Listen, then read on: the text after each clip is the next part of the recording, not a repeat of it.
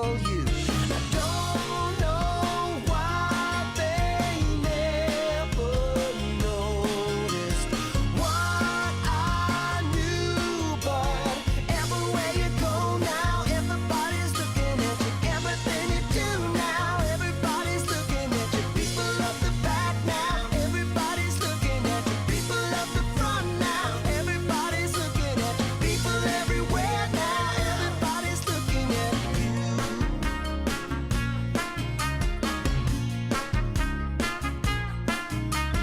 People of the back now, everybody's looking at you. People of the front now, everybody's looking at you. People everywhere now, everybody's looking at you. Everybody's looking at you.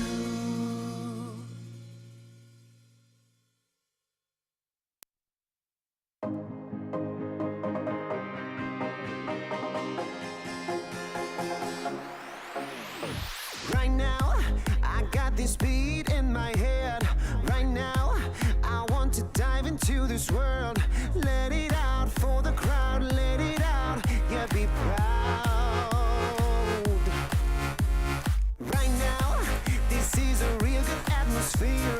Right now, superficialities are here. No excuse, no rules, no one to judge. Just give a fuck. The time has come to lose control. Don't be so shy, just let it flow. We are the masters of our own world, of our own world. We pray for fire in the sky. We show that desire is our light. We stick together, together, together. We're alright.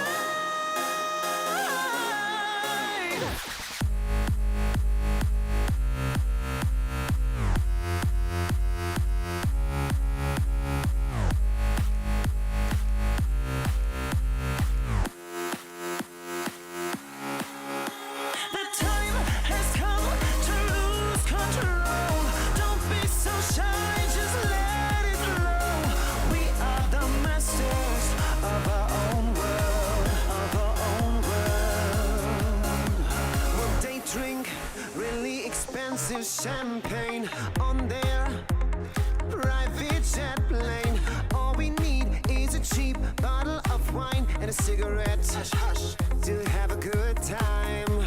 A freedom, a big time, and no restriction. There's no other place to die than here with us tonight. The time has come to lose control. Don't be so shy, just let it flow. We are the masters of our own world. We pray for fire in the sky. We show that this night is our night. We stick together, together, together.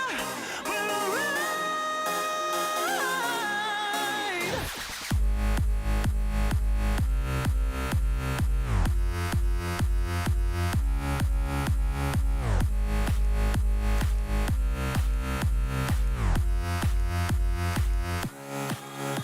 The time has come to lose control. Don't be so shy, just let it flow. We are the masters of our own world, of our own world.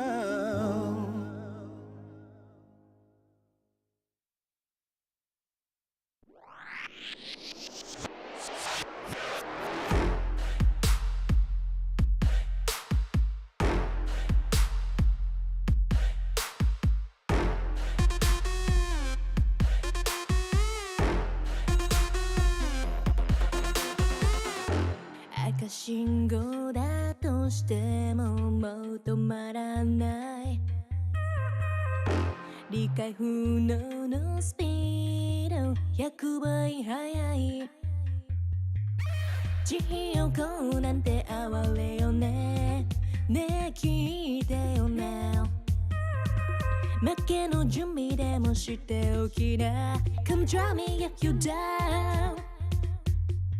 悩んでもや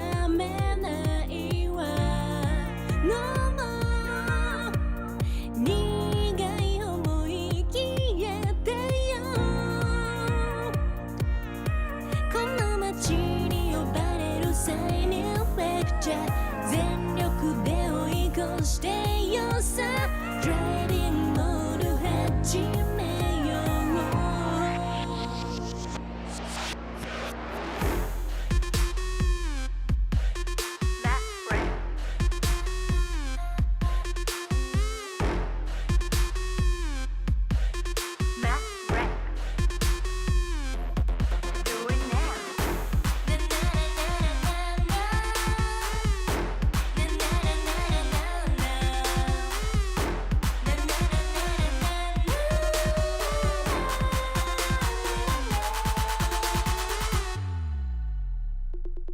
もう安全な近道なんてのの完全にアウトだからあんたの後悔楽しみだわすげた気づいてよマジでベイビー一番でノックアウトするわ You better be listening 地横なんて哀れよねねえ聞いてよな負けの準備でもしておきな Come try me if you were down 悩んでもやめないわ No more 苦い思い消えてよこの街に呼ばれるサイドフェクチャー全力で追い越してよさ Dreaming moon を始めよう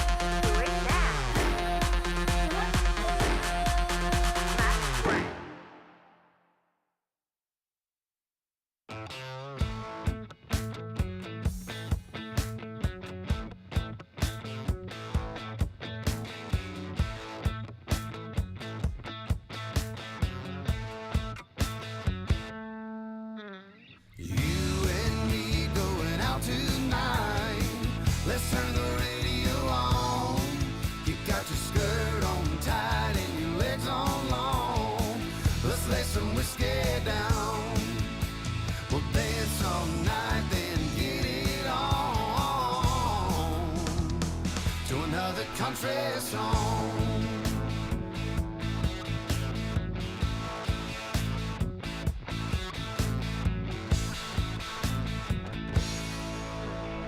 You and me going out tonight.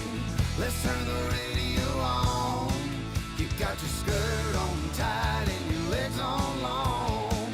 Let's lay some whiskey down. We'll dance all night, then get it on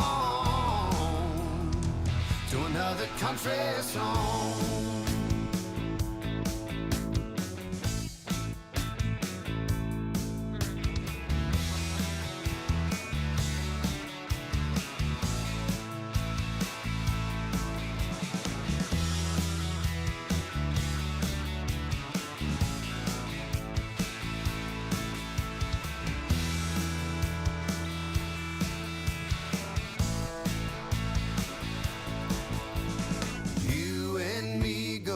Tonight, let's turn the radio on. You got your skirt on tight and your legs on long. Let's lay some whiskey down. We'll dance all night, then get it on to another country song. You and me going out tonight. Let's turn the radio on. got your skirt on tight and your legs on long. Let's lay some whiskey down. We'll dance all night, then get it on to another country song.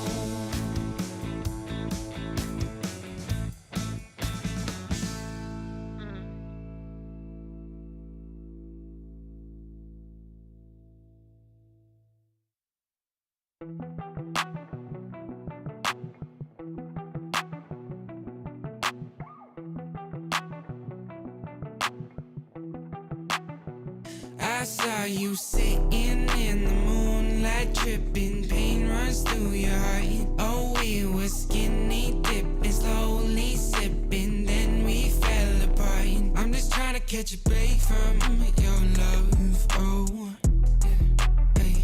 Cause I need to find a new life, no love, oh. I can't lie, I've been thinking about us, but you, yeah. Tell me everything's gonna be alright. Tell me that you're never gonna need spotlight. Just say how you feeling, I don't wanna waste time. I saw you sitting in the moonlight, tripping, pain runs through your heart. Oh, we were skinny dipping, slowly sipping, then we fell apart. I'm just trying to catch a break from your love, oh, hey. Cause I need to find a new life, no love, oh. I've been thinking about us, but you know better than anybody around me. Yeah, you know. I think we both need a break from this thing called love. All love ain't the thing to question. It's all love. I got plenty problems and no shoulder. Last night on the tour, ain't no tour bus. I saw you sitting in the moonlight, tripping, pain runs through your heart. Oh, we were skinny dipping, slowly sipping, then we fell apart. I'm just trying to catch a break from your love, oh, hey. Cause I need to find a new life, no love, oh. I can't lie, I've been thinking about us. Putting out the fires, my head calls me a liar. I'm sick of breathing in your smoke. Leave a little longer, embrace a little harder. Yeah, every time we're not wrong, it's like we're walking on water. Oh, too good to last long. Putting out the fires and looking for a miracle. It's like we're walking on water.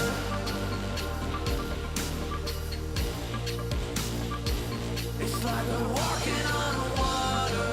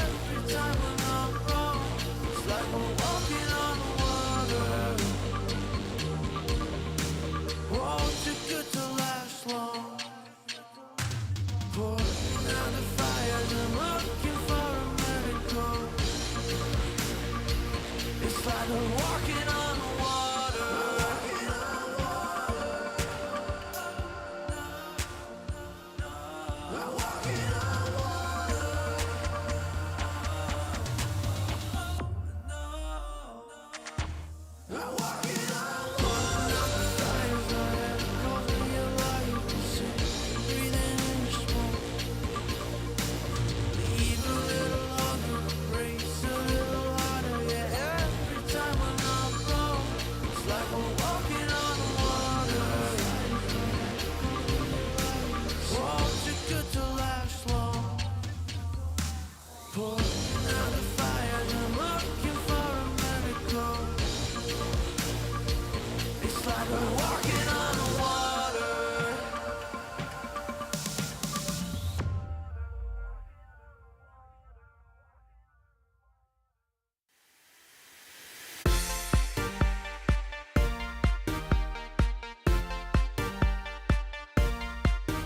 DJ turn the music up, put the lights down low. All the worries we had, we just let them go. Wasn't looking for love, I was happy alone. When you put your arms around me, how was I to know?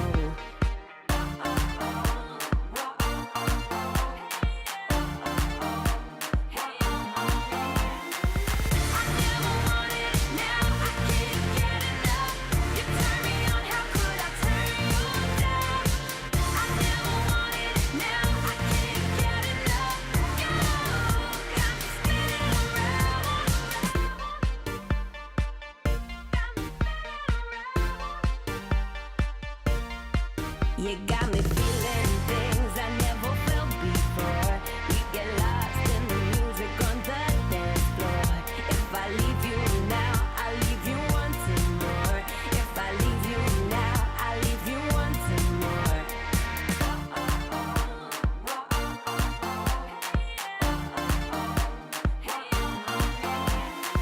I never wanted it, now I can't get enough. You turn me on, how could I turn you down? I never wanted it, now I can't get enough. You got me spinning around, spinning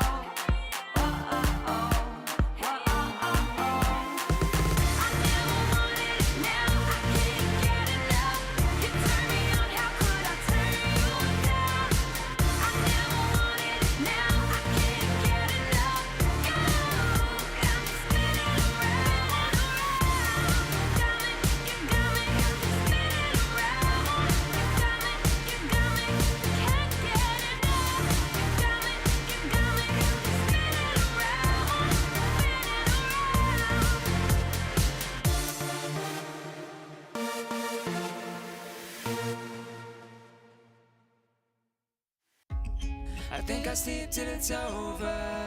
I think I'll sleep till it's over. I think I'll sleep till it's over.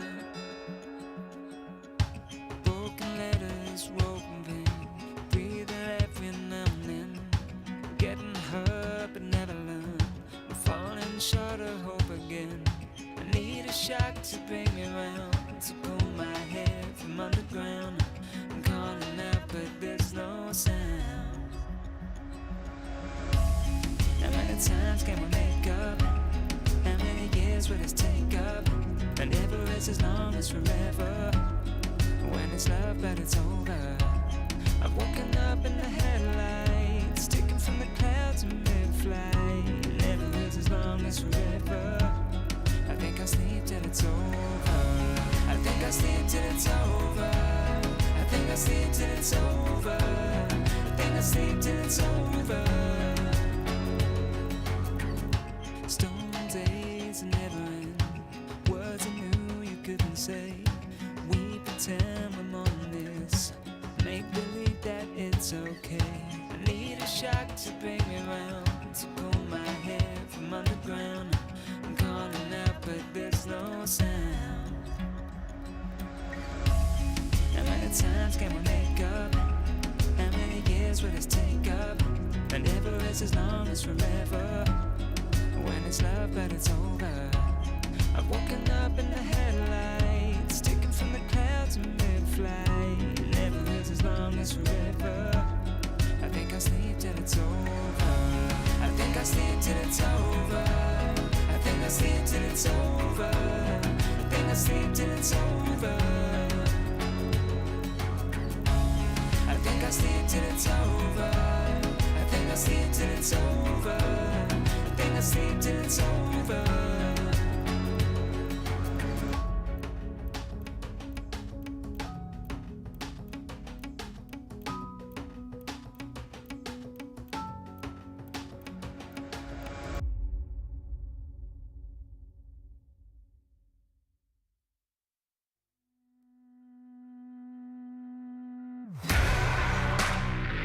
Oh, won't you break me up? Oh, won't you break me up?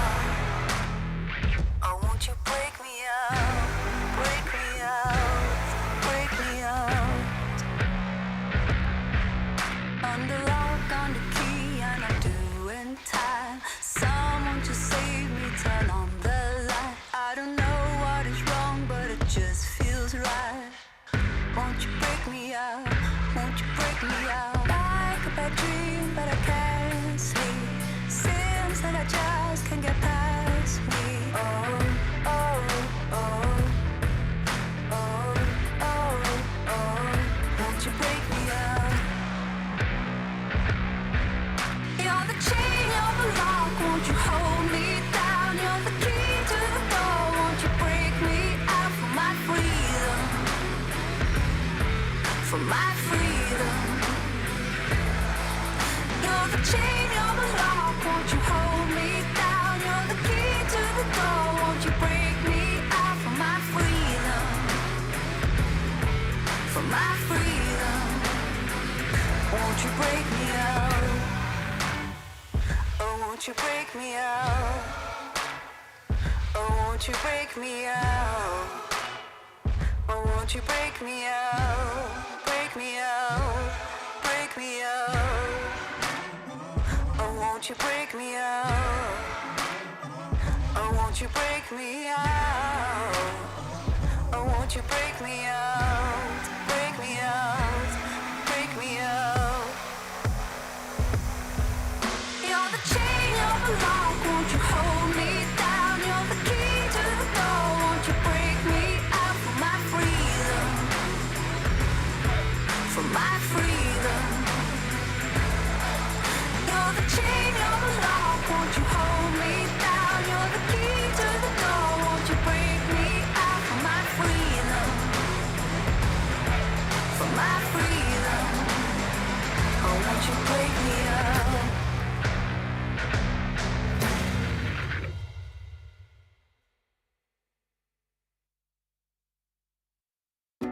Wanna wake up in my bedroom with you right next to me, holding my hand. Something I could get used to, 'cause you're by my side.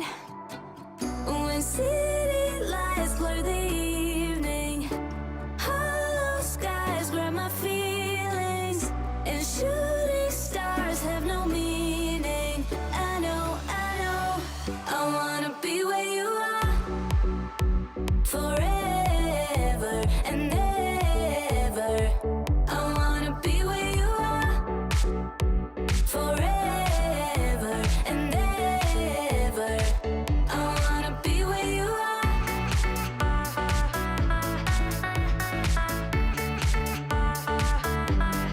Be where you are.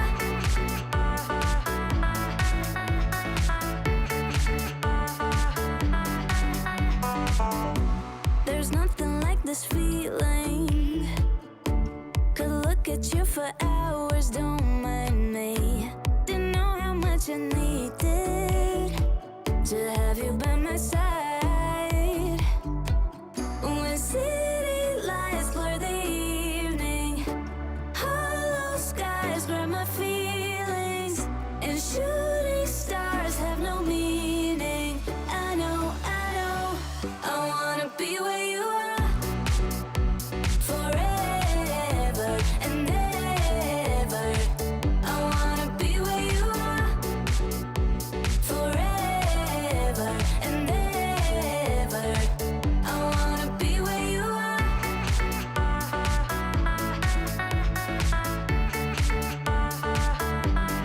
Be where you are.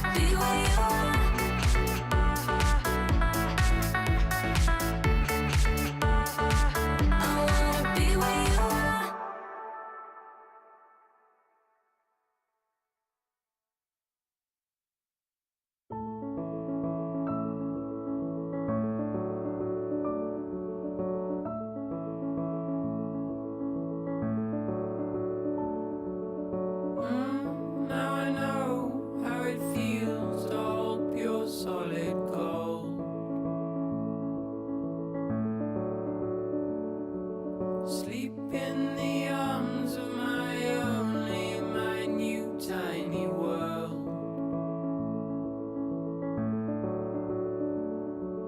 And right here in our arms you'll stay till you can find your own way. Oh my son, stay curious my boy.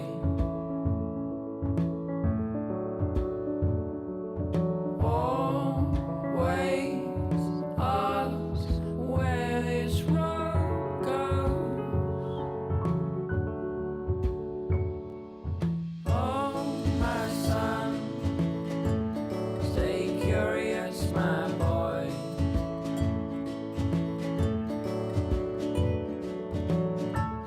Just outside your door you'll find love where you don't know.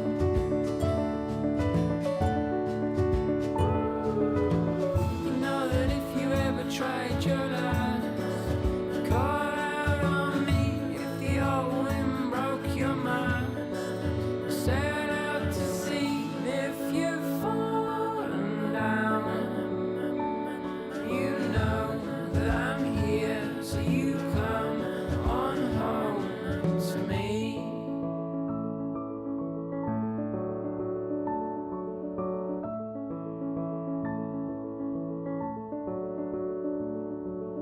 Oh my son, stay curious my boy.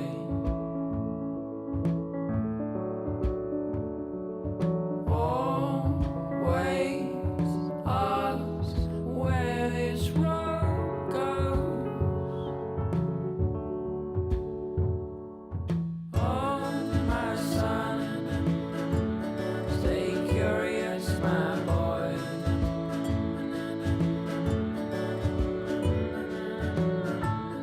Just outside your door you'll find love where you don't know.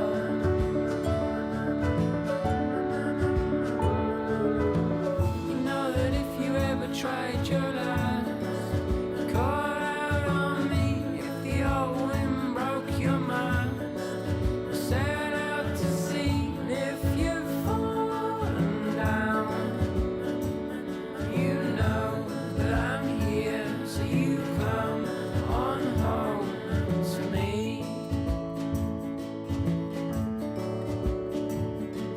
Today you pick up all your bags, lay down your toys.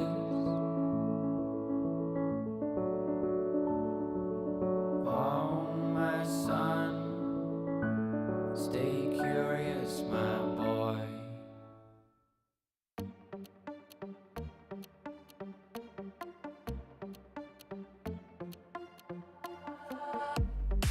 身も蓋もないわねマジでメール既読無視でもてめトラブルならすぐ相談してよだなんて細い指先が僕を指す Please come this way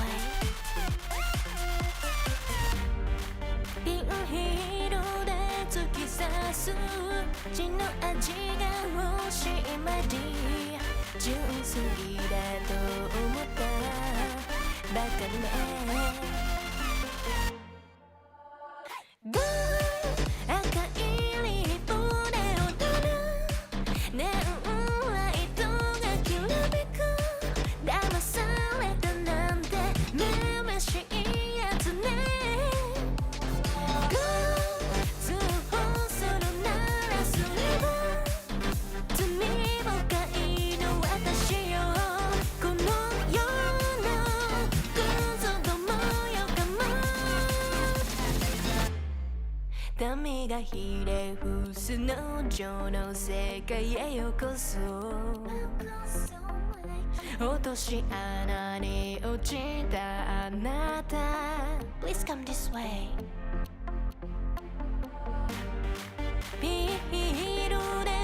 きさそう血の味が欲しい前に純粋だと思っただからね赤いリボンで踊るネオンライトがきらめく騙されたなんてめめしいやつね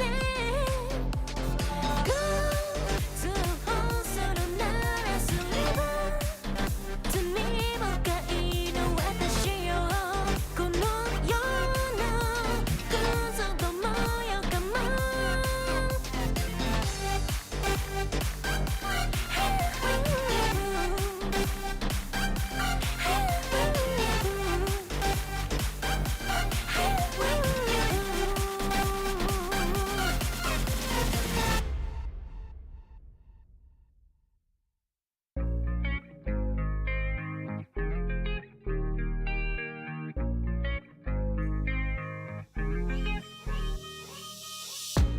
Stop playing with my heart right now.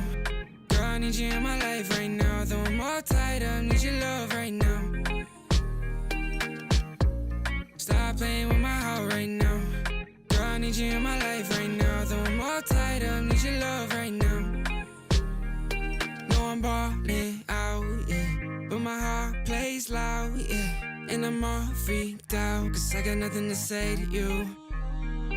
But will I be down, yeah, when you come around, yeah. So let's get right down, cause we ain't got much time. And every time you hold me, I think about the times that I was lonely. Keep reminiscing about how you the only one that makes me wanna look into your eyes and say, stop playing with my heart right now. Girl, I need you in my life right now. Though I'm all tied up, need your love right now. Stop playing with my heart right now. Girl, I need you in my life right now. Though I'm all tied up, need your love right now. Yeah, we could take time to work things out, oh, yeah. But I want you in my life so we could have each other, yeah. I know it seems hard to shine, but you're a million stars at all the same time, yeah. And you know I really mean it. And every time you hold me, I think about the times that I was lonely. Keep reminiscing about how you the only one that makes me wanna look into your eyes and say, stop playing with my heart right now. Girl, I need you in my life right now. Though I'm all tied up, need your love right now. Stop playing with my heart right now. Girl, I need you in my life right now. Though I'm all tied up, need your love right now.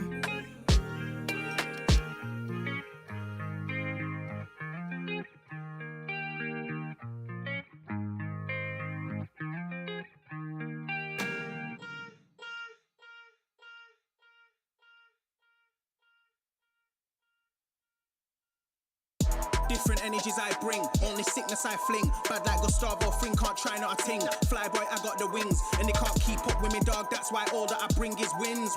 And they wanna hold me back, never doubt I'm a king. When they grab Mike and a chap on the ting, I don't wanna hear no talk from jokers. Say you got waves, I'll split that like Moses. The way that I catch it is flawless, it's awkward, cause they can't do it when they talk up. I don't wanna hear that ever. Stay on the ground like Cellar, they know man shell off. Feel man trying to get ahead of me. They should've known they ain't really got the energy. I got the energy. Run laps and laps round them, they ain't even got no energy. So that means no power. They don't wanna be my enemy. That might end up in a penalty. I got a different energy, no matter what I encounter. No, I got the energy. Run laps and laps round them, they ain't even got no energy. So that means no power. They don't wanna be my enemy. That might end up in a penalty.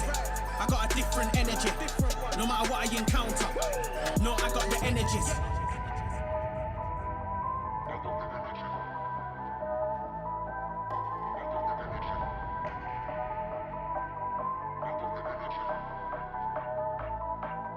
I got the energies.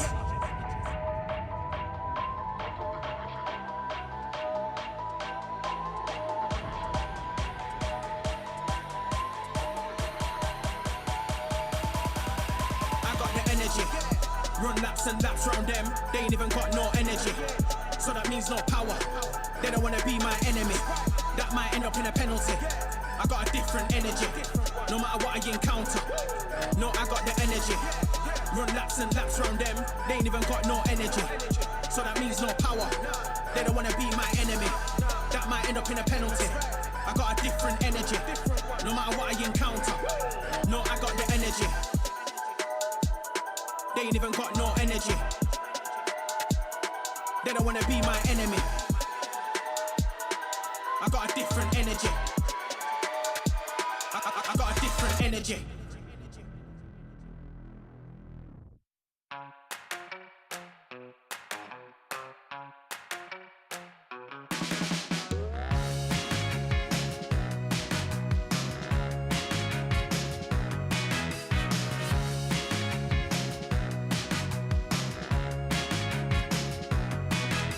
So I got my education in the old school,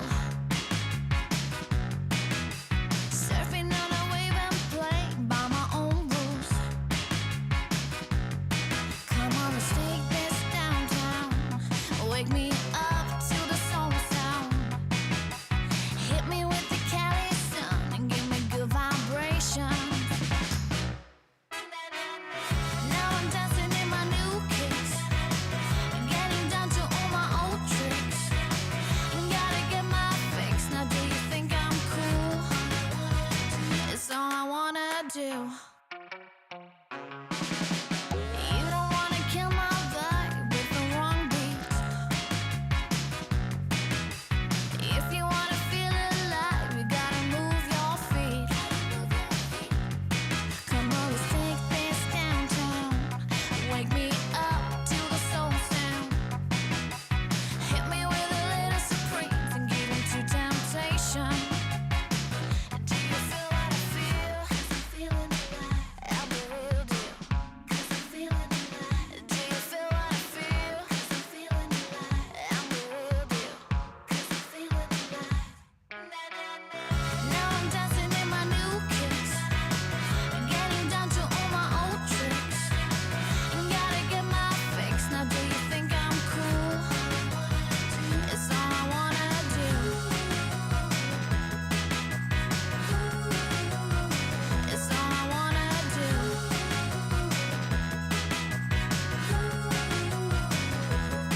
Come on, let's take this downtown. Wake me up to the soul sound.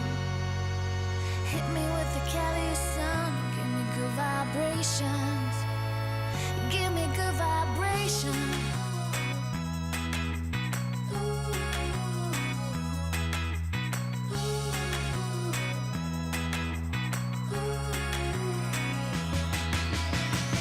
Now I'm dancing in my new kicks, getting down to all my old tricks. Gotta get my fix. Now do you think I'm cool? It's all I wanna do.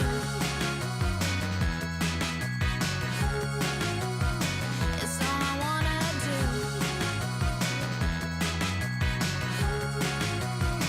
It's all I wanna do.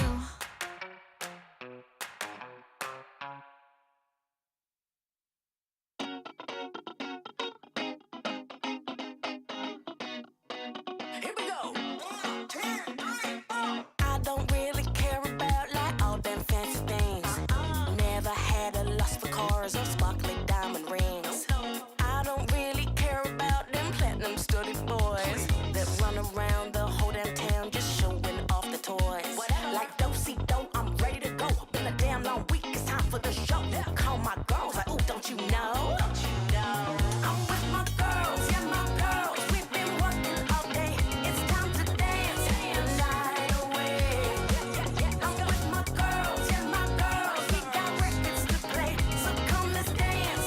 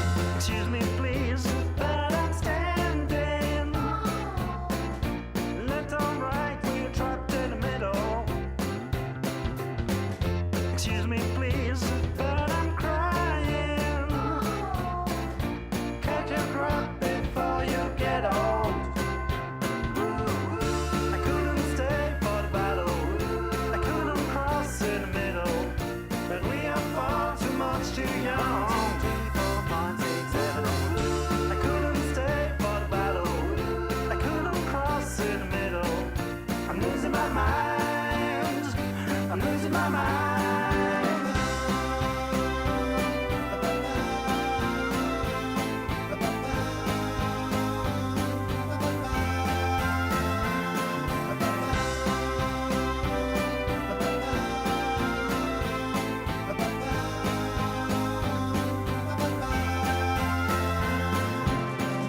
Excuse me, please, but I'm standing.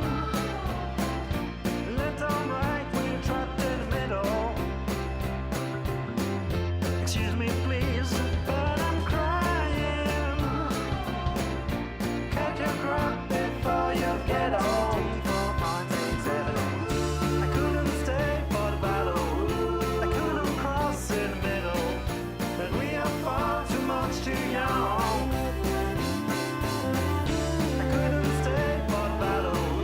I couldn't cross in the middle. I'm losing my mind. I'm losing my mind.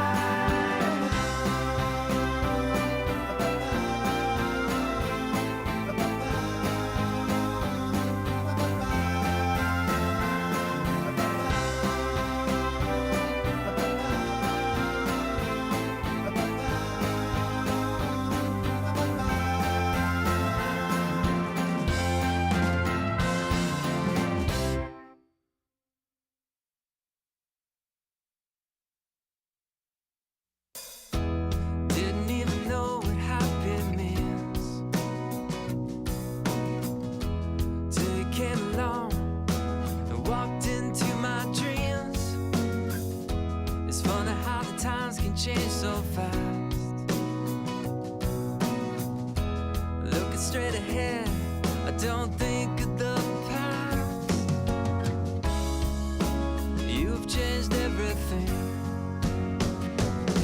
It's like bright lights and a starry sky. We're gonna feel that way most every night. Sunlight on a summer day. We're gonna laugh and dance all the rain away. Sing a new melody. It's full of love. It's beautiful and free. 'Cause you belong, you belong, you belong to me. Birds fly, fill the trees like it's always spring. White clouds high above, I know just what I mean. Your smile, this love are an endless road. And I'll walk, I'll run, anywhere it goes. You've changed everything. It's like bright lights and a starry sky. We're gonna feel that way most every night. Sunlight on a summer day. We're gonna laugh and dance all the rain away. Sing a new melody. It's full of love. It's beautiful and free. 'Cause you belong, you belong, you belong to me.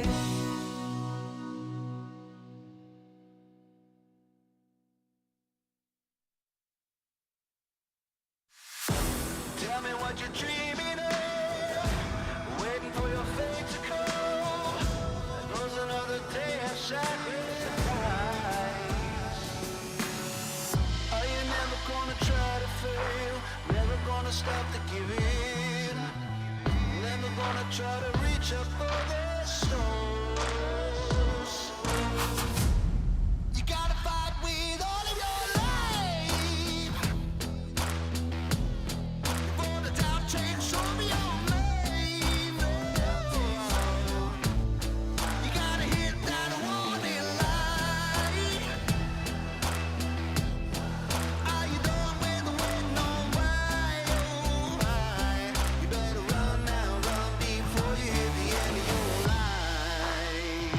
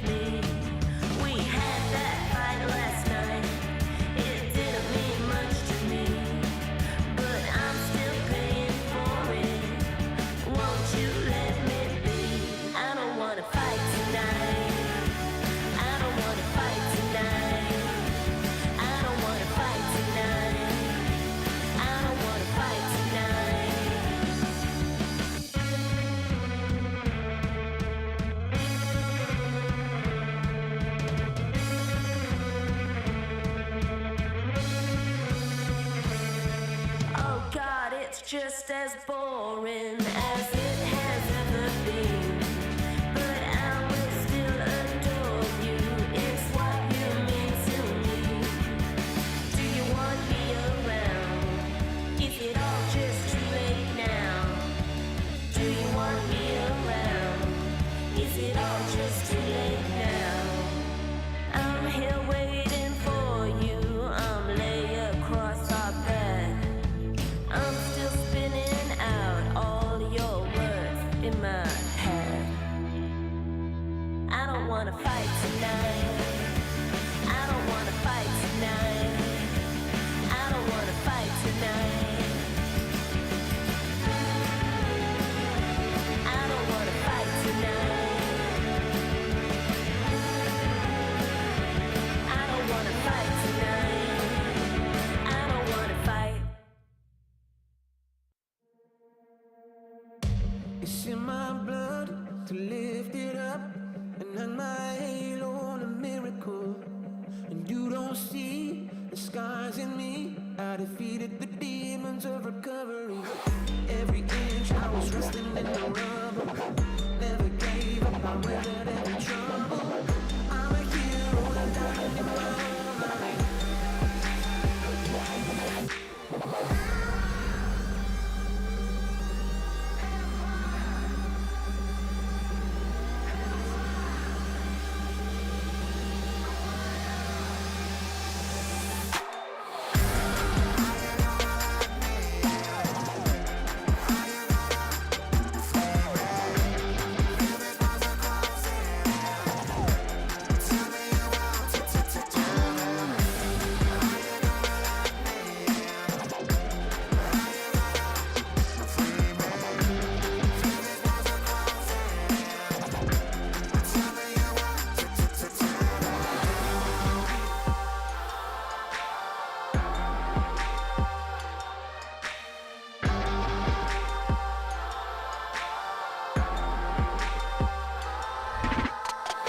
Every inch I was resting in the rubble.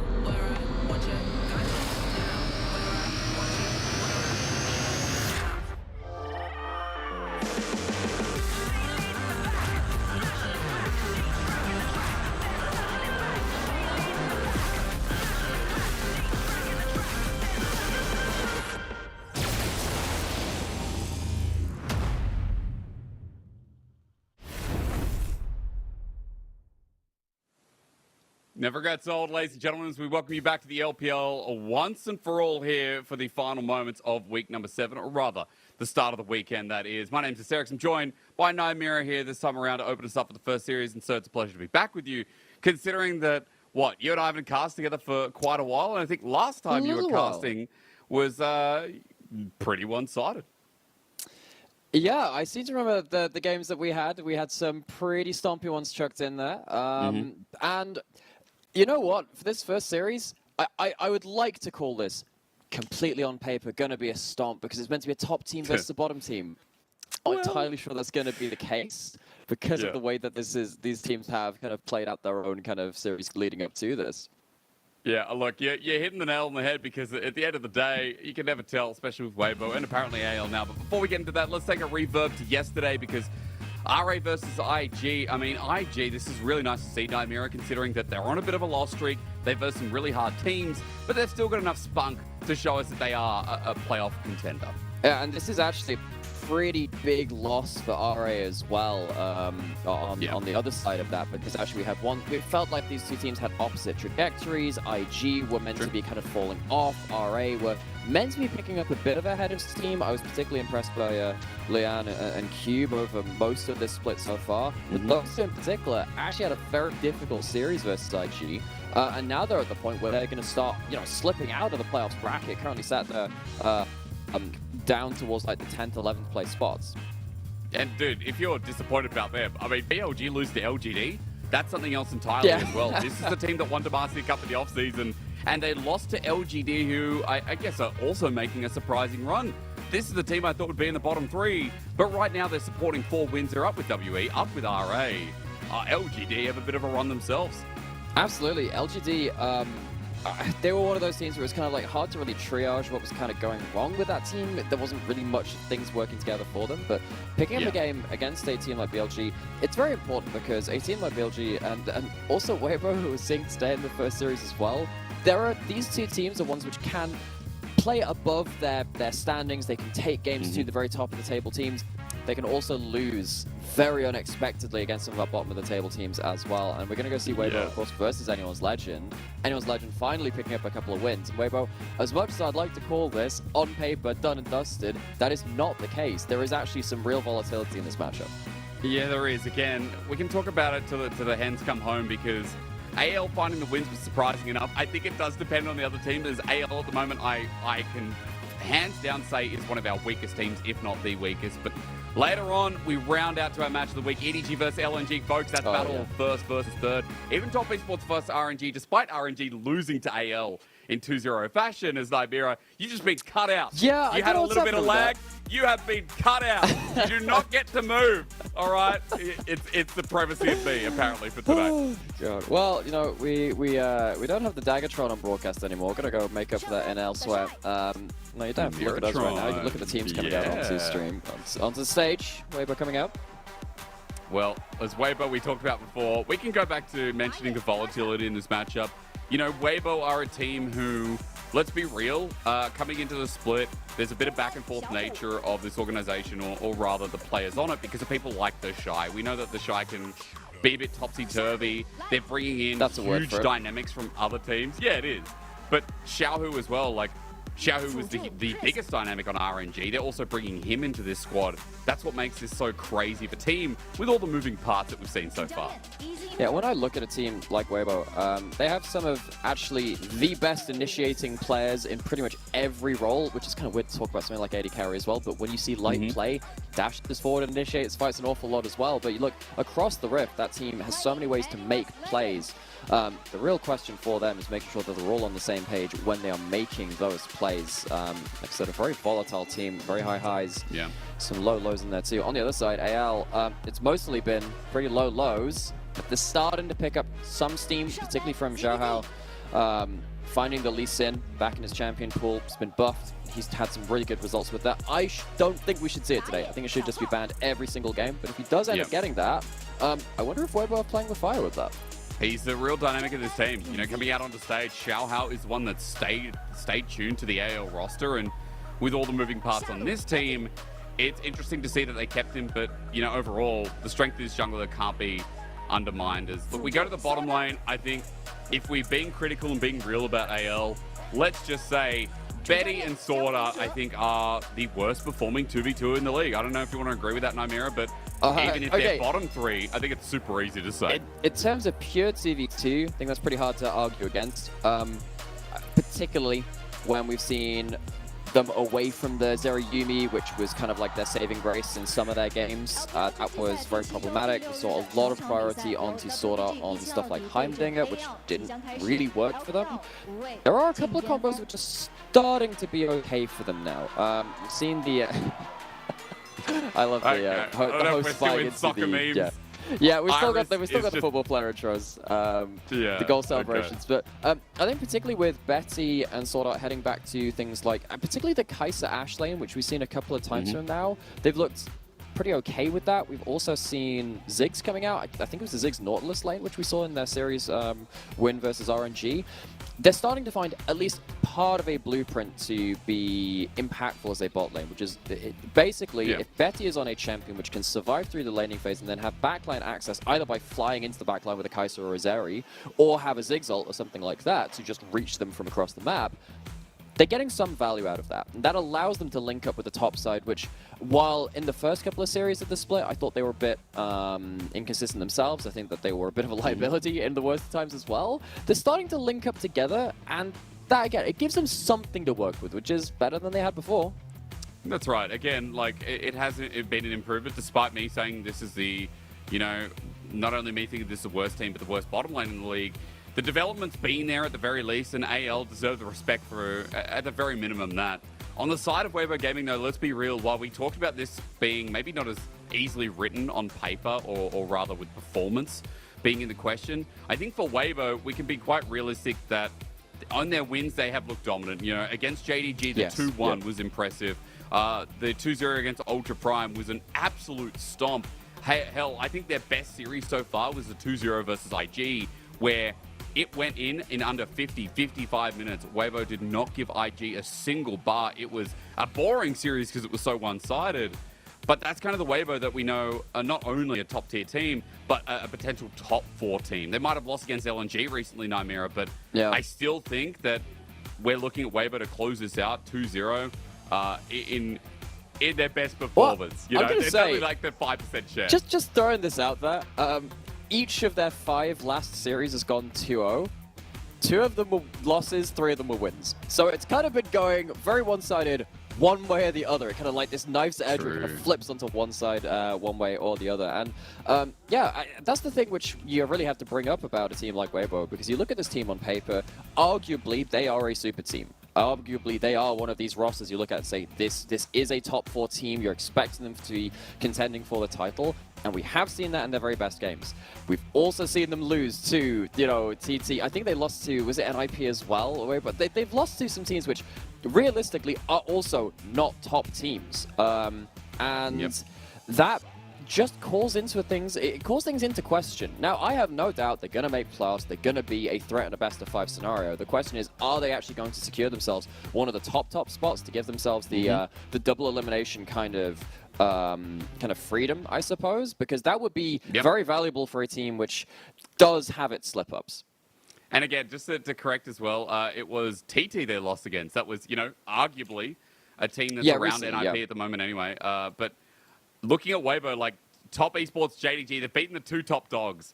LNG was one they lost to quite recently, which are currently holding the first spot. But against AL, there's going to be a lot of questions here. As ladies and gentlemen, I have some good news for you. If you haven't been watching the LPL, 13.4 right now on Summoner's Rift, and we are into a new meta. Aurelion Sol, as you were telling me, Nymera, has already been banned away in previous games, currently open and available, and I will be honest that I think Xiaohu is the kind of player to pull it out, considering the map presence it can bring out, and considering how this team can play around Xiaohu on a control mage. Well, I remember way back in Season 6, back at that, when RNG were making, you know, Worlds quarterfinals at that time as well, when they were kind of first starting to kind of rebuild around Xiaohu. He actually did play a lot of Aurelion Sol back in those seasons as well. It's been a little while since we've seen him on those kind of champions, and I'm sorry to say, doesn't do very well into Syndra. Very unlikely in this game right now. Important things elsewhere in this draft. First pick Lee Sin. Kai'Sa, one of the best Lee Sin players of all time. And it takes this away from Xiaohu, who has had some very important games on that champion for his team. I'm wondering now what Anyone's Legend do without that Lee Sin. It has been core to their success in recent series. Yeah, you were saying before, like the jungle potency of AL, kind of the structure here, and couldn't agree more when the smarts of Weibo Gaming take it away. We get a LeBlanc and a Xayah, though, so setting up the bottom lane while, hey, Nymera, I know you and your brother were talking about this on an LVL stream. Yes. But, like, Viego is just LPL style, man. Yeah, so it was one of these things where, you know, so me and my brother, we talk about League pretty much all the time, and sometimes he just walks into my room and just asks me a question about League. And he's just like, look, Alex, if you were going to say the LPL was one champion, what would it be? And I was like, look, it's like 7 a.m. Why are you walking into my room? What is this? Why are you here? But eventually, we kind of reached this opinion of like, honestly, Viego is up there. Viego's just this champion which just keeps coming back. It allows you to play these very messy skirmishes. And then you come back into this draft as well. You see the Lee Sin locked in. You respond with the Syndra and say, okay, we have a strong mid-jump locked in as well. Basically, all eyes are on the mid-jungle CV2. Lee Sin, LeBlanc are the ones which are likely going to be jumping forward as soon as like a Q lands from Lee Sin or a chain walks in as well. The Syndra is very much under threat. But you look at the Viego and the Syndra, if you ever overstep into them, the amount of damage that comes up is incredible. So already, no room for mistakes in this mid-jungle CV2. And I love it, again, from both teams. It's the aggression. Like, Weibo can be one of our most aggressive teams in games as well. We've got to remember that if we're looking at game duration, Weibo are top 3 at the moment. 31 minutes and 26 is their average.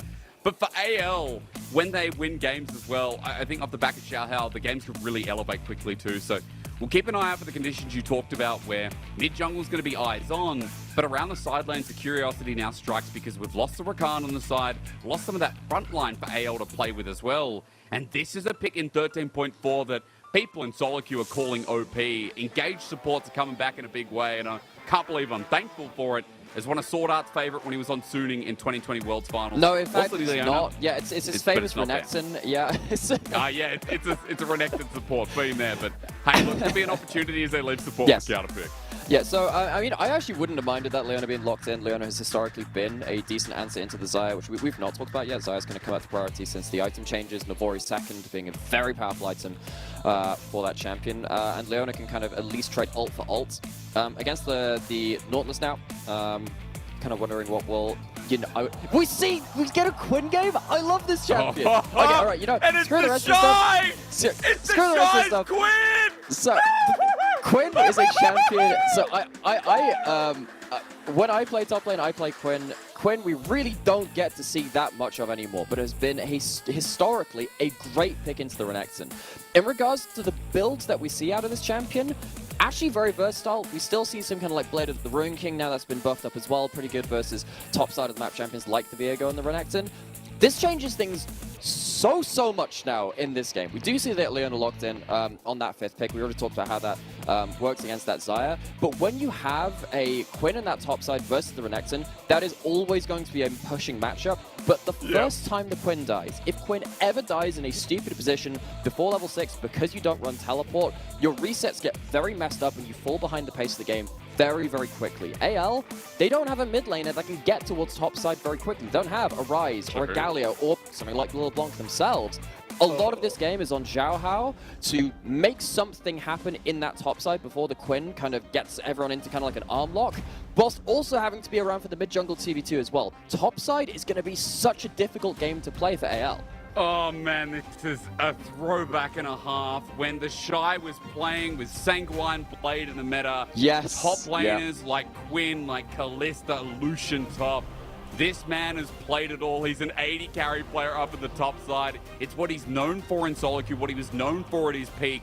And pulling out Quinn against the Renekton, he has played both sides of this matchup many times. But for the Shy, there is nothing quite like his counter picks, because as we go through, this is his 8th game of Quinn in his competitive career. He's 4-3, but you don't care about the win rate. You care about the fact that this man has played Quinn more than he's played Silas, Aurelia, Mordekaiser, Jarvan top in the meta. He has played Quinn top double the times he has played Jax top in his entire career that spans from 2017 to 2023. This is his pick, and that just defines how Weibo Gaming want to play once again towards the Shy as we get into this series with a huge return for me in memories. It's deja vu for Weibo Gaming's top laner. And this is the first Quinn of the year. We have not seen this anywhere else in the world. Looking at the build coming through, you sometimes see something like the Ignite for very early kill pressure, level 1. Level 2 for Quinn, actually a very big point as well. You start with your E for the Vault, allows you to either disengage from champions, but also apply your Harrier mark to them. But taking the cleanse into the Renekton and the Viego makes an awful lot of sense. A lot of CC across the board from AL. You can't really play in towards mid and late game without that summoner spell. Also going for the fleet footwork. wondering if we would see, you can see something like kind of more lethality-based first strike builds, but typically you are seeing press the attack or lethal tempo for real ability to punish the lane. Instead, it's actually the fleet footwork to kind of keep a little bit more sustained, and the cull start largely means you're going to go towards the cut down rune as well for just permanent extra damage buff. And further to what you're talking about, you know, there's a lot of room for error in this lane. You know, it's a hard lane as well. If you mess up as a queen, it could easily turn. Shy, we're looking towards that early laning phase you talked about. He's waiting for ZDC to come in. So, well, this is the thing. Like, you were talking about, oh, for the Shy, laning phase, by the way, you just sit in that first bush as a ranged top laner and you just punish. Now, having that ward in the first bush is actually pretty big for ZDZ because it means that the Shy can't drop minion aggro and just dip into the bush, take an auto, and then kind of dip back into kind of like disengage the minion aggro. So what this means, you are going to be kind of building a slow crash in for the Quinn to see how much like early harass you are going to get off. ZDZ would like to trim this wave down as much as possible just to make sure there isn't the possibility of the Lee Sin kind of coming in and making things very awkward. I like as well that he's taking Quins. Like, again, you know, we haven't seen Quinn for a while, but once you get towards that behind enemy lines, the ability to roam around is going to be exciting. As you said, mid can't influence from AL.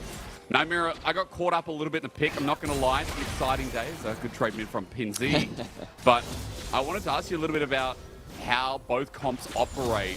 Let's say it's an even game, right? And we go into 20 minutes in, like nothing's really happened, which let's be honest, probably won't be the case, -1. As I wanted to ask you what the game would look like, the game state, and kind of simple win cons from each team. So I think that Weibo have the ability to play a wider map much easier than anyone's Legend. If it gets to the point where Xayah can very safely sit in mid lane, that's where AL get a bit problematic with how they play out the game. Because it's hard to unsee Xayah if they just get to sit on their ultimate, sit kind of clearing waves. And you don't have a global mid laner that can very quickly get to skirmishes if you start playing around that Quinn as soon as these outer towers start going around. Lee Sin, Blanc, they can very much do that. So that for me is one win condition for Weibo. If AL get to stack early dragons, force Soul early on, that can be a good way to pull Weibo into fights that they would rather be playing 1-3-1 during. That's basically how I see this game. I like that because, again, pulling them in when you have a Quinn, LeBlanc, people that want to dive in, but around your objective, not going to be so easy. That's something I'll keep track of, especially with Viego being able to set up the fight and look for resets.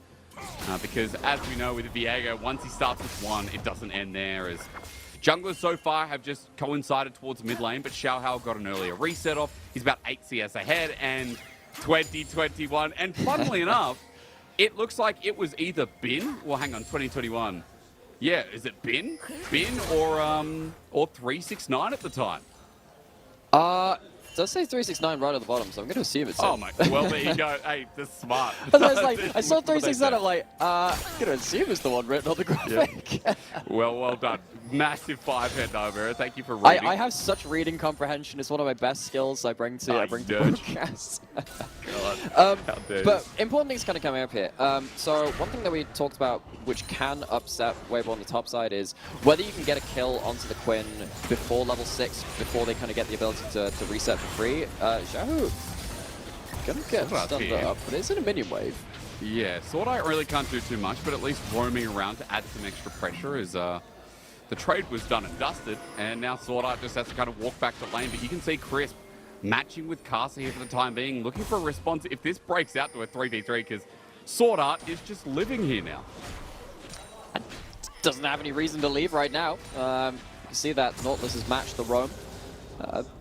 Betty being left alone in the spot side. It is going to be the on-hit Varus, so it's not going to be anything towards the poke build. I was wondering whether we get poke build. Actually, a lot of the champions on Weibo don't deal well with poke because they don't have as much sustain, but wants to have maybe the shield bow for the defensive capabilities. Well, meanwhile, we pay our eyes to the top lane. One of the most interesting, these blinding assaults doing a good job as ZDZ is behind by about 12 CS. Big wave building up for the time being as Casa is heading up towards his topside camp. We'll see how this develops. As for AL, they're going to be swapping sides of the map, setting up with this early dragon. And Nymera, you talked about getting these neutrals down earlier. It looks like AL have a good game plan revolved around it. Yeah, I think AL were always likely to get maybe first and second dragon down because they do have such a topside kind of focused draft.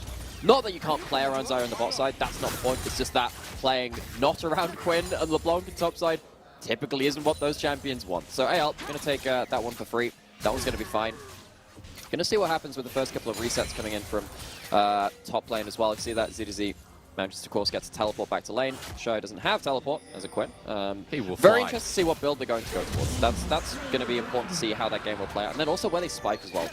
Because we can see stuff like Navori Quinn as well, which has been particularly annoying in the side lane because you get infinite amounts of those vaults to just kind of keep chasing people down. And at that point, Renekton just cannot play the game at kind of the 2-item spike. But we have seen a lot of Blade of the Rune King as well coming out in this champion. Good mention. We're going to get engaged in the bottom lane as Chris might be caught up, but the route from Light's great as Chris has to burn his life in the meantime. Xiaohu's making his way into the bottom lane as look, Pinzi is also down here. But Xiaohu's ready to make the roam. You see Kasa coming towards the lane as well. The wave not in a great state, pushing for Weibo. It's a trap, it's a trap. It is a trap. Why are they fighting here? It's a flash, then it's because they believe that Kasa can get the kill, but it's a reset. Kasa to get out, no bueno.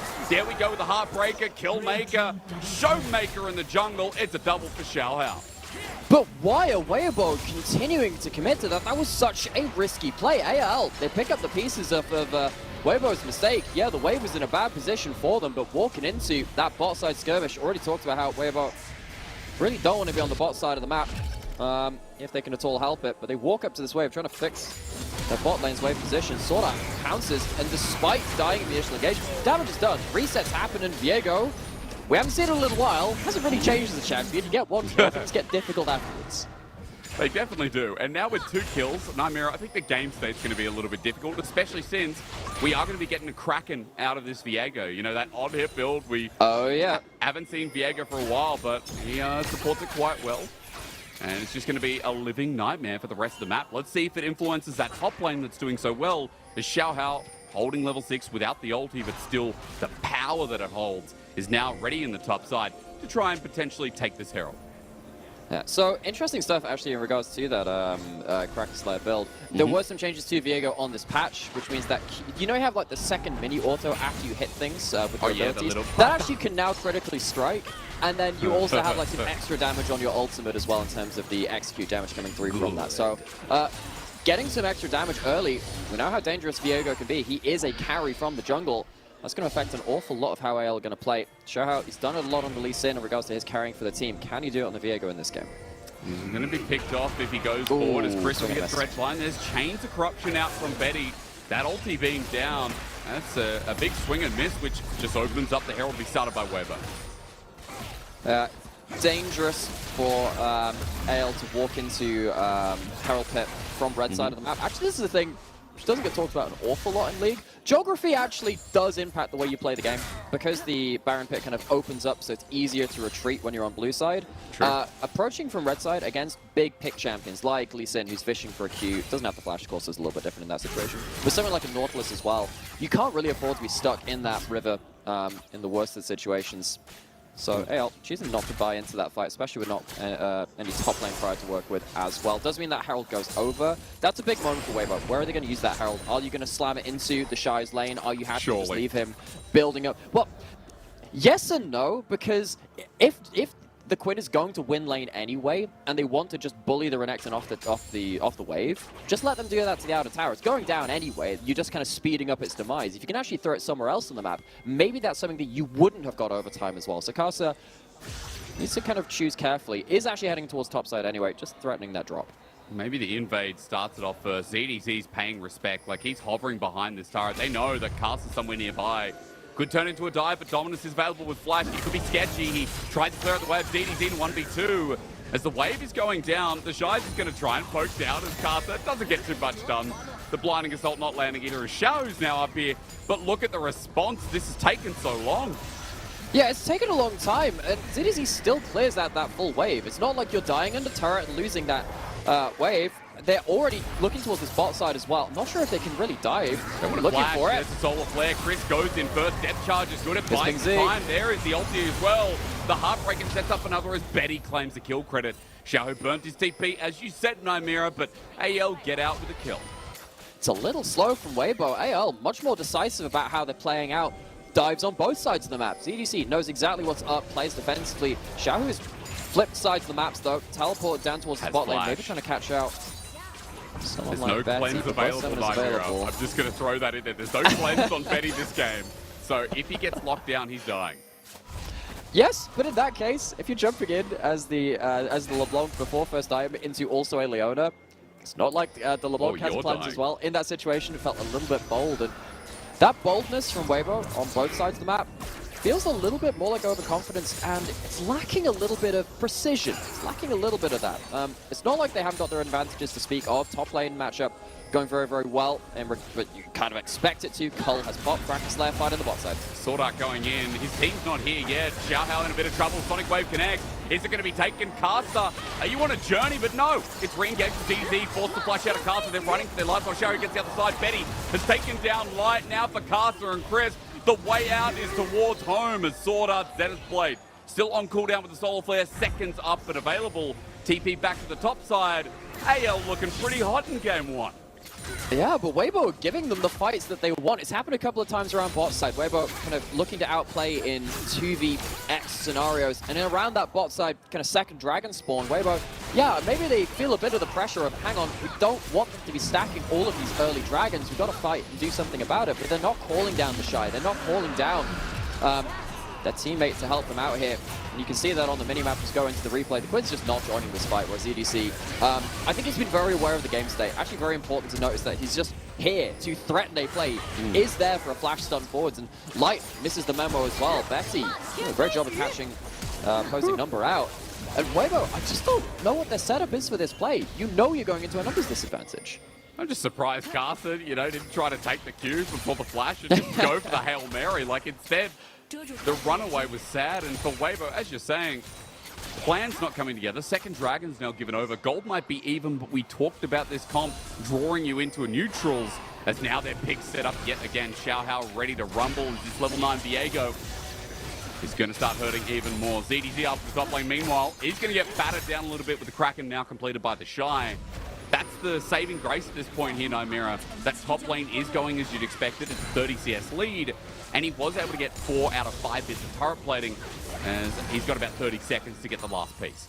Yeah, the real question is, when does that good laning phase become an actual win condition? Because it's annoying now for anyone's legend, but it's not like it's going to lose you the game just being down 30 CS against a ranged top laner. Particularly with someone like a Viego having such high burst threat, you can't really dive into a Syndra particularly easily as well. The Shy's impact for now is going to be on side lanes. As long as the EDZ can just hold the lanes well enough for AL to still play around those objectives that they're now stacking up towards. There's going to be a Cloud Rift as well, which is not the best soul really for this game. Honestly, the Rift is going to be more important for them than the soul itself. It allows them to roam towards a Quinn lane a little quicker through those little swirly speed up zones, but AL still want to be playing towards those objectives. Just making sure that the Shy doesn't become a real game-ending threat at some point in this game before they're ready to fight. Well, they're going to be setting up for the bot side while we do talk about that top lane again. Note that the inner side getting pushed in is going to add some pressure in his Light nose. He's just like, dude, I am weak side of the map. I have a Quinn top. They want me. Crisp is coming over with Caster over the wing. In that bush. He might have got a false flag, yeah.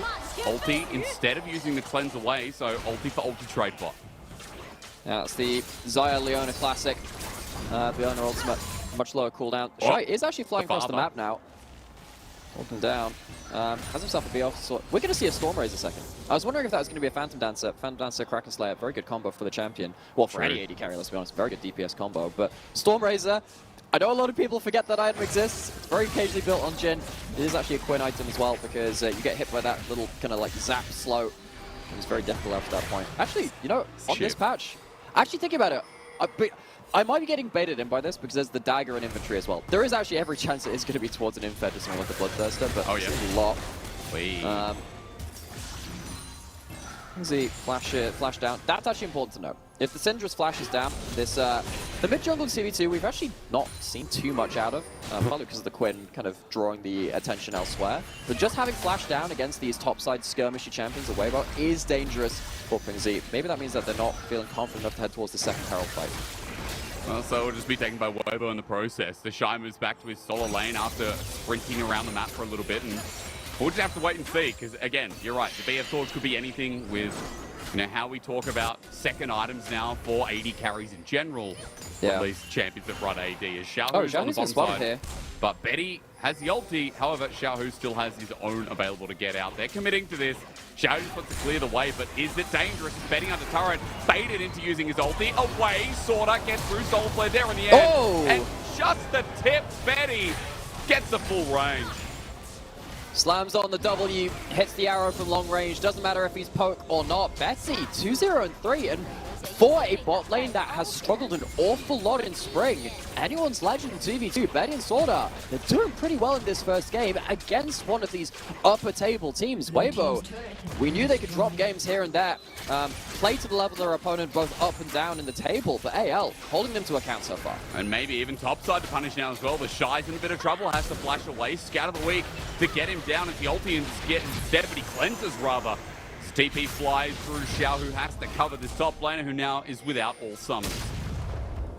He's without his summoners, but he at least draws anyone's legend to his lane. He's going to have to do an awful lot of that if Weibo are going to fall behind on the rest of the map, because the gold is even-ish right now, but when you consider how far ahead the Shy is with a 30 CS lead and the amount of plates, think how far behind the rest of his team is in comparison. True. The Shy has cleared the second arm, it is actually the Storm Razor, so enjoy seeing that item, which we rarely see, I suppose. It's fairly good in the individual matchup if you like it, those kind of things. AL are going to have their mid lane outer turret survive. Dragon is alive, third of the game. Talked about that being important for AL. Can they actually fight for this, though? The Shy has entered the fight.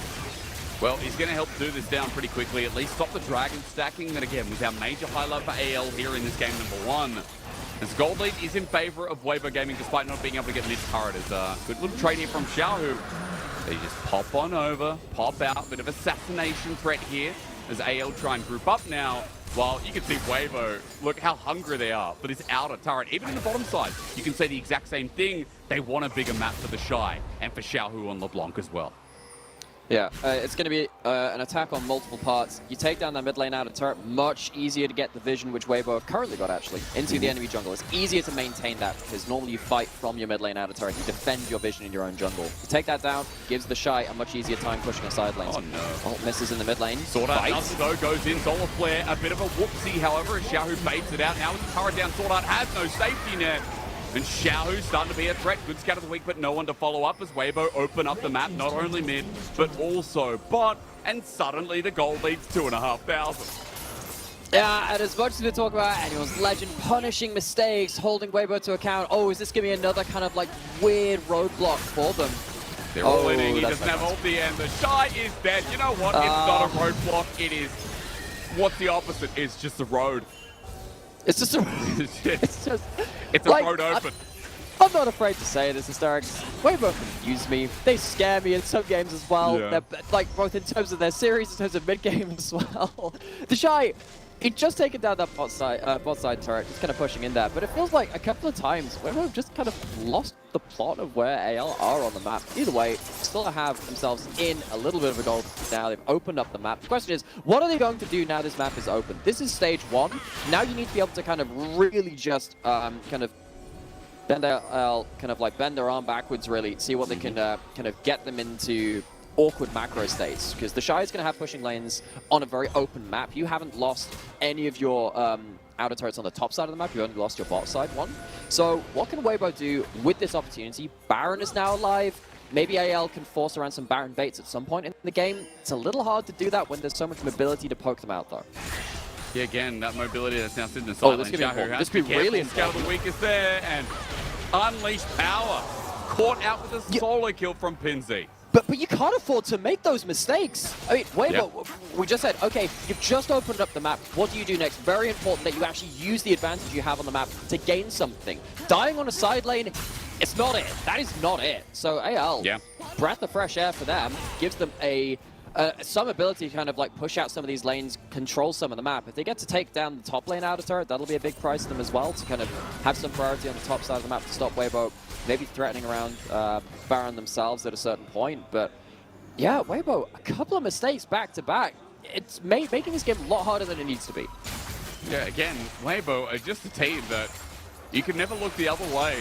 We talked about it coming into the show today. This team has a huge ceiling, but also sometimes they forget where the bottom of the house is. Don't know how, but honestly, it's like a squishy floor. They sink in, and it's kind like, of a where's case this of going? every game. Yeah. Well, look, things that I do know like that, every like, other analogy. I know in Brisbane, in Australia, they have like Oh my houses God. effectively on stilts, right? Because of the amount of flooding that happens there. So I mean, Yeah. like if there is a variable house bottom, maybe that's understandable. Not really sure where this analogy goes, but if you're losing I track of the didn't bottom of even your know house. Yeah, I went out there a number of years I ago. so live it's in beautiful city. Australia. Yeah, I there we probably go. should know that. I feel like I've heard that before. You see, but- that's why I'm the color caster here. You know, I just bring knowledge. Hey. I forgot to like limit it to League of Legends, and sadly now I have facts about things which are completely useless outside of very rare scenarios. But hey, It works. at least you know where the bottom of the house is now. True. End story. Where do you It want to go does- next from this? Well, I will say it does flood a lot in Brisbane, and I'll also be honest. Australian weather right now is pretty cooked. If anyone's living in New South Wales, in particularly like myself, props to you guys for surviving it out. As like Xiaohu, he's pretty much gone through a reign of terror. It's been flooding, it's been storming every 2 seconds. You know, Kitty and I casting together, it's like, well, this cast is probably going down the drain, much of the storm water. But look, Xiaohu's kind of in the same spot. This game, he's been the target of many dangerous things, as they're just launching everything at the side lane because they're not touching the Quinn. Because again, the Shy's just sitting there with a 70 CS lead. Oh, Betty while- might be in trouble here. I was wondering if there's going to be a flash No. kick threat. As both these teams, in fairness, they haven't shied away from opportunities as they've kind of presented themselves. They have actually been trying to find those picks, and we're getting to the point now, actually, where particularly Kingsy's Syndra comboed up with the the Leona for the pick attempts can be very important to see. Weibo should see that teleport coming in. It's on the pink board. Dragon is live, of course. Xiaohu's going to match. 5v5 setting up on the bot side. But the Shy is one I'm going to watch because even though he has deals 2.5 items strong Quinn that can deal with ZDZ becomes in solo, but AL now grouping up, bunched up, and this third dragon for them would lead to the soul as Xiaohu's setting up on the pin Z. Good damage on the wing here as at 8k. Watch for the pick CC. 1 kill seat leads to those resets. That is the win condition for AL. That's the scat of the week then I'll look for. But Oh, kick. kick. Oh, it's a 2-man. It's great. They're clumped up now as Xiaohu jumps in, and Betty That's is just the going to kill. die. Chris missed the response as well, but look at the Shy here onto the Renekton, and can he kill him? Xiaohu has all end, and now the Shy can take his pick. Look at the Harrier go, the blinding assault, but cleanses away from scat of the week. The Shy now looking, all he needs is 1 volt, and Xiaohu's a dead man. But that Quinn that did 3,500 damage in that last fight makes it so they can't re-enter. Yeah, the HP bars are too low. Xiaohu's stunned up, but not going to be threatened at that point. Teleport back in. This should secure AL. The Dragon is hard fought for, but again, that first kill makes things so difficult. The Shy gonna have to fly his way out of here. He's out. Surely Sword Art won't get this sidestep. Oh, the Shy. Okay, all right, mate, settle down. Clap, clap, clap. First Quinn game globally of the year. Return to it for the Shy as one of his historic champions, and he's at least putting some fancy footwork in. Actually has 0 kill participation so far, but he's still defining the game in large parts. As I just want to point out that AL committed to TP, weren't able to get the pick, committed all that time, and then Weibo Gaming able to get the reset here, Nymera, and they're actually just going to get second dragon. I actually wonder if going towards the Shy on that bot side, I actually wonder if that's kind of like a big brain move from him himself, because it means that they chase instead of going towards that dragon. This is the fight, of course. Betty taken off the table very, very quickly. One of the reasons that you go for on-hit Varus is getting the shield bow to get some extra survivability. It's not enough in this case. But on the backside, Weibo just enough extra HP to stop Xiaohu from resetting on that Viego. As soon as that first kill went down, I was really worried for what was going to happen to Weibo and the rest of that fight. But credit to them for managing to peel back. And now we're back onto the Baron. Big objective fight. Ooh, okay, well, this might be a little bit dangerous. However, that's a 2-item Varus that's just hitting away. ZDZ getting poked out on the side before he enters Spiders. The Shy going to do exactly that. Great dredge line. Look at the 80 carry go. The knock-up, beautiful Chris. Might die for it, though, and give away reset as the depth charge was used before he died. However, now there's another Nautilus to worry about. The dredge line sent out and forcing a flash from Xiaohu. It's a 1-for-1 with top versus support.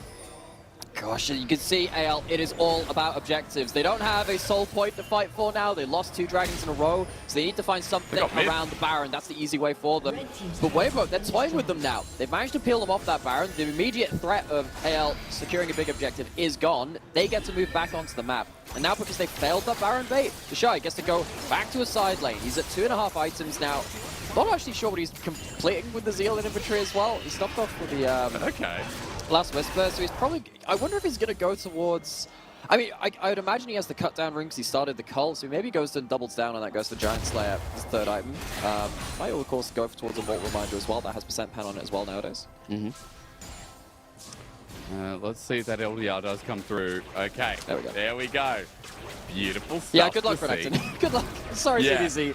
Your game is not about surviving the Quinn now. It is just trying to get some semblance of value in team fights. See in the last fight, he literally just flashes in and just immediately dies. And look, not an easy game for Renekton. Let's be real. We know that deal's probably going to be something like a rapid fire cannon as well. Yeah. If we're going by that, just to be a bit more of a nuisance. He's level 16. That means Valor is going to be so much faster as well. Hits the side lane, no one's there. They're hitting Baron Nymera, but look, he's just been left to his wayside. There's 5 members here. Yeah, but the look how quickly Quinn roams. You don't have the teleport, but max rank your ult means you can respond so quickly. They can't finish this before he gets it. It's a movement speed from level 16 as he comes in. Pins, he's going to be kicked. Launched into the shy. There's the vault. Jumps in. Scout of the week doesn't work out. The good pick here is Shao. Jumps to his death. Valor to me again as Carter picks up the double, but now DDD is stuck in the middle with you and he doesn't know what he thinks he should do. It's they're so going to get hard chased to down as well. breathe as AL right now, as you mentioned. The Shy's coming. Uh-oh, Spinunio. Change corruption, cleansed out, better played Vault, and he's dead. Good on the Shy for dying just like he should. That's classic, the Shy. But it is actually the Shy which is so crucial in this Baron fight in the first place because he hits the max rank of his ultimate. Every time you rank up in the behind enemy lines, get extra move speed when you're out of combat. So they try and go back towards this Baron. The last time it at least managed to pull Weibo towards them. But it's not quick enough. It's not quite there in terms of the Baron DPS. They look for the turn, but by that point, Casters picked someone up on the side. The fight's falling to pieces, and the extra mobility from Weibo gives them the extra ability to kind of split up AL and put them down into the dirt. AL, credit for them for realizing that the objectives are where they need to force Weibo to. Love this. Just My favorite. those minute execution bits and working out for them in this case. You know what? Like, no one else would try. The fact that the Shy died there, who cares? It's always, and this is the thing, people watch and, you know, I'll always say, oh, the Shy, what are you doing? You crazy man. But the Shy is someone who takes risks. You gotta love him at his worst. Oh, really? Like you love him at Didn't his know he best. was known for that. No. Obviously, by now, the global audience is cued in, but he might be 1, 2, and 3. But let's be real. Even though we like talking about the Shy on this broadcast, this game has been about this Quinn. I mean, Xiaohu as well has been really good in the pickoffs. Weibo haven't started this game cleanly, and Nymera, we saw AL punish them time and time again. But these side lane advantages, their ability to play through this Quinn, and even Light to just keep on trucking in this game, considering that he was in the weak side of the map, kind of what made Weibo a bit of a threat that wasn't an obvious threat on our screen during the early game. I'll show you in a safe spot there. No, he's not. Bolt follows through the flash as well. Good sidestep from Might Shy. This pigeon is a nuisance. He is more than a nuisance. He is a game-ending threat at this point. You can't leave side lanes alone in Fog of War. This Syndra cannot afford to stand alone, and this continues on what is actually a fairly impressive 1-3-1 after those early stumbles. Not many teams have gone towards such heavy 1-3-1 setups as compositions. Weibo bring out something fairly new in terms of flavor for this season, and the Shy flaps his way towards mid, carries it on his way towards bot lane, and AL, singular mistakes like that, leaving someone dead and not able to wave clear, they can very much lose the game, especially now Baron Buck's been picked up. I mean, Nymera, I'm looking at it because of the 3-wave setup here from Weibo Gaming. Mid, bot, top. Looks like it will be crashing similarly in timing here as the Shy steps up. And now look at this. Pokes down. He's got a Phantom Dancer now with 4 items. ZDZ walked up. A Sonic Wave from Cast is going to be taken ambitiously so. The Shy gives him someone to safeguard too, and that just adds a bit of pressure, but takes away an ulti.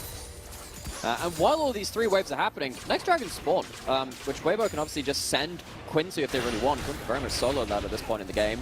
Xiaohu just needs to be safe on the side lanes. He's picked off a little bit earlier into the game, but as soon as he's kind of hit this recent phase of play, it's been very hard to get a hold of. And now AL are in a position where they don't have the vision control to make the picks which were keeping them in the game earlier. As soon as they failed to get that Baron and then it went over towards Weibo, this game got infinitely hard to play around.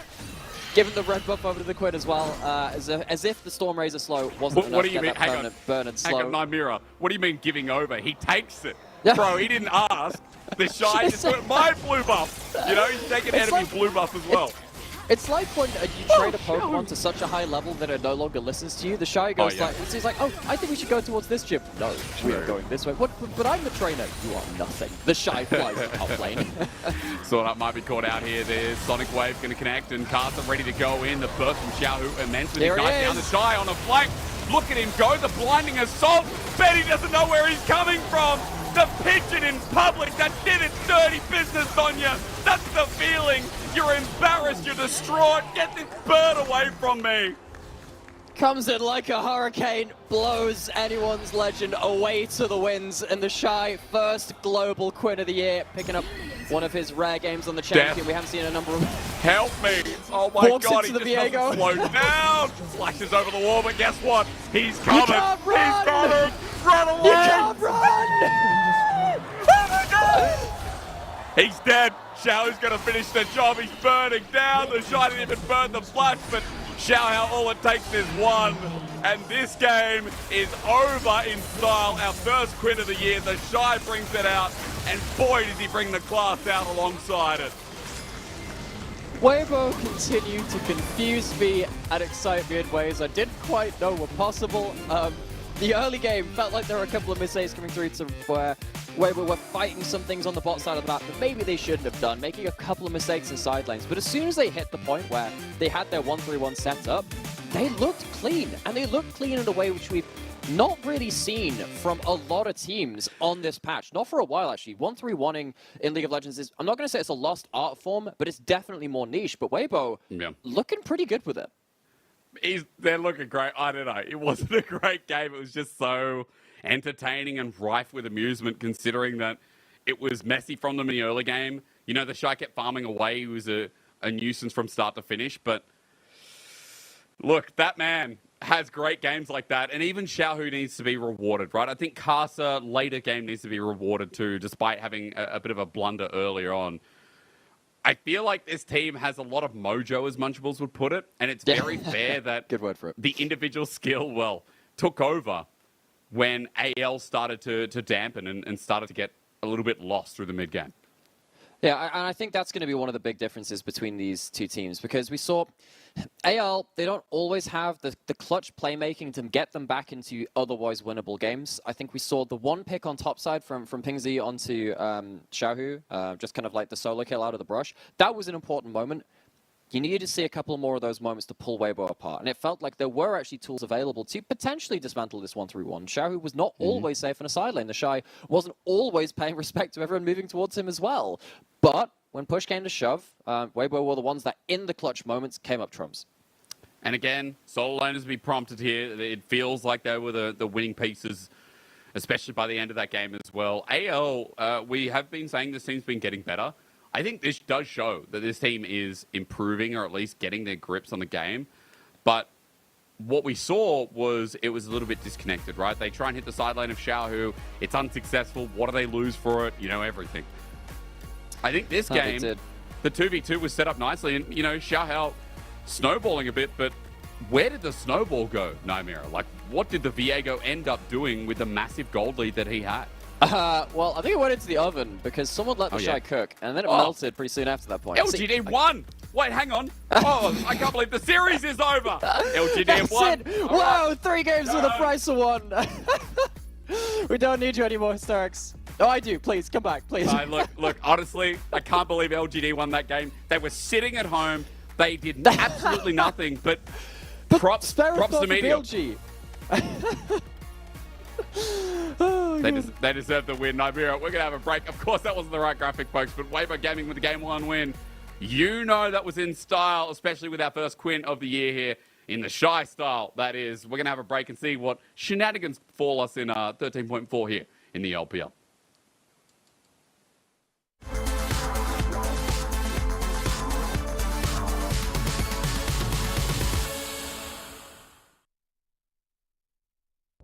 Weibo Gaming annihilate the rest of them. Even Gideon with a bit of health under his belt. Nothing stops Xiaohu right now as the Shy just running at them. Level 18 now as well. The whole team there. He's going to go into Maganar. No. He's denied. He's dead. At least they kill the Shy, but at what cost with a triple kill forward? Look at the man go. We haven't talked about him all game. but with a quadra going over, Light Yagami, write it down. He is Kira with a penta in his name. This time the Nautilus leads with JDG. They don't want to give this one up for free, it looks like. Cannon Barrage is online. We go, Kanavi gets a great kick onto TN, he can't even repel! And Kanavi survives, the healing comes through! Look at this, the re-engage, Kanavi still going strong with the Conqueror! And one more Q will finish the job of Mark, dodges it, throws the thumbs up, and turns it around! Mark, so close and yet so far! Kanavi with the double! And Kitty, we talked a lot about the all-in skirmishing from Ultra Prime. It's set up for success already, or rather, it might not be because there's a gank in the top side. Harry gonna get the sun down. He holds onto his own summoner, tries to outplay it. The hop! No way does Harry get out of that. The hop juke, he gets whacked off an underturret. Ning, you hero, you absolute demon. Harry as well. Well-deserved first blood. Who's visiting his home as the door was unlocked. Chain Disruption does connect on the edge. That hitbox crazy, but the explosive cast may have killed Caster. Beautiful ulti coming through with Gideon's dying breath.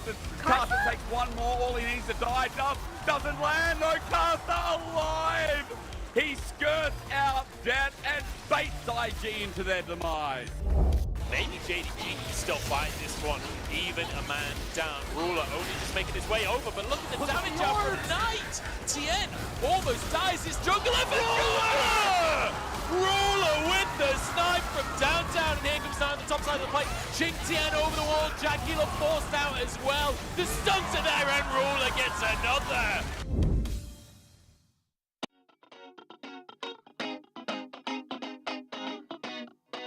Here we go. 1, 2, 3, 4. I don't really care about like all them fancy things. Never had a lust for cars or sparkly diamond rings. I don't really care about them platinum studded boys that run around the whole damn town just showing off the toys. Like do-si-do, I'm ready to go. Been a damn long week, it's time for the show.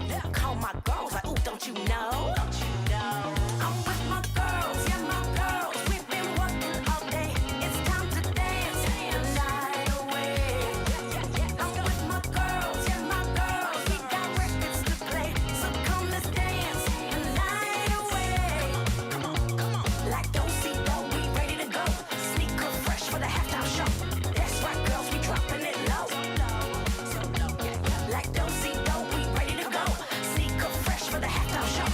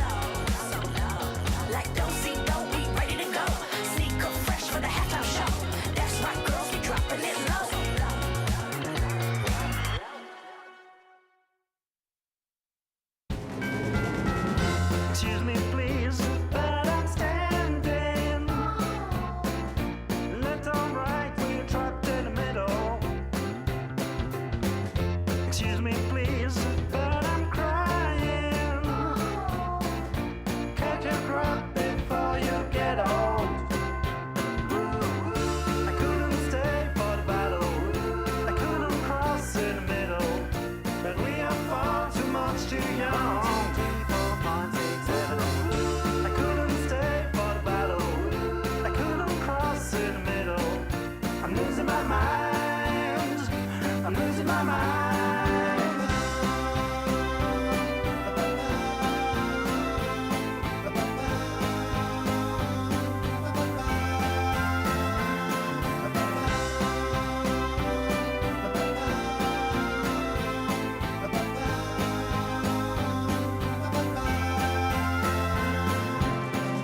Excuse me, please, but I'm standing. Left on right when you're trapped in the middle. Excuse me, please, but I'm crying. Catch your breath before you get old. I couldn't stay for the battle. I couldn't cross in the middle. But we are far too much too young.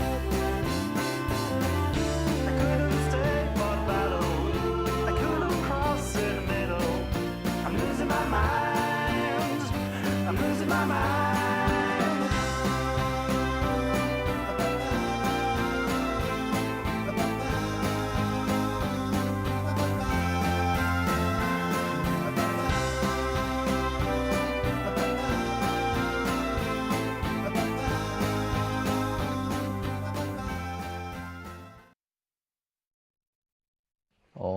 다음 경기 AL이랑 하는데 주의해야 할 점은 아마 팀 5명 스스로의 컨디션 조절이 중요하지 않을까 싶습니다. 사실 과거보다 현재가 못하는 거는 이미 선수라든지 게임이 상향 평준화가 되는 시점에서 과거보다 현재가 못한다는 건 말이 안 되는 말이고, 과거가 더 잘한다면 프로 할 수 없는 사람이라고 생각을 하는데, 지금의 폼은 항상 그렇듯이 괜찮지 않나 싶습니다. 우리 둘 다 잘했으면 좋겠고, 화이팅. He's a humble man. I mean, there was a recent release on the LPL channel about, you know, the Shy. Like, he was our look-in for our 10-year anniversary here in the LPL. And to start with the Shy for that series was so aptly done, Nightmare. My name's Serex, by the way, and I already introduced Nightmare to you guys. And I'll introduce the Shy as MVP. Sir, the Quinn counterpick into Renekton, not often done in League of Legends on the competitive stage. No, and I love that. I love that Weibo and the Shy are bold enough to do that. You already talked about the Shy having a history with that champion. One of the reservations I had about the LPL from spring so far was that sometimes we just kind of handshake some of our big picks. It's a global thing, but there is a lot of handshaking in the current meta. Instead of going for kind of some really powerful counter picks, something like this Quinn into the Renekton has been blind picked so much, can be a big consideration for teams playing against Weibo now. They've shown that they can actually adequately, well, more than adequately, 1-3-1, get advantages through a pick like this and win a game off of it. That changes the way you think about preparing for the Shy and Weibo. And that's why, you know, we talk about this team being multifaceted threat. Like, Light and Chris have been getting a lot of props in recent weeks for how well they've played, not only the laning phase, but carried games quite stably. This time around, Xiaohu and the Shy really picked up their feet and took this game to a conclusion in a game that was also quite messy. Like, Nightmare, we saw the early game, it was not clean from Weibo Gaming. The Shy got caught once, but also Xiaohu got caught, Casa went in random plays, Bot got punished a bit. AL had all the pieces of the recipe to make this a perfect dish of a game, but it's just, again, that talent, that individual talent that showdown in force here, especially with this top lane Quinn who got MVP. And the way that I see Weibo actually, and a game like this is really good to exemplify that as well, is that I think Weibo are probably our most inconsistent top team, but our most versatile one at the same time. I actually wonder if they're linked because they try so many different things. They are becoming not necessarily just kind of like the honed master of one style. They're actually going towards a lot of different stuff, and that does come from a lot of these big picks coming in from the solo lanes, which change up the flavor of a lot of their drafts. Bot lane has been a little harder to experiment with in the current meta right now, with some of these pro bot lanes being the real be-all and end-all of these things. And even with that, I mean, they played a Vayne game, they played the Ziggs game, stuff like that. This team is just very versatile, particularly from the Shy. You know, he had 10 games of Cassante. For him to kind of say, look, okay, I've kind of done my duty on that right now. It's my time to do that experimenting. That is another string to their bow. It's, again, just absolute class to see individual picks coming through in, you know, a new meta as well. And it's nice to see, considering that we were stuck with Cassante, nah. Bit of Scion, bit of Renekton from the Shy, right? Like, we've seen his Nidalee earlier in the split, but we haven't seen those individual flashy picks. And even Xiaohu adding another one in. That was his 9th unique, I think, at this point in the split. And we've already seen things like Tristana come through, Talia, the Cassam, the Gragas mid. Like, it is getting better, not only just in the meta, but with some of our top teams playing more of an experimental role in their games. And for game number 2, as Weibo try and show us what they can do on the blue side again. Yeah, what is it worth banning Quinn, considering that last time around Weibo still put priority into playing that Lee Sin earlier on? I mean, if you're going to start blind picking the Renekton, maybe at that point, maybe you bring that round to your second round of bans. But Weibo, I mean, they're just starting off with what worked for them in the last game, taking away that Lee Sin from Xiaohao. Yeah, he had a pretty okay game on the Viego, but it wasn't a game-breaking game on the Viego. In the same way that his Lee Sin could actually skirmish in the river, start fights off as opposed to just kind of responding to them more often than not on the Viego. We are running things back pretty much exactly the same as game 1. Wait, like the exact same. There's been no change whatsoever. The bans are pretty similar as well from memory too. That's the one thing I can't quite remember. It says the first 3 bans, but it's pretty close. Look, the same picks are there. That's what matters here. Now we know it was bottom lane supports. It was things like the Heimerdinger getting bad away against Sword Art. I think we even saw, Nautilus getting prioritized by Weibo Gaming as their 4th or 5th pick. Renekton ban against Weibo is definitely a big change. So if you're if you're banning away the Renekton, maybe you want a 4th pick Scion. Maybe that's the play, because you can kind of struggle in that individual matchup and kind of get put far behind before you can be like an adequate frontliner. We've seen definitely some Renektons fall off against that kind of matchup, but still, maybe that's the consideration, because that is one of ZDZ's top picks alongside the Jax, which has also been banned out. I actually wonder if Weibo should ban away the Scion now at this point. You're not... I mean, AL are going to have to blind pick their top laner anyway, but blind pick Scion here feels pretty valuable to them. I don't know why Weibo chose to deny that, I'm not going to lie.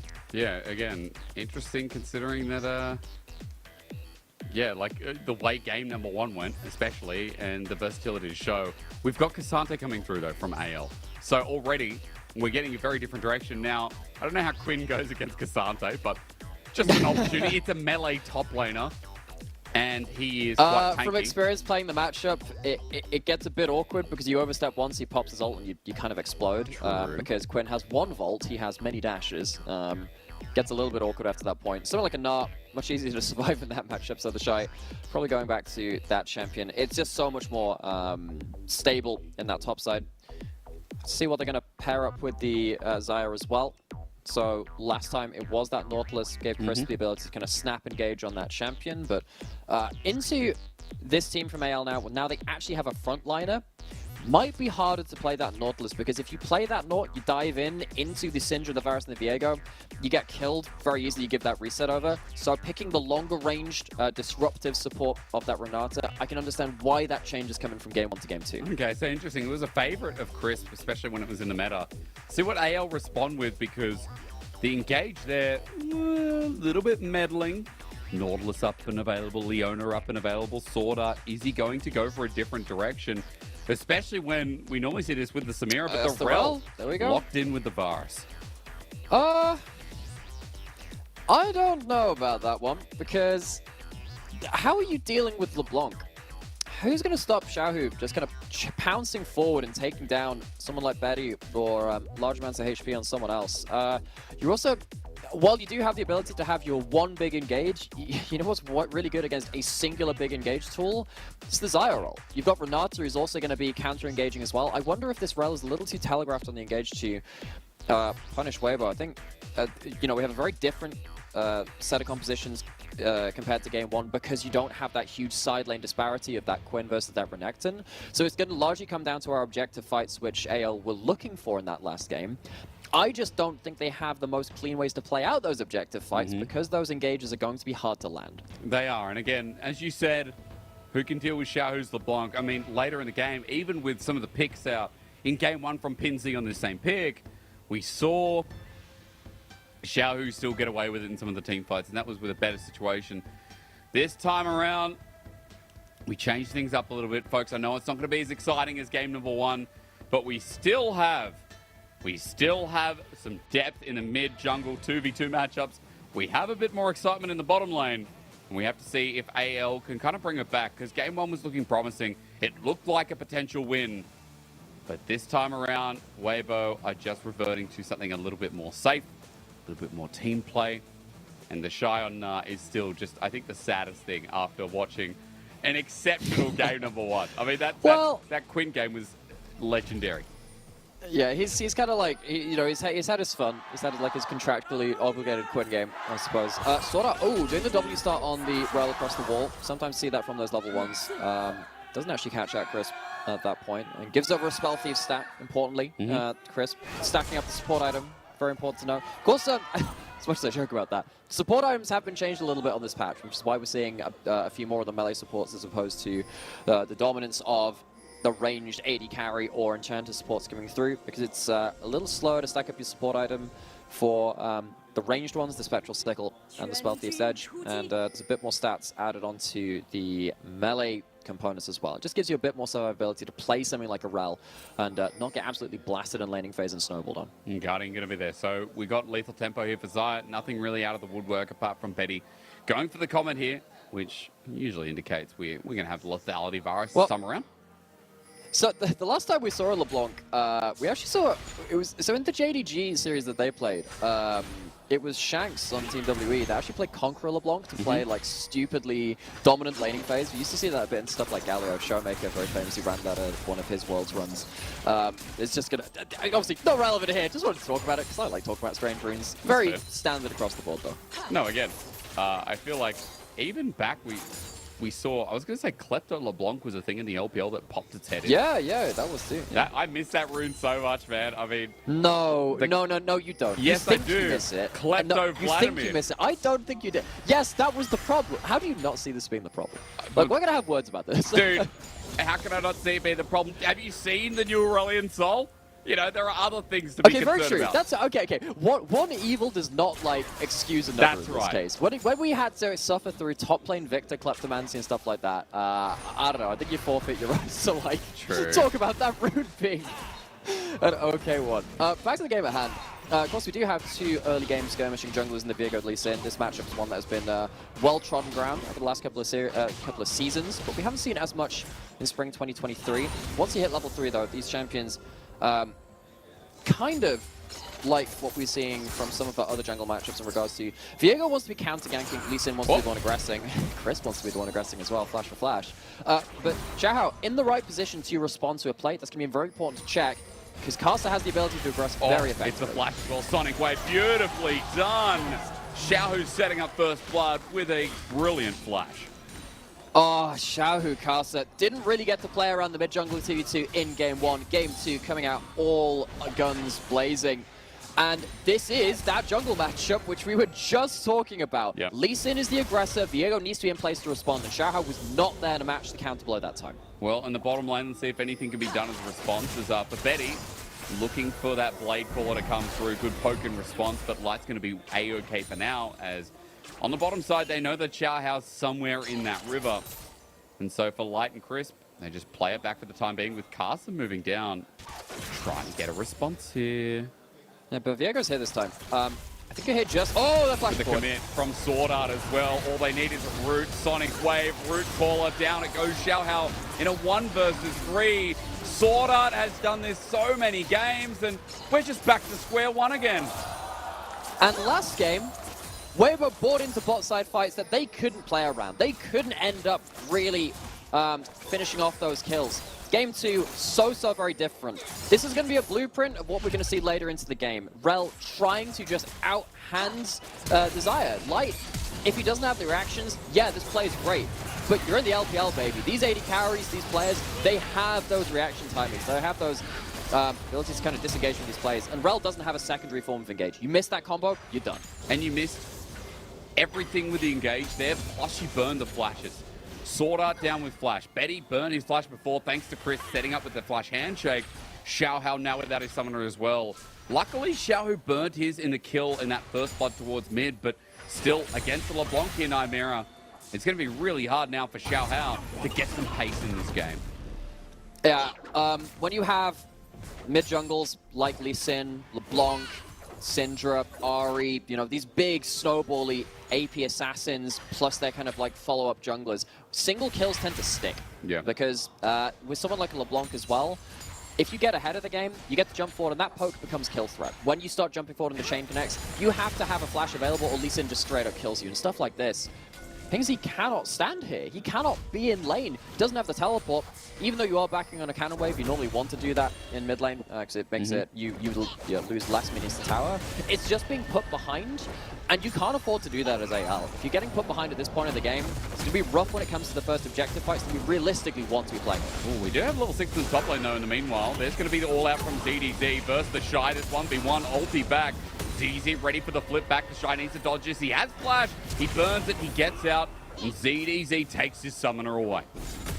Yeah, summoner trade, ult trade. Shy goes into the wave, kills some minions to get that level 6 to make sure that he can survive the ongoing trade.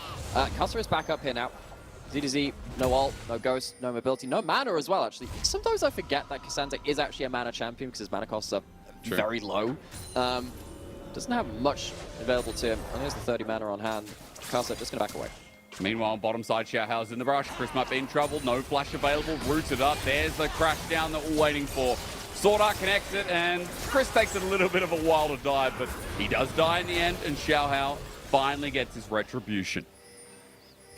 And that's the brighter side of Rel. If you don't have flashes, you don't have Zyra ult, the engage is much more easy to land. AL going to have to be punishing those Lacquer summoners whenever they find them. Top side of the map have their own base mobility. That bot lane 2v2, not the same amount, but Pingsy, he currently has his flash. You might have to play with it quite liberally to try and outplay situations if they aggress. Nymera, because Lens was used before, but Xiao didn't actually get the full length of the brush. But anyway. I actually didn't see that. I actually didn't see it. That's important to note. Yeah, okay, yeah. Bit of a yikes. The false positive, where you think, oh, it's definitely not warded, but actually no, it's just a misexecution. Doesn't quite get around that.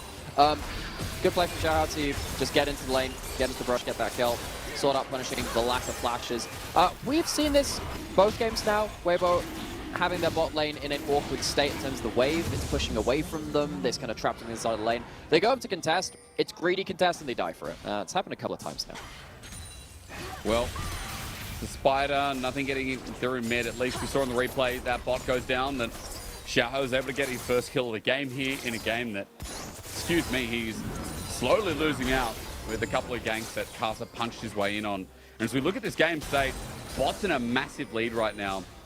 I mean, even mid feels like it's going to grow more as Xiao continues to threaten, with Pinsy having to back away from lane yet again. There's no CS lead here, but there may as well be one with all the pressure that Xiao's been exuding in this early lane thanks to Casa getting set up from the early gank. Yeah.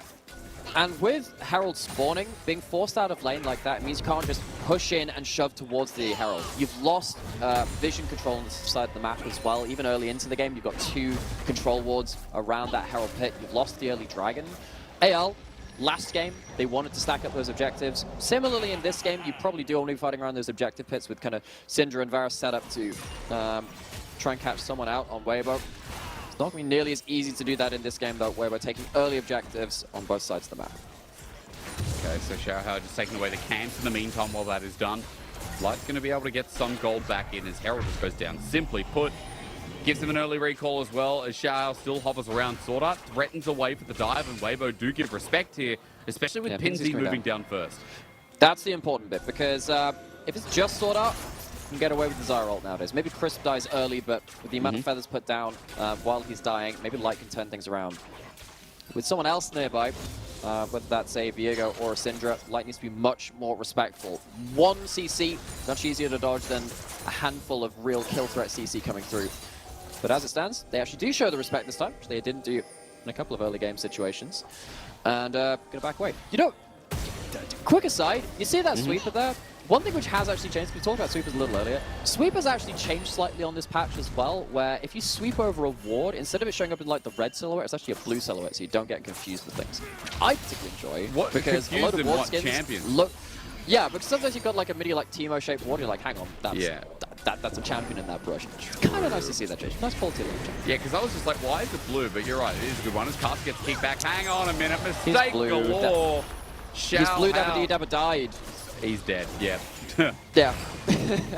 Harold goes to the bot side. Light picks up that money. And this bot lane disparity, which we've seen with that kill, of course was evened up a little bit with the wave being shoved into tower by anyone's legend. Harold very much puts Xayah back up onto the lead. And if Xayah is already going to be in a position where they can disengage from the rel easy, this means he has to blow that flash. So annoying for this Syndra to play this game with so much lacking pressure. But giving gold over to that Xayah when they're already going to be the person you need to catch, and it's very hard to do so, very dangerous for AL at this point. It's a struggle right now for Xiaohao. You know, through bot, his consistency has not been rewarded. He's consistently been bot every single waking moment he can, but nothing's happened. As you were saying, there's only the crisp kill that went over to him. And Zowie tries to get something towards mid, jumping back. Xiaohao does not agree. Going back to the clone as he runs towards the top side. The Shy, help me, brother. Will the Shy come down, or will Xiaohao just find a flash route down? Easily done with a second kill going to Xiaohao. Okay, so another kill over to Xiaohao. Of course, he had 2 in that first game. Couldn't make the most of them, but in this game, making it much easier to actually team fight on that Viego. So as much as we've sung the praises of Weibo for a lot of what they've done in this early game, especially compared to that last one, Viego suddenly a threat again. And AL, not to hit the point too heavily, have largely succeeded when Xiaohao has started snowballing these games. That is my Raptor says Casa. He smites it away, gets a steal. Xiaohao, oh, the emote, the sad teacup thrones are out as TP comes through towards mid. Casa had a great gank towards bottom lane. I mean, Pinsy's walking actually into in trouble disaster. here. He doesn't have flash. I This think is very dangerous. Xiaohao thought that Casa's just walking back. Pinsy also spotted right here as all Xiaohao needs to do is get the stun up. Oh no, this He's is waiting. bullying. So patiently, No, there we go. he went for the cannon. And it was Scout of the Week that was used as well. Xiaohao close to getting a solo kill, rather Xiaohu. As Xiaohao won't be able to participate, and another kill over to Casa. How do you play this lane as Pingsy? Every single wave you are being forced off of. You're being threatened. Casa being everywhere he needs to be. He's had a heck of a lot of players in the game this split so far. Casa, a lot of people were kind of saying, oh, you know, he's had a difficult kind of like summer of last year. You know, what's this play going to do coming into this year as well? But Casa is still Casa, by the way. He just has this ability to really pop off in these games. Yeah, game 1 was a little bit quiet from him, but yeah, game 2 is just so much better here. And it feels nice to see, especially since I'm the same champion, more of a performance here as after the Dragon goes down and the second one at that for Weibo Gaming. AL come in a little bit late looking for a pick off the back end, but Weibo stick together, they move away, they spawn themselves a Cloud Rift here with third Dragon on the way in 5 minutes. Now it goes up the top side, all out, the flash away from the Shy. ZDZ under turret, took 2 turret shots, hop from the Shy, he gets his boomerang back, he's about to go into Meganar as Casa gets kicked on the Xiaohao, but this time he used the Unbreakable, or rather the ulti, but Chris won't let him move. Casa with kill number 4 as Mr. Heartbreaker himself is down with the feathers, not hitting max range. Casa not killing Sword Art here, and the bottom lane in the same fell swoop had been sent packing too. It's a really sad kill to give over. You've just given up that Dragon. Maybe there's a chance to kind of pick off Weibo and retreat from it, but overplayed their hand a little bit on this bot side of the map. Did anyone's legend. Jungler goes down. The Shy survives the all-in on the top side. Actually, very damn near turns it around to a solo kill of his own. The Shy actually having surprisingly... no, I'm not going to say surprisingly. He's had a very good series compared to some of the series we've seen from him a little in the past. Xiaohu in the second game, picking up from where his solo laner kind of started off in that game 1 and really putting on a show with Casa. Great sync up so far. Weibo looking clean. It's a 2,500 gold lead in 14 minutes. You've now got double Dragon sitting pretty with them as well. Next Herald comes up in about 35 here, Nomira, and as turret plating goes down, we have full items across the board apart from our supports, but we know that right now Casa is deadly here. With Gore Drinker sitting with pretty big lead individually with a 400 gold bounty. Casa is showing up everywhere on the map, as you were saying earlier on. Yeah, and what that means realistically is that Betty is going to be under so much threat than Light, unless Light just really misplays situations. Actually, think about it, with the poke of arrows, maybe things get a little difficult if enough arrows land. But still, I mean, Casa having so much gold threatens the backline of Enyo's Legend in a way that Light just won't have to worry about in the same way. When we're leading up to objectives like the second Herald, it really is on a huge flank play from someone like Sword Art to catch them out, but he's the one caught out right now. And he's kicked back as well. Light jumps in. Sword Art pretty close to dying, but meanwhile, Carter has to go into the bailout, but he will not be saved. All for Sword Art, who takes a blast cone, puts himself in harm's way, but the play's done, and just like that, Weibo play it too close to the chest. They do, and I mean, Xiaohu is not on the same side of the map, doesn't have the teleport. You're looking for opportunistic plays from Weibo, but they just overestimate themselves a little bit. Was actually very close to being killed on Sword Art. Bailout could have come through at that point, but as it stands, Anyone's Legend, they get themselves a kill onto the board. They get that shutdown, which goes over to this Viego. We've already talked about being a carry from that jungle and Xiaohu being important to Anyone's Legend's success when they have found them, few and far between though they may be. Gonna go back into a replay to see exactly how this works. I think a big part of this is actually Betty just standing around the corner, because with him staying there, standing there, you can see that Light is actually very afraid to walk up and to try and DPS, because if a ult lands from Varus, despite having that cleanse, you don't really want to be in that very dangerous position. So Betty doing well to kind of just threaten a little bit to allow Sword Art the angle to escape. Now, big mistake, excuse me, from Casa. As you were saying, put Xiaohao in a position where he can actually start throttling this game a little bit, put himself in control, and maybe next Dragon isn't as clear favourites for Weibo Gaming as it was before the players. First Turret Blood is going to go to AL on the bottom side as well. They're catching up in gold as Chris Bolte onto Pinzi forces the flash. Good move here from Weibo Gaming as they try and open up the Shy's lane yet again here to be a clear-cut outer turret going down for him at the 16-minute mark. Pinzi really not had a fun time this game. Every time he walks into a lane, Weibo have been very hot on his heels to try and force him out of that lane, force him off of the wave, force him into dying, blowing flash. But as it stands, at least he's able to pick up one wave towards that top side. Got a Dragon spawning in 30 seconds. Would be soul point for Weibo. It is that Cloud Soul. That's all not irrelevant in this game, particularly when you've got such highly mobile topside champions like the Gnar, Lee Sin, and that LeBlanc. AL, though, walking towards this objective to try and deny them getting closer towards that soul. Stacking up, although ZDZ not currently here. Scat of the week. Xiaohu almost in a bit of trouble. Carter saves his life. And with that damage, maybe AL have enough pressure and enough of an advantage themselves to lead into the start of this Cloud Dragon. Yeah, watch where the next arrows land. Betty needs to start doing some work on this poke Varus. It's not the on-hit of game one. Only briefly talked about that one, but these land onto the right targets. Maybe Weibo don't have the chance to really just fist fight them in the river. As it stands, not many have landed. The Shy is going into Mega Gnar though, has flash available. Keep an eye on this Gnar, positioning around the wing. Yeah, this is full health Weibo. This is dangerous for AL. AL are looking to start this Dragon up, but Xiaohu's angle beautiful as well. The Shy's running out of a Mega Gnar bar though. And as Xiaohu gets spotted out here on the wing, the Shy's Gnar bar has been patiently kept adrift. And AL are looking to now use this timing to start up the Dragon. Yeah, so Light gonna go push in that mid wave. Look to take down this mid lane out of turret as well. Yeah, that Mega Gnar being down, very important for Weibo. Some of their engage options really lacking. They're looking for the poke, looking for Xiaohu to do something special. Carter hasn't landed any rather, or the Shy hasn't either. There's a flash. Chris setting out the hostile takeover. Does find himself Betty on the wing, but it's not too much to look at. As meanwhile, Shower's caught out and he's dead. No jungler. Carter gets the Dragon steal, and it's already a 5 versus 4 with Sword up front lining. Left alone, the kickback onto ZDZ, who alled out about a century late. And now the Shy, do you think he cares about the turret? He's got a double kill. He wants the quad. You can see them flexing already. There's Pinzi and Betty about to count their lucky stars. Pinzi's had a rough game of it as they zone them away. The Shy won't be jumping under that turret for today as the fight still goes over. The Dragon still goes over. Weibo Gaming take back the threshold of this game. Yeah, it's still a really big play. Xiaohu sees Betty, has a flash. He's gonna die. Betty, Betty, Betty, Betty, Betty, Betty. Bye-bye. Betty, bye, Betty, bye, Betty, bye. Yes, there he goes. That's one way to describe it, as Betty heads towards the death chamber.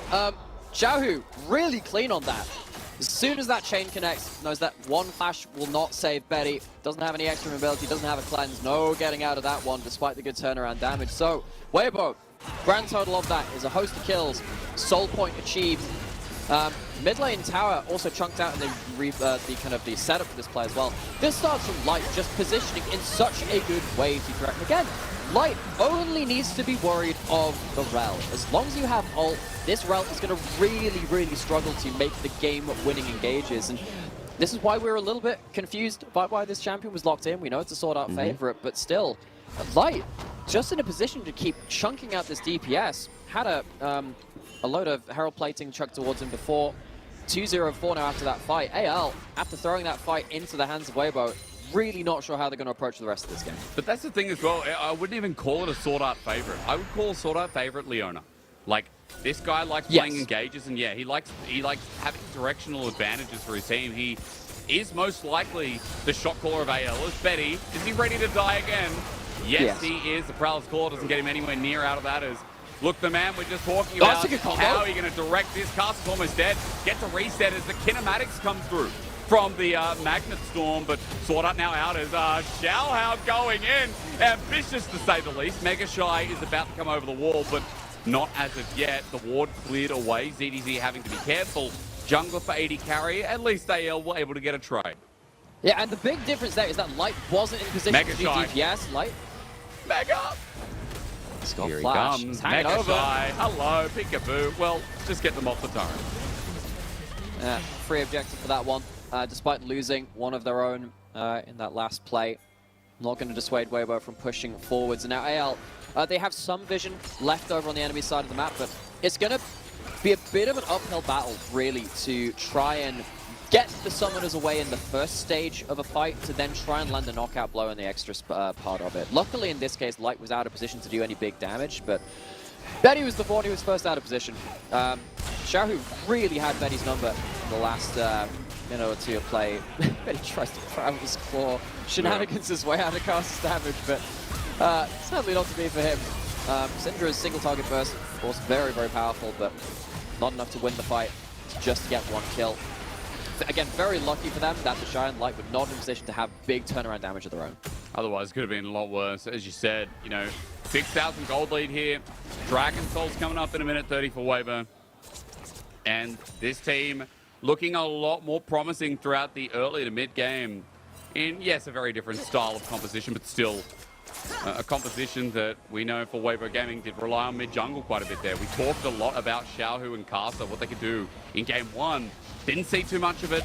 A bit more of a quiet pace early game, riddled with mistakes. But this time around, Xiaohu and Kasa have been putting on a clinic. And it feels like the rest of the map's been benefiting from it, Nightmare. It feels like the rest of the map, as they group up and play off the back of those picks, have been able to accelerate this game and put some of these carries like Light in such great positions here now at the 23-minute mark. Yeah, and you know, you look at kind of like who is the supporting cast in this game compared to game one. It's kind of flipped the script from the first game. And, you know, I'm fairly confident saying, I think Weibo, of our top teams, are the most versatile team out of our top echelon of teams in the LPL. Yeah. Shown an awful lot of different stuff. Very consistencies of it, but still, the difference is there. The versatility is there. Dragon Soul, it would be for Weibo, spawning in 20 seconds. They're going to have to muscle their way into the river. Shy pounding on the top turret until the fight comes. They got Xiaohu's Banshee's Veil. I think when we're looking at this team, that's pretty important as Chris flashes away. Gets actually out for the time being, and with the kick out through, Chris is going to be taken down for the reset. Xiaohu now has an opportunity, but he's just bursted down by Light. He's on enemy lines and just kiting it out. Is he going to survive? You know the answer is no, as Carter jumps on in onto Sword Art. Xiaohu jumps in, and the Shy's rejoined him with a TP. Scatter the Weak ain't going to connect on him, and in fact, Weibo Gaming lose 2 for the price of 1. That ain't business. It's not the early game mistakes which strike Weibo in this game. It's a pretty big mistake in the mid game. Xiaohu jumping forward, trying to clear out some vision, spare some of the blushes of Weibo. At least the enemy jungler is dead from anyone's legend, means that they can't realistically go up towards this dragon as Kasa walks over to start it up, maybe trying to call Nail's bluff. He is currently behind the rest of the team and his ult's coming Sword up. Art is low, and Meganar's coming. Now, if a team's going to 4v3 this, I can see it. Kasa with the kick of Bale. Kasa! Oh, the kick's great, and the Shy into the wall. Wham, bam, thank you, ma'am. Hello, Mega Shy. Pin Z versus Xiaohu happens on the bottom of our screen. Well, meanwhile, the Shy's actually just dead. ZDZ gets a beautiful knockback onto Crisp as well. And anyone's legend come out of the depths of despair and say howdy. Oh, it starts with such a good hero play from Kasa, but then ZDZ turns on the ult. ZDZ has some extra things to say to Weibo at the back end of that fight. Xiaohu trying to secure the dragon, will not do so. Secured by Xiaohu, so no early soul for Weibo. the last couple of fights, not been clean from Weibo. First, Light caught out of position, not able to do the damage he wants to. Fight. This is a fight which Weibo choose to take. Maybe they were trying to find something just before Viego could turn up. Yeah, Viego's not there, but the show's just completely taken out of the equation. You can't stand next to walls against Cassante. It just carries you completely out of that fight. Very frustrating champion, but you can very much see what you can do to kind of like create these isolated fights as that top laner. I was wondering, like, how did they get all the way over there? But of course, Cassante took them there. Like, yeah. The range of that at this point, I beautiful. really want to see like a tour bus driver Cassante where it's like, we're going on a trip, you and I. It just kind of takes you to see the stars. Maybe you could, you know what you could do? You could have Trucker Cassante. You could also have like a whole new world Cassante as well. Like he takes her like a singing duet. It's like go on a magic carpet ride just over to the other side of the map. We're going to the other side of the map now though. Baron. Now the object of fascination is the only objective left. Currently, Light, no flash, no cleanse, does of course have his ultimate available, but Sorta has a much easier time trying to shut him down than he would have done previously. And another big thing to talk about, Xiaohu. He's become an avid reader. He's picked up a Medjai Soul Steel, one of my very favorite items in the game. 14 stacks on it. Xiaohu's had a good game so far, and he's going to really start popping heads if he gets on top of people. Yeah, not dying. I guess massive benefit there is the Shy's going to find PinZ with a well-placed ward. Weibo Gaming are taking the Baron in the meanwhile, but DDD has the teleport advantage. PinZ as well. A little bit dangerous here as PinZ starts moving towards mid. And for AL, a steal attempt. The teleport's going to be burnt. The Shy has to walk over. Is it done? Caster gets it. And Crisp out with a hostile takeover just in case. Baron, no steal. Oh, AL. Once again, they don't get their timings right on Baron. We saw it when they were the ones trying to finish the Baron in Game 1 against the Quinn. Quinn turned up before they were ready. Game 2, they don't turn up in time to stop Weibo. They had a teleport on PinZ. Wasn't there in time though. Chooses to hold on to that summoner. Maybe thought he had a couple of extra seconds, but not the case. Now Weibo, they pounced despite a couple of lost fights in a row, and they are now in commanding position of this game. The Shy goes back, picks up a Hull Breaker, has the Baron buff minions to play around as well. AL, that is a crucial misstep in what was otherwise an okay series of plays for them. Which could have been, again, another winnable game. AL near the bottom of the table for a reason. 2-8 for a reason. Again, sounds harsh, but when we have 17 teams in the LPL, it's very easy to distinguish who are our teams who are not making playoffs. Folks, you need every win as AL from this point, because the max they can hit is only 8 individual series wins. Playoffs usually is guaranteed 100% in any LPL given split at 9. AL can no longer hit that. If they lose this series, this is, like FPX, another team that will not be getting playoffs here in this split as PinZ tries to scatter the weak. Banshees is gone. AL trying to bait him.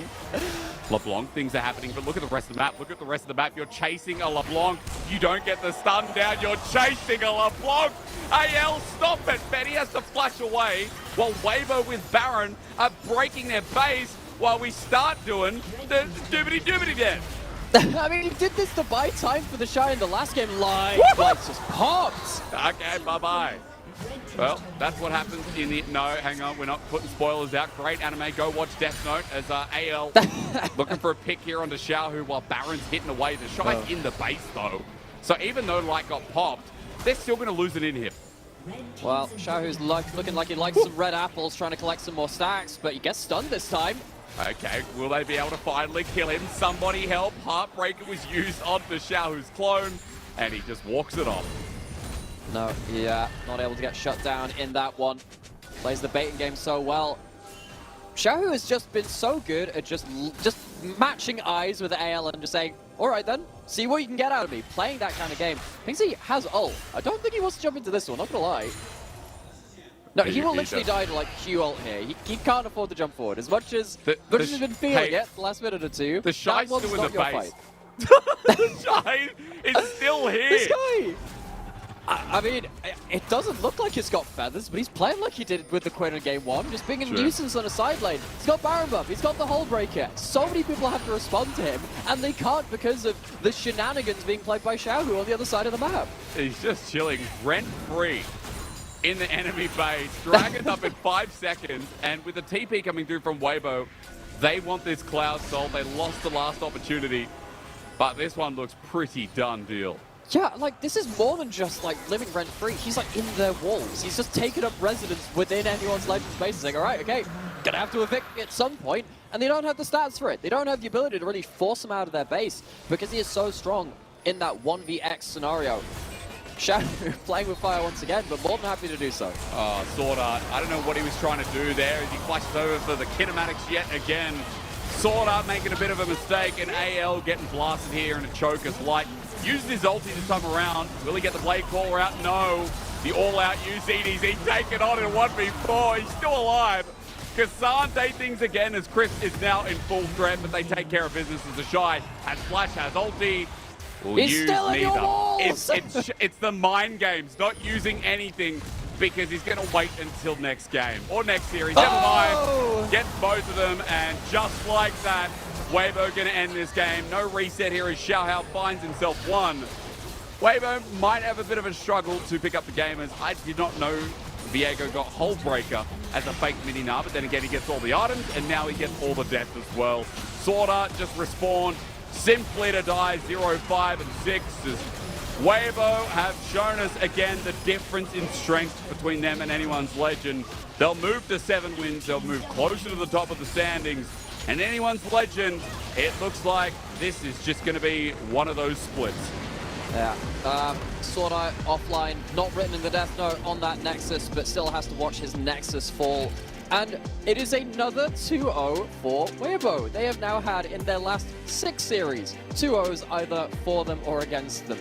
4-2, 4 victories in those 2-0s, 2 losses against TT and LNG. But still, Weibo showing that on the right form, on the right day, they can look very unique in the LPL. They're one of our most characterful teams.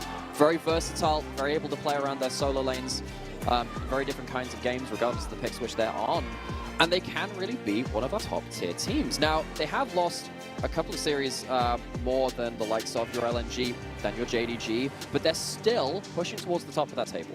I mean, they beat LNG, not LNG, they beat JDG, and they beat Top Esports, so that's what even score gives me a lot of the faith in the team. And, you know, I did say there, like, you know, clean second game. Obviously, it wasn't. Obviously, there were issues with Casa, issues with, I think at some point, you know, Light getting caught out, Crisp as well. There were moments in that game that made you question what Weibo were doing, but overall that still strength and dependency came through. And I feel like what we're looking at the moment is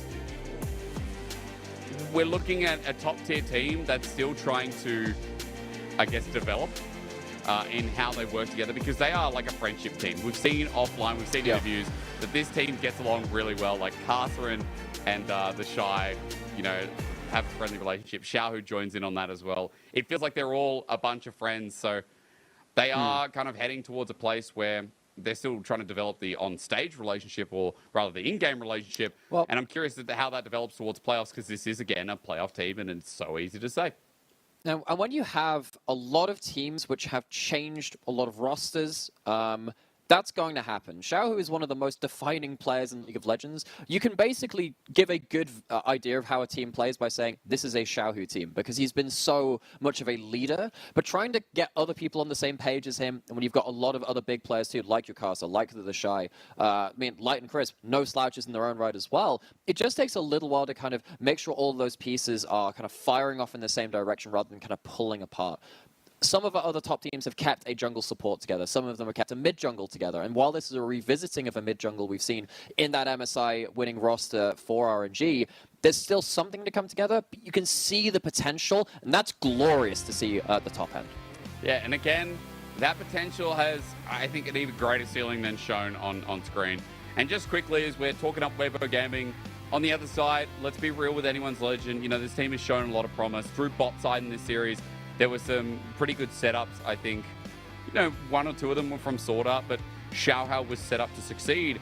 But the problem is the transition here, Nymera, where anyone's Legend were not able to translate a lead, or, as you're talking about around the Baron, bring it all together and, like, get their timings right, even. And I think it's a real core issue of what's making this team struggle so much. Some of their instincts aren't quite there. That's the way I put it, particularly around that macro. You can tell that they know the right place to play on the map, just not necessarily how to play it out. We've seen that with a couple of our lower placed LPL teams. That'll be something which they'll have to train up through the year. Still want to say, putting it into perspective, AL are still much better than the way they started Spring. They have built. Okay. It's hard to see in a series like this when you're against a team like Weibo who are on their game, despite Weibo throwing some fights to them and making some mistakes. They are a very strong team, Weibo. So showing up in games like this, even to the degree they did, it's better than they did at the start of the split. It's kind of worth noting.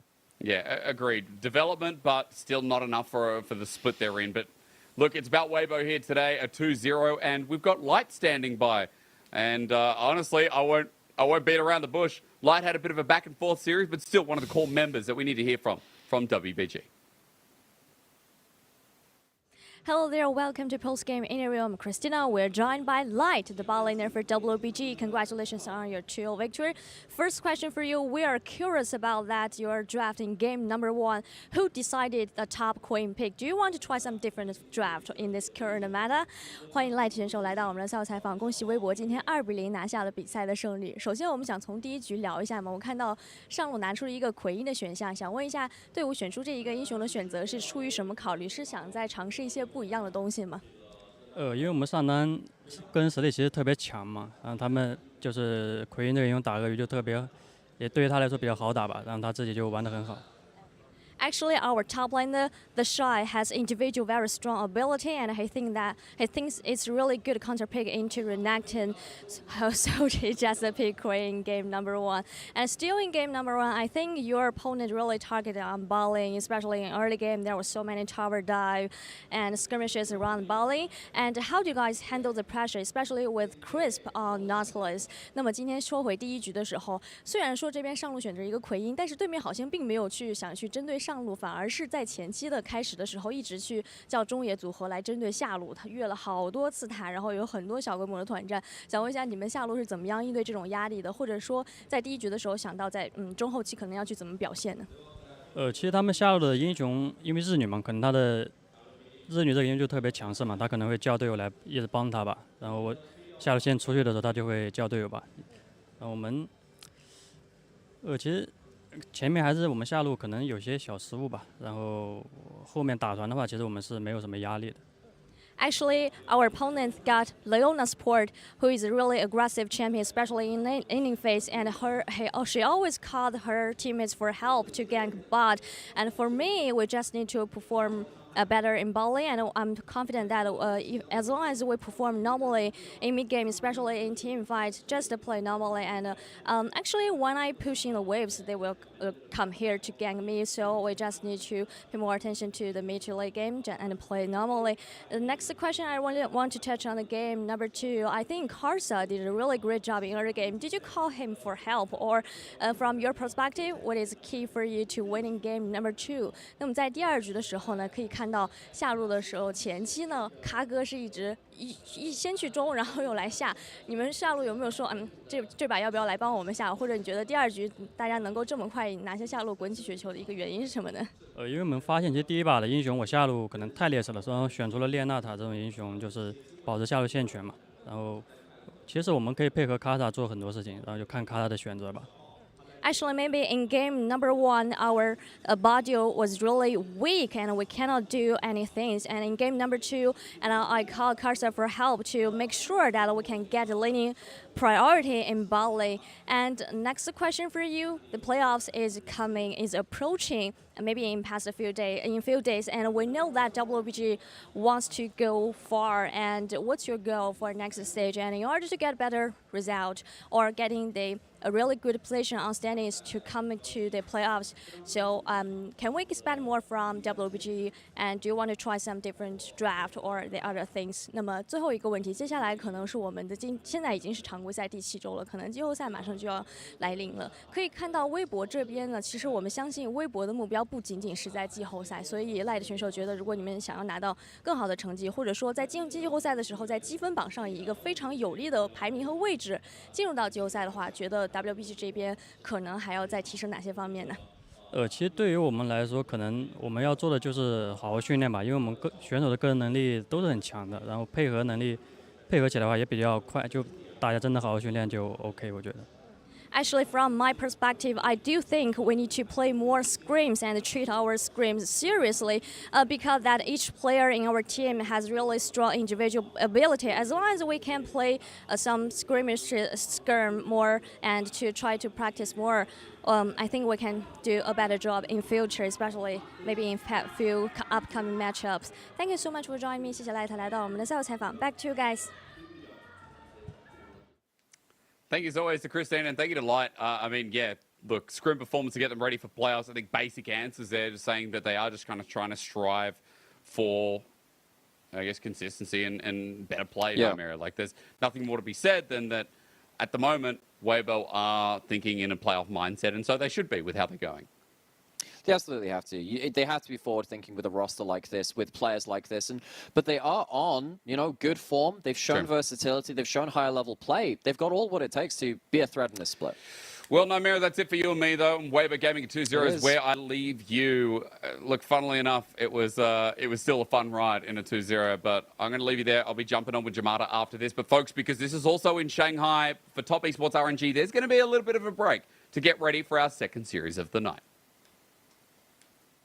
Wait, but Niski isn't hitting the B button. Oh no. Right, well, will Niski be taken out? Where's the rest? The damage here is irrelevant.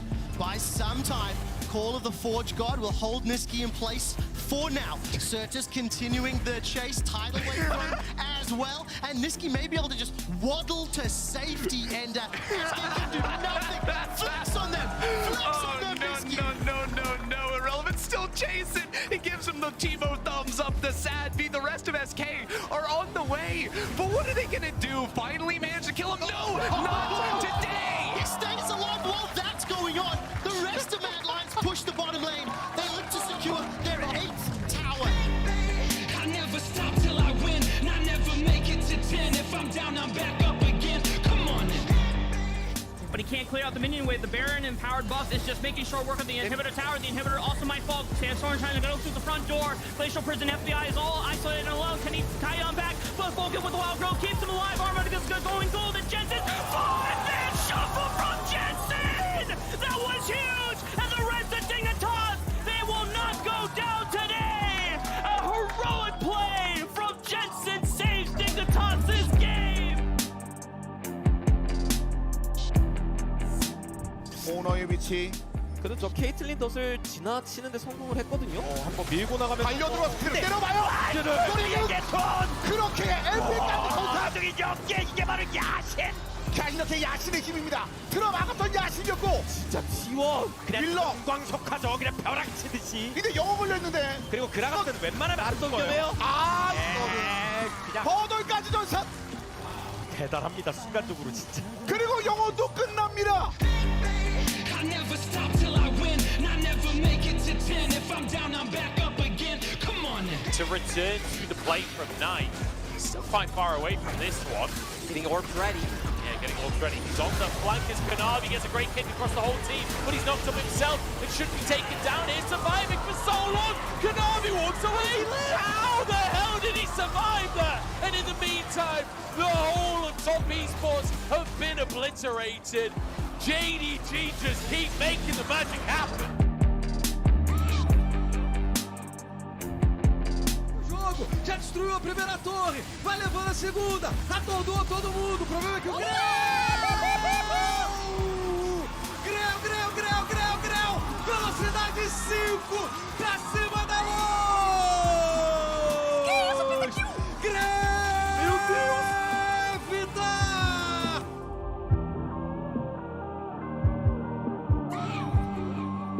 Question is, can Elua sustain enough? There's no jungle camps for him to get it off. Now, Jiu-Jitsu just start the Baron. Do they just say, oh, well, Elioya has to back away. We can just go for the Baron. Elioya, down to half HP, only has a Grom. Cap's going to try and do a little bit more work here. Seismic shot. He's got it, body. He finds him, but Elioya taking it will go down. Such a massive pick from Caps. And now Mad, they're going to lose the Baron. And just like that, G2 have flipped the game on its head. Mad might look for something in a 5v4. Engage from Yike, only mates onto Niski. Season desist all the way onto the backline. The lightning crash coming out from Kazi. The final chapter being used as well. But Hot Summer gets swooped up. And Hot Summer will not be denied. Kazi trying to survive, dashing back. Sevi and Yumi can do so much. But Hot Summer Enough! A triple for Sivir, and G2 with the Baron will barrel down mid. I live my life do or die. I got this top on my mind, baby. I'm not even trying. Come on.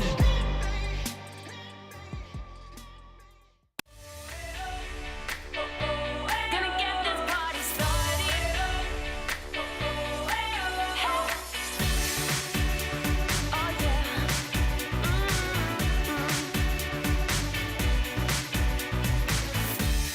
The week is done. We've been stepping out. Gonna get this party started. Only just begun. Baby, there's no doubt. See you at the after party. Gonna get dressed up and act just like the royalty. Let me hear you say,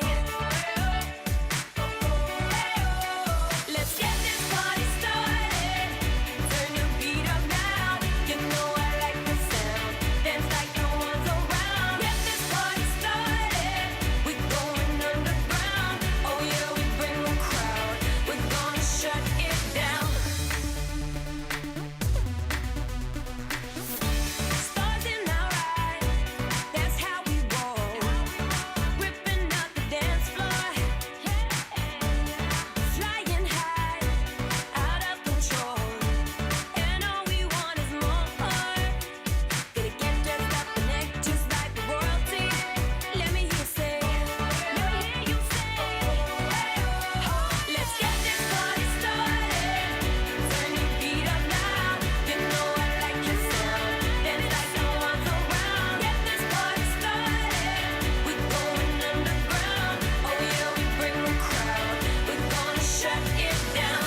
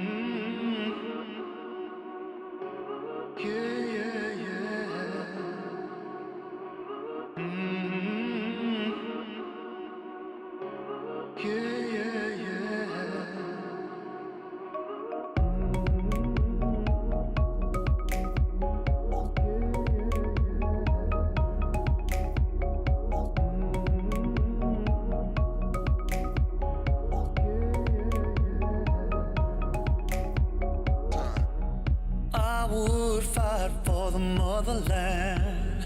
Be all I could, I would make a stand. I'd walk through the fire till the body falls. Don't fall, I would protect you. All that I've got to do now. Yeah, I could save you. All that I've got to do now.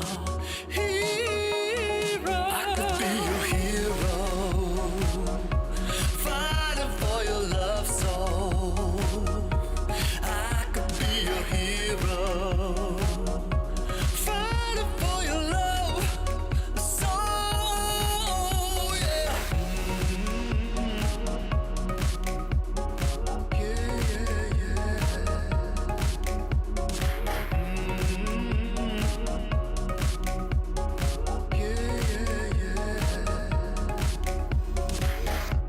You make something worth fighting for, and nobody gets to choose everything.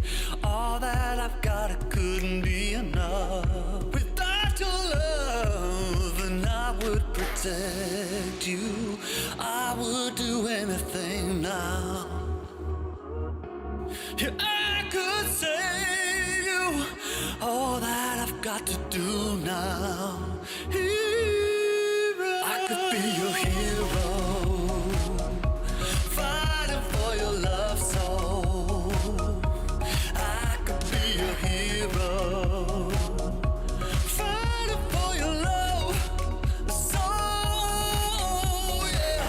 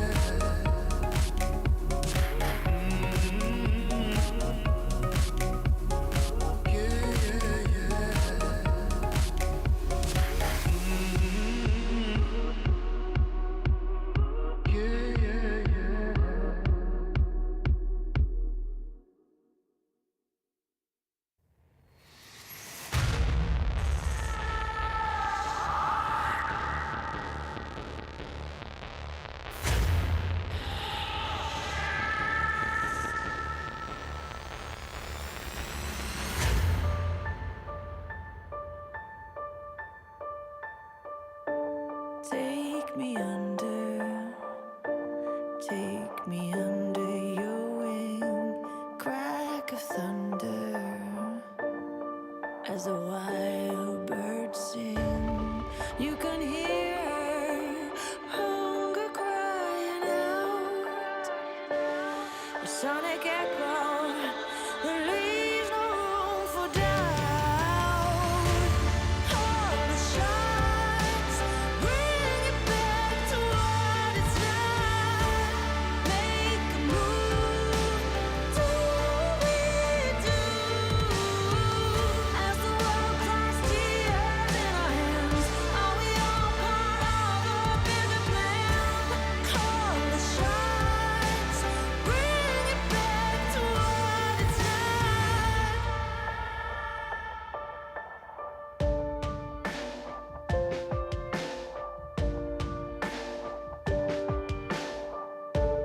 Deepest oceans, they can't portray enough empty spaces, time to rust and dust.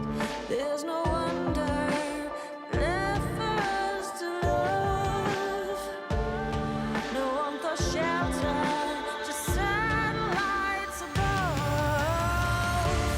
All the shots, bring it back to what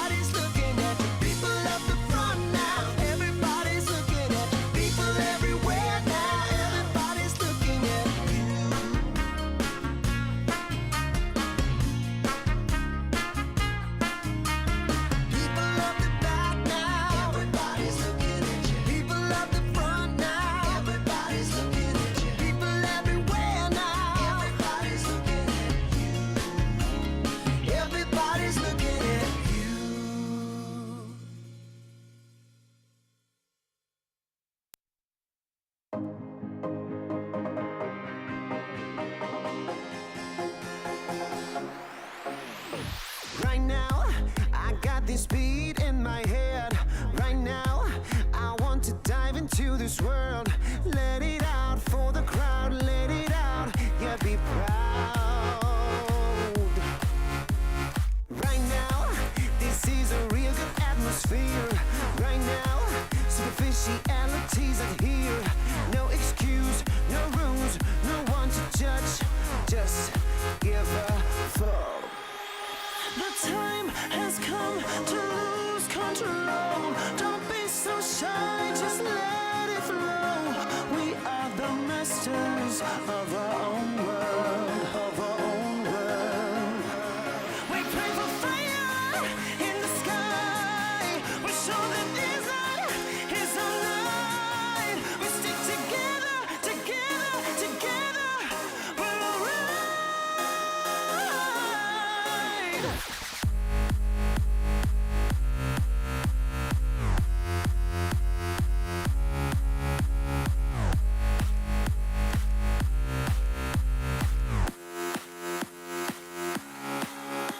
The time has come to lose control.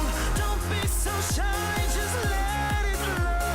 We are the masters of our own world, of our own world. Well, they drink really expensive champagne on their private jet plane. All we need is a cheap bottle of wine and a cigarette to have a good time. A freedom, a victim, and no restriction. There's no other place to die than here with us tonight. The time has come to lose control. Don't be so shy, just let it flow. We are the masters of our own world. We pray for fire in the sky. We show that this night is our night. We stick together, together, together. We're alright.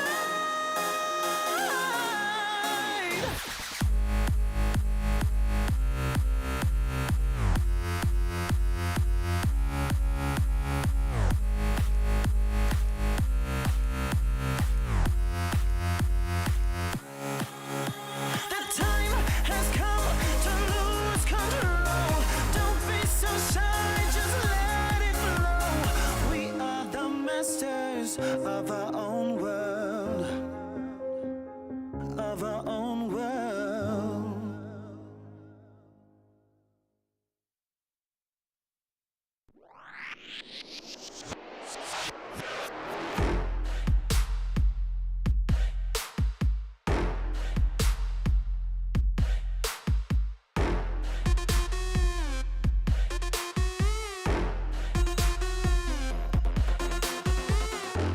赤信号だとしてももう止まらない理解不能のスピード100倍速い地獄なんて哀れよねねえ聞いてよな負けの準備でもしておきな Come try me get you down 悩んでもやめないわ No more 苦い思い消えてよ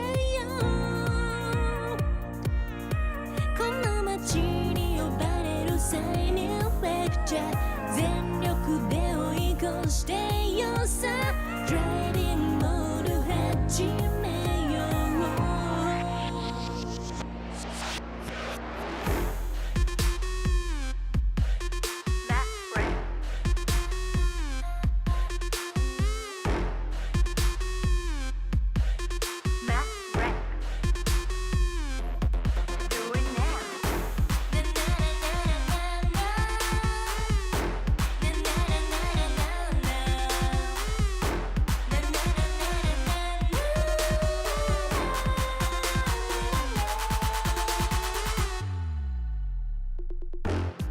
完全な近道なんての完全にアウトだからあんたの後悔楽しみだわそげた気づいてよマジでベイベー一番でノックアウトするわ You better be listening 地横なんて哀れよねねえ聞いてよな負けの準備でもしておきな Come try me yet when you were down 悩んでもやめないわ No more 苦い思い消えてよこの街に呼ばれる生命をフェクチャー全力で追い越してよさ Dreaming の始めよう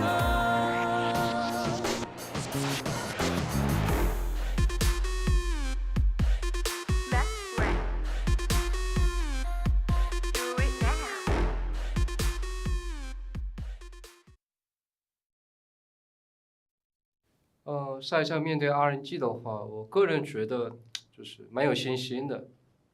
然后只要能保持这个状态打 RNG， 我们还是蛮有机会。新版本的中单生态的话，我觉得能出的英雄比较多，是因为打野的英雄池就是越来越多了，就是包括什么 AP 打野啊、AD 打野就比较多。然后我还是蛮期待，我只要有一天能用到龙王这个英雄。 Well, ladies and gentlemen, you're back here with the LPL and with a rookie who maybe not in his tenure in the LPL, of course, the complete opposite, but in name wants to play Aurelion Sol. We're on 13.4. It's a possibility today, and he talked about it in a previous interview as well. My name's Asterix. I'm joined by Jabata. And, sir, we have Top Esports versus RNG for our next matchup in Shanghai, fully live.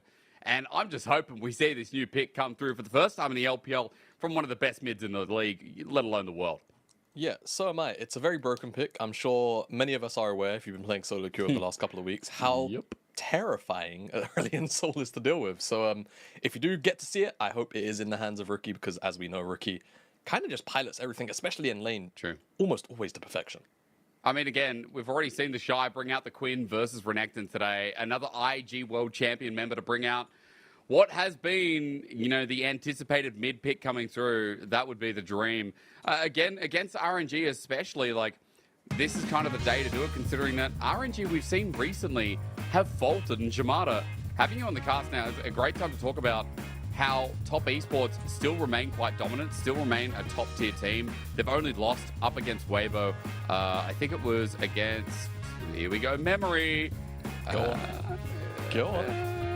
JDG, of course, their matchup where they lost that as well. I got there in the end, sorry, brother, but Top Esports, outside of that, have beaten every team they should, you know, realistically smash. Yeah, and, you know, I feel like losing to Weibo now as well, when you think about it, not really that big of a shame when you think about how high the ceiling is for Weibo, but simultaneously how low the floor can be. So, only dropping the games really to teams who are contesting those spots, it really does go to show that they are continuing to show that they will be on a bit of a roll here and into an RNG who have just lost to anyone's legend. I feel like they should feel quite confident walking into today. Oh man, just saying that as well. I mean, I was saying it to Nymera last series, like the fact that AL beat RNG, no offense to AL, they're an interesting team, but it didn't feel like it was because AL were doing so well. It felt like RNG were a little bit rough around the edges. Angel got subbed in last minute in the series, or rather vice versa. We had Tangyuan come through, but RNG is still trying to work on those dynamics, and they've had brilliant games so far with Gala and Ming, you know, syncing up as a great duo, and Wei really holding the fort. But we've also had other games where RNG just haven't been able to pull together. I think their cohesion in the mid game just isn't what it used to be with Xiaohu when he was on the team. Yeah, I think obviously it's kind of been the running consistent theme that we've been tracking from the start of the split is without Xiaohu there, how are their mid games?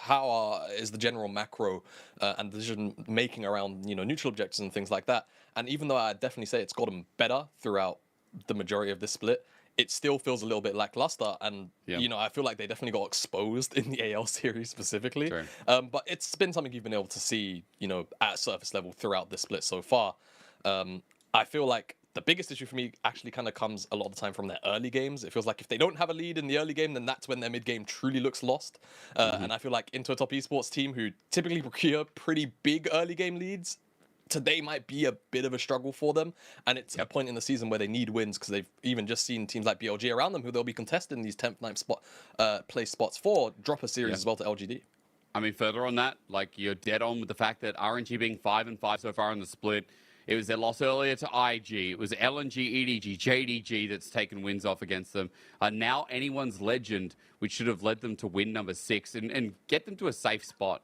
Because 5-5 means that Yamato, they only have 6 series left remaining. We are past that halfway point in the split by far. 6 means they can only hit 11. Yes, it's like, oh, they'll be in playoffs easily. But dude, RNG have top esports today, then the BLGs, then the Weibo Gaming. Even Ultra Prime are unpredictable at this point. RNG are not safe. They need every win they can get further to your point. And that's why this series is so damn important, considering that RNG used to be a top tier team that would hype up the matchup, especially given into a top esports. But today, TES are looking firm favorites, as in Shanghai, we introduce TES yet again. Ching Tian up in the top side. In the jungle, Tian. We just take away the Ching as Rookie walks in through mid. Jackie-Love and Mark are your duo in the bottom lane. Yeah, we are very familiar with this top esports lineup, and I'm hoping that we get a very familiar and very spicy walkout potentially from them. I'm not too sure. I feel like it's going to seem like RNG, maybe they don't have so much banner this year around, but we'll have to see what they provide for us. But I think speaking a little bit more on RNG as well, it does kind of feel like, I don't want to say time is running out, but we'll say the remaining games, imagine they're kind of in an ocean right now, right? And they've got some floaties to keep them afloat, but they need a little bit of extra air to keep them buoyant in the water, otherwise they're going to drown. The remaining games, like you say, you know, it might be enough to get you across the finish line, but when you start to look towards playoffs, what use is playoffs for RNG if they just make it to round 1 or round 2 and then just lose, right? In their current form, it feels like that's almost going to be a certainty. I think against the remaining top teams, we need to see a little bit more out of them. They've only really lost 2, with the exception of anyone's legend, realistically. Top 5, top 6 teams, so I don't feel like the scoreline is particularly terrible for them, but we do need to see, you know, a little more life when it comes to facing up against teams like top esports. Well, today maybe it comes through the mid lane, because Angel's starting here with Gala and Ming in your bottom lane. Wei, Breathe up towards the top side, so probably the strongest version of this roster. Remember that Tang Yuan, this was his debut into the LPL. And this team has been playing around with the viability of both of them, but Angel is the person we know previously on Weibo himself was a solid enough mid laner who I think is kind of underrated in the league as someone who has these beautiful pocket picks, things like the Twisted Fate. The Zoe comes through every so often as well. There's a lot of viability here out of Angel, who has been the longest playing mid laner on this split, on RNG rather, has played way more than Tang Yuan, so it is nice to see them go back to, I guess, this guy that has a lot of flair in his pocket picks. Yeah, it's definitely nicer to see Angel. I feel like it's the more stable version of RNG as well. It seems like they really do look a lot more comfortable having Angel in the mid lane, and it's not necessarily flamed to Tang Yuan. It just feels like for RNG, that's just the better puzzle piece for them to actually perform. And like you say, I think with the pocket picks as well, it does kind of make things like draft a little more flexible, especially as we approach kind of the end of the business end of the split, I suppose you can say. As is that the Bayonetta pose almost? I'm trying to figure out what. Is it still football or not? Like, is it still football or not? We'll probably get a post later on to figure out what that one was. But yeah, I feel like in a meta which we could see some more viability or variety rather in the mid lane. I think having a player like Angel in the mid lane who you know is going to be able to pull out things like the Zoe, which hey, I think got a couple of love tap buffs not too long ago. So it's a lot more high value, shall we say, to have a player like Angel in, especially when he kind of brings a little more stability, it feels like, for RNG. Okay, so let's jump into meta then, because you start bringing up, you know, some of the excitement that could be this game with Angel's pockets already mentioned, with Rookie really wanting to play Aurelion Sol. What do you think's on the table for 13.4? Because already today we've seen, I guess, some different drafts. We've walked away from things like the Lucian Zeri a little bit more, although the bans are still there, which kind of pees me off. But I'm curious as to your little take on this 13.4 change. Well, I feel like we're going to see a little less of what we've been seeing in the likes of sort of Azir. Elise definitely got hit quite hard by some, well, I'll say nerfs.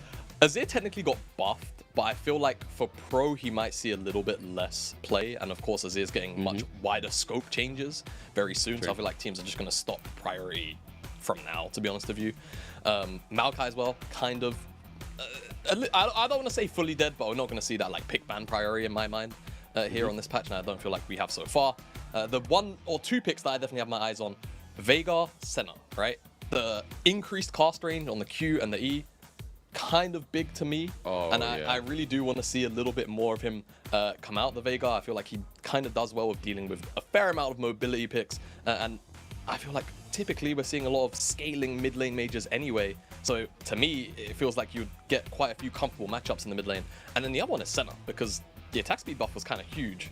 The ratio buff, rather, I think it was 0.3 to 0.4 up on the conversion she actually gets from that stat.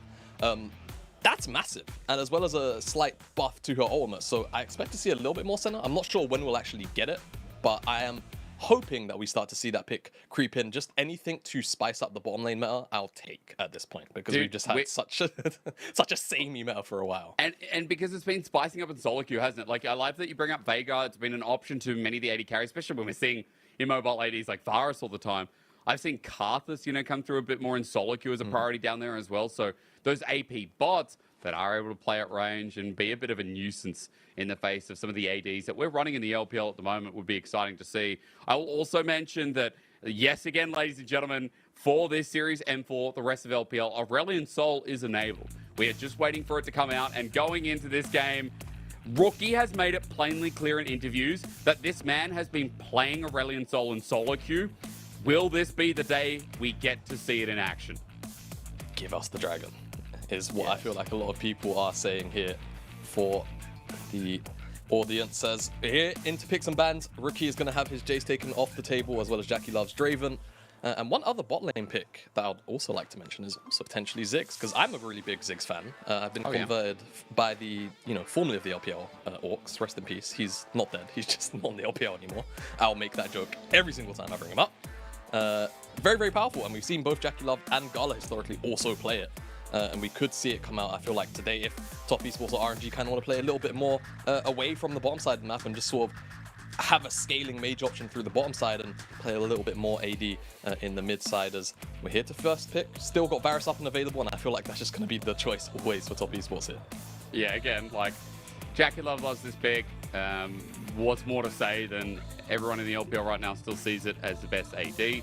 On the other side, though, Jamada, I'm kind of curious about the response, because Gala and Ming, they feel like people who would just pull out Zeri, Lulu, or Lucian Nami again. No. Like, that bottom lane, they will play something from previous patches, for sure. Yeah, as they hover Lucian and threaten the Lucian Nami.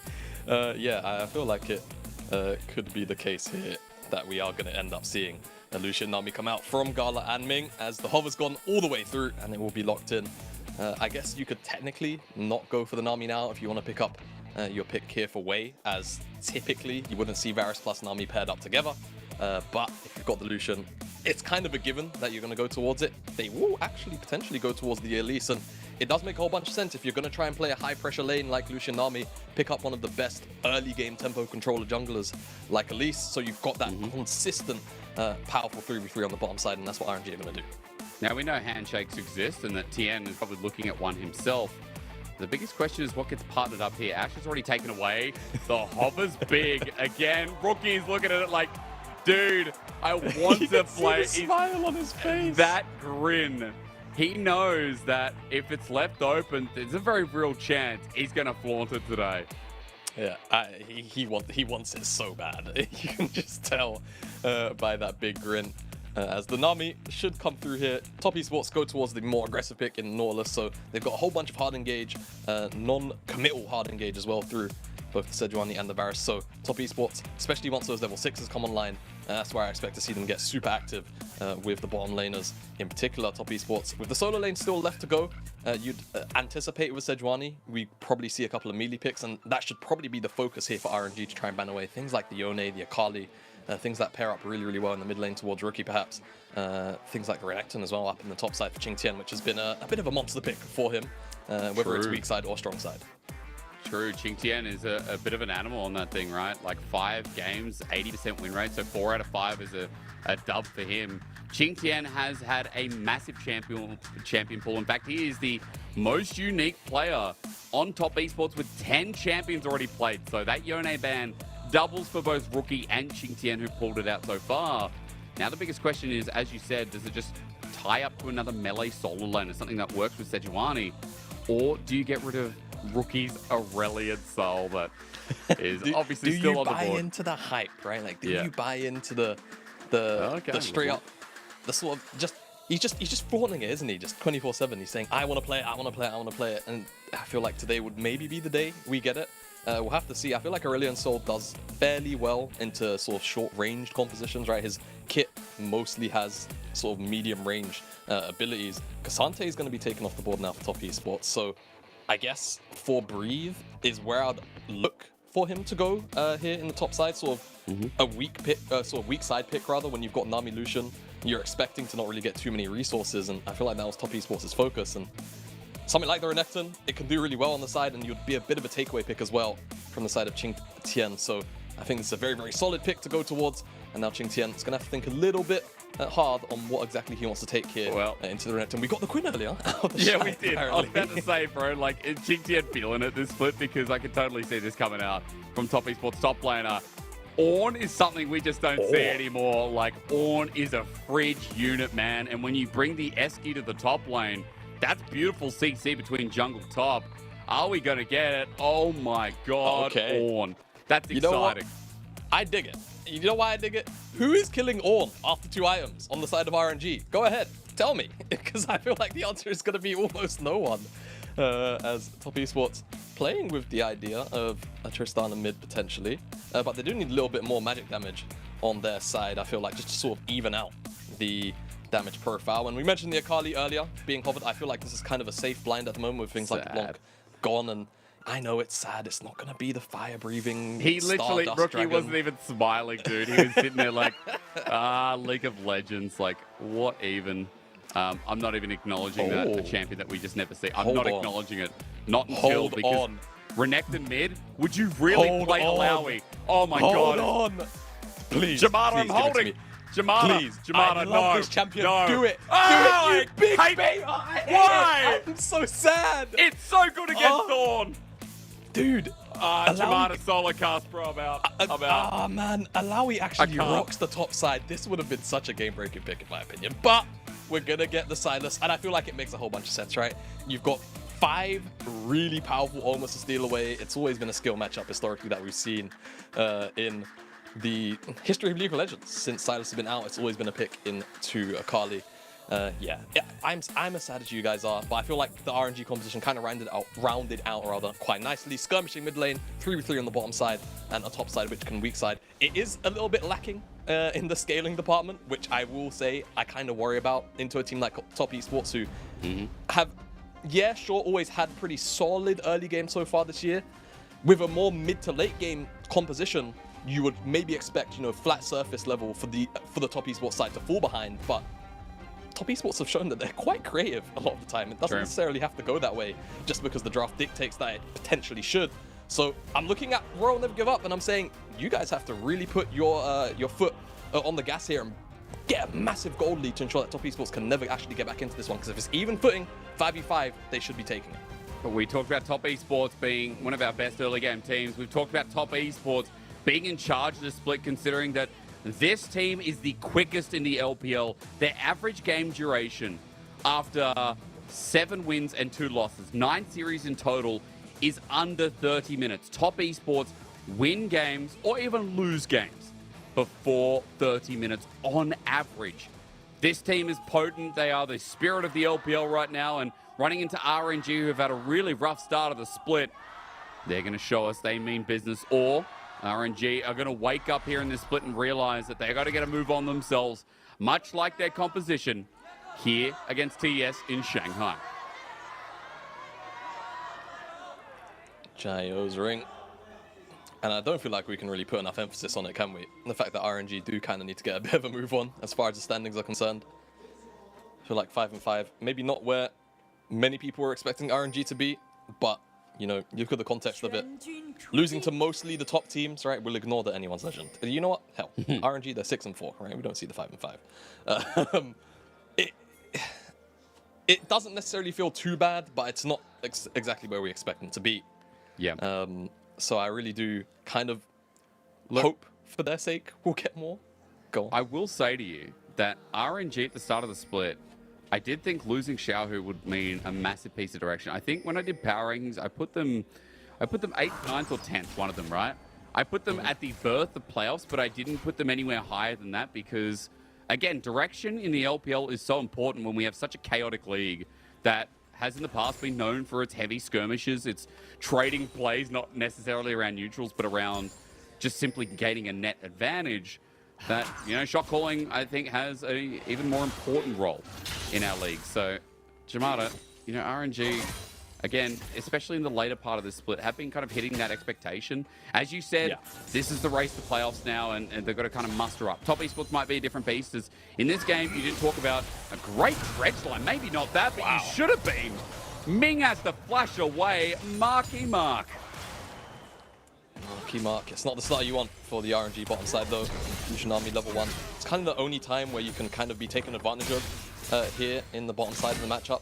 Once the heal starts to come through from Ming, then you know you can kind of sustain through a lot of that potential all-in. But Tien gonna take advantage of the fact that that trade went through, and all 3 members from the bottom side of Top Esports just kind of dipping into the bottom side. Wei's gonna get spotted on this ward, but it might get cleared away. So both junglers have pretty good ideas of where each other are, as they're trading at each other right now. Now, indeed. There's going to be a Permafrost coming through for Wei, so a good trade back from Tien as Angel now goes in all the way to Rookie. But this 2v2 continues on as Wei wants to consistently push Tien away, especially from his own side of the jungle. Tien crosses here and has his top side to clear away. Well, we can just note that for RNG, the early game looking pretty good up in this top side in the meanwhile. Other lanes we can ignore for the time being, Jamada, because Breed is pretty much doing the Singe thing with almost a 5 CS lead. Yeah, true. Do you know what else would be a really, really solid pick here? So you can just ignore it for the entire game. Alawi. Alawi. Pretty cool. Yeah. But yes.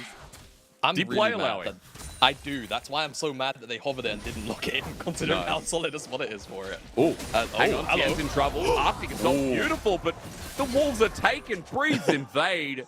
Level 5 genius. Oh, that's a good question too. He does turn as Permafrost is needed for Tien. He'll find it, but Rookie coming in is an Akali early on, not much damage. Now for the Ruthless Predator, when you have half a Fury Bar is great, but buying time. Ting Tien, knee, flash. Its first blood already given over, but the bellows spread. Angel getting launched in. Ting Tien has blocked the way for Tien, but repel up as Angel. Look at Terran shot! Oh no, and now Ornn! Wei's running away as he should because Ornn is a refrigerating unit. French doors, ice tray, the works. You gotta run from this 2-0 beast. Yeah, and he wanted to smack you over the head with that ice tray as well. Wei very happy to walk away from that one. What a comedy of errors from, honestly, both sides there. I want to get a replay out of that, as we might actually end up not getting a replay out of this. Are we dancing? Ming's in trouble. Oh, we're dancing. Check out a beautiful flash behind his support. Survives so long as Gala gets ignited. We'll get the trade kill, excuse me. Choking on my breath, Mark. Spectator bug, guys. Don't worry, he made it. And we have 7 kills in 5 minutes. He phased through the wall. He didn't flash. I don't know what you're talking about, hysterics. As, yeah, look at this. I mean, so, obviously we had Breathe invade, take the wolves, and forced out the flash from Tien.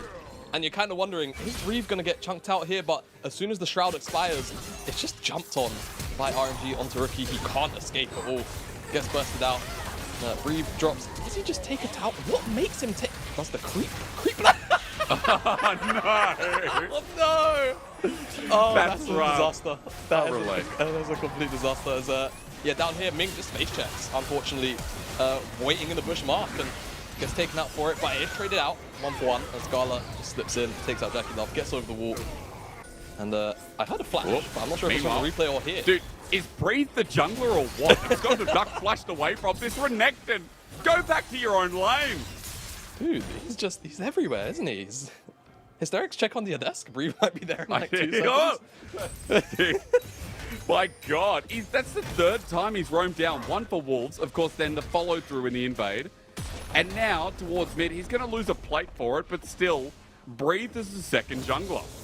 Yeah, I guess after Ching Tian got those 2 kills, he just said, I'm probably going to be kind of even anyway. I mean, it's a good roam timer. He doesn't miss out too much, right?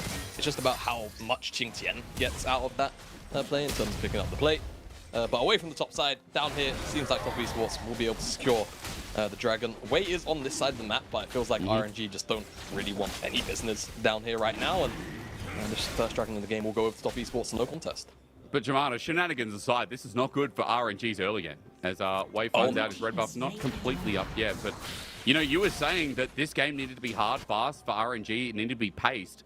But Top Esports, even though getting some trade kills, have matched it every step of the way. And you have a 2-0 Ornn. You have an Akali that's winning the lane. You know, and now at the 6.2 with kill threat. Bot is also doing pretty well, as we've seen in the 2v2. Yeah, you know, the thing about Nami Lucian is it's continually kind of evolved since it's been in the meta for, I don't know, like the last year now. It feels like people have gotten used to, yeah, it's not that long. It feels like people have gotten used to dealing with it in lane, right? A lot of the time it feels like you won't actually see Nami Lucians leave lane with massive leads unless it's been, you know, kind of a bit of a fiesta, jungle camping down there, 3v2 constantly, a whole bunch of pressure. It's more about that mid-game spike a lot of the time, so I'm hoping for RNG's sake that Gala and Ming can kind of get to those core items ASAP so that they can start being moved around the map by RNG and utilize in terms of their strength. This is a Hex Flash maybe forward, nope. Ming thinking about an Acro Prison in response. Dredge lines have been pretty good from Mark so far as Ming's hovering around the idea. The 2v2 will push against Jackie and Mark so we can ignore it for now unless jungle gets intertwined. What I want to look at now is a Dredge line against the wall. Okie dokie. There's Chains Corruption. Wow, Gala! Is he... Was that hacks? What the hell? That Captain Jack was instantaneous. That was nuts. I almost didn't catch it. I'm not gonna lie, it was that fast. My goodness me. Gala. Reaction's incredible off of that missed Dredge line. Now Wei is here, and Mark could be in trouble. Yeah, he's got a block with the Dredge line out, tries to buffer Wei under turret. The Aqua Prison, beautiful. Mark doesn't die. Here comes the poke from Jackie Lovin. Wei's out in the nick of time as Tien wants to fly through with an Arctic Assault, but Gala and Ming hold their ground. Yeah. 3v3 down here on the bottom side as both junglers show up. One in aggression, one to just kind of defend the play. Oh, level 6! Oh. Okay, Glacial Prison comes through. Tien plays the experience as you were mentioning, and Gala just dodges. Yeah, Tien really, really cheeky there. Walks into the bush, level 5, immediately just hit 6, I think. Real nice as mid lane. Ooh, 1v1 now, it's just action everywhere. Is there? Angel hit, yeah, I love it. It's exactly how I want my LPL games to go. RNG still 500 gold behind, but at least we can see they're trying to build pace in this game through bot specifically, with Wei who came down and managed to add a bit of pressure. Look at this RNG second jungler. Huh. Dude, Rome number 4. When did they sign this new jungle, guys? It's good. I didn't know Renekton jungle was viable either, so it's just getting a bit of an insight. Yeah. I'm still mad at him from the locking going away, by the way. It's gonna take me a while to go. Hey, with that. the fact that they probably flex it and like share the idea, you know, I think is more than I ever believed I was gonna get today anyway. True. Yeah, that's a good point. I didn't think I'd get an Alawi hover in the old that's a shroud. Hello. Yeah, not going to be found up from the knock-up from Ming. Been hitting some good Aqua Prisons here in this game as it looks like Top Esports just group up towards mid, get a bit of pressure because the Herald is up to Mata. It's been sitting there for quite a while, and if no one touches it, then it is just going to sync up with that second dragon. Yeah, true. 90 seconds until that time is available. We have no cleanse now. Oh, Jackie Love with the solo kill potential. He has flash, but doesn't need to burn it. Gala's just out. Top Esports are saying, well, Herald for bot lane just getting wiped.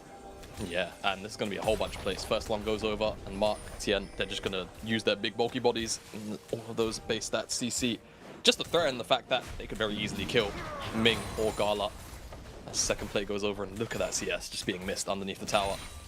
And it's just really rough because the commitment has been made by RNG to pick up this Herald, but it's already been traded up several hundred gold here. Holy and all of it is going into Jackie Love's back pocket. There is no plate sharing here.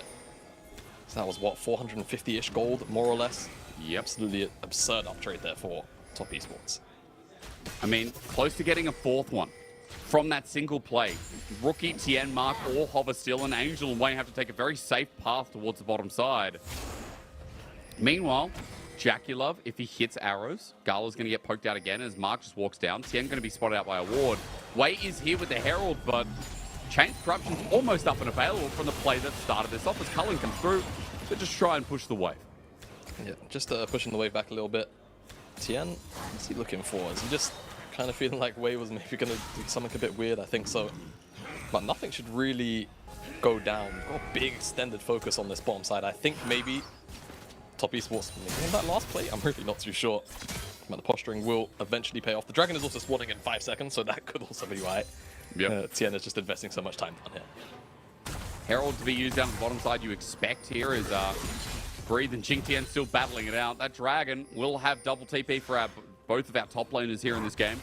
As Call the Forge God going to be used beforehand. Ching Tien is going to find a bit of damage, but ambitious to, I guess, pull out the ulti of Breathe when is a teamfight engage. Yeah, and I feel like, to be honest with you, Breathe is quite happy with that trade, like always. Imagine if somehow Top Esports would find a window for Ching Tien to come down towards the bottom side, teleport to a tower, start the fight up, right? But with that armor gone, it's not going to be a thing. Breathe definitely very happy with that trade, but Ching Tien that engaged in that little trade in the first place is Top Esports still in the extended play. It seems like they're just going to get this Dragon again for free. So RNG, sure they picked up the Herald on the top side, but the trade was felt almost instantly by the bottom side of the map. And so far, it feels like the options in terms of where it'll actually be put down kind of limited, right? The mid lane feels like Rookie has had pretty firm control of the priority down there. And as far as the top side is concerned, sure, giving the gold to Breathe would feel, I don't know, nice for Breathe, but that's kind of it. You need Gala, in my opinion, to have a lot of that gold. I'm concerned either way because you have a minute to get plating. Like, there has to be a play immediately, so it feels like it has to be mid, it has to be top right now. Wei has to, unironically, find a way into a lane because 50 seconds left of plating, and Herald without the plate, is just kind of not a Herald at all. So Rookie is going to have his tower bashed in. The Tien spots Wei on the way out. I don't think Angel's even going to get the goal. He could even get punched because he wants it. And he doesn't get it. Nope. So it's one Herald, which gets one play. Yep. And it all goes into Wei. I'd call that a far from ideal situation, to be quite honest. But you take what you can get, and it only cost Gala, I don't know, 3 waves and almost 4 plays. 4 plays. He didn't lose that 4th plate as well. Yeah. Not the best. Look, this early game has not been what RNG wanted. Again, coming back to how you said it needed to play out. RNG really had to play the aggressive stance. They had to snowball this game. But 2 Dragons, Top Esports now have time. They have an Ornn in their comp. Jamada, they have such a big front line in comparison. And their engage is everywhere. So I'm kind of wondering how RNG are going to take this 3rd Dragon, take this, I guess, first fight of their game. Because they haven't found a real successful one so far as Angel. Dredge line, depth charge, he's over the wall, he flashes. And that's Mark Summoner, used for exactly that. Yeah, not too bad. Flash, support for mid, you always take it. Hello, Jaculov. Cocoon, flash away. Transcorruption used. Angel now having a depth charge, or rather, a Glacial Prison. Uses it on the original user as Tien blocks up. Jaculov now hitting from the backline. Here comes Rookie. Flies through the perfect execution. Rookie's name every time. It gives you the illusion of something he's not. He's a bloody veteran. As Mark's dredge line, the hitbox gives Rookie a double.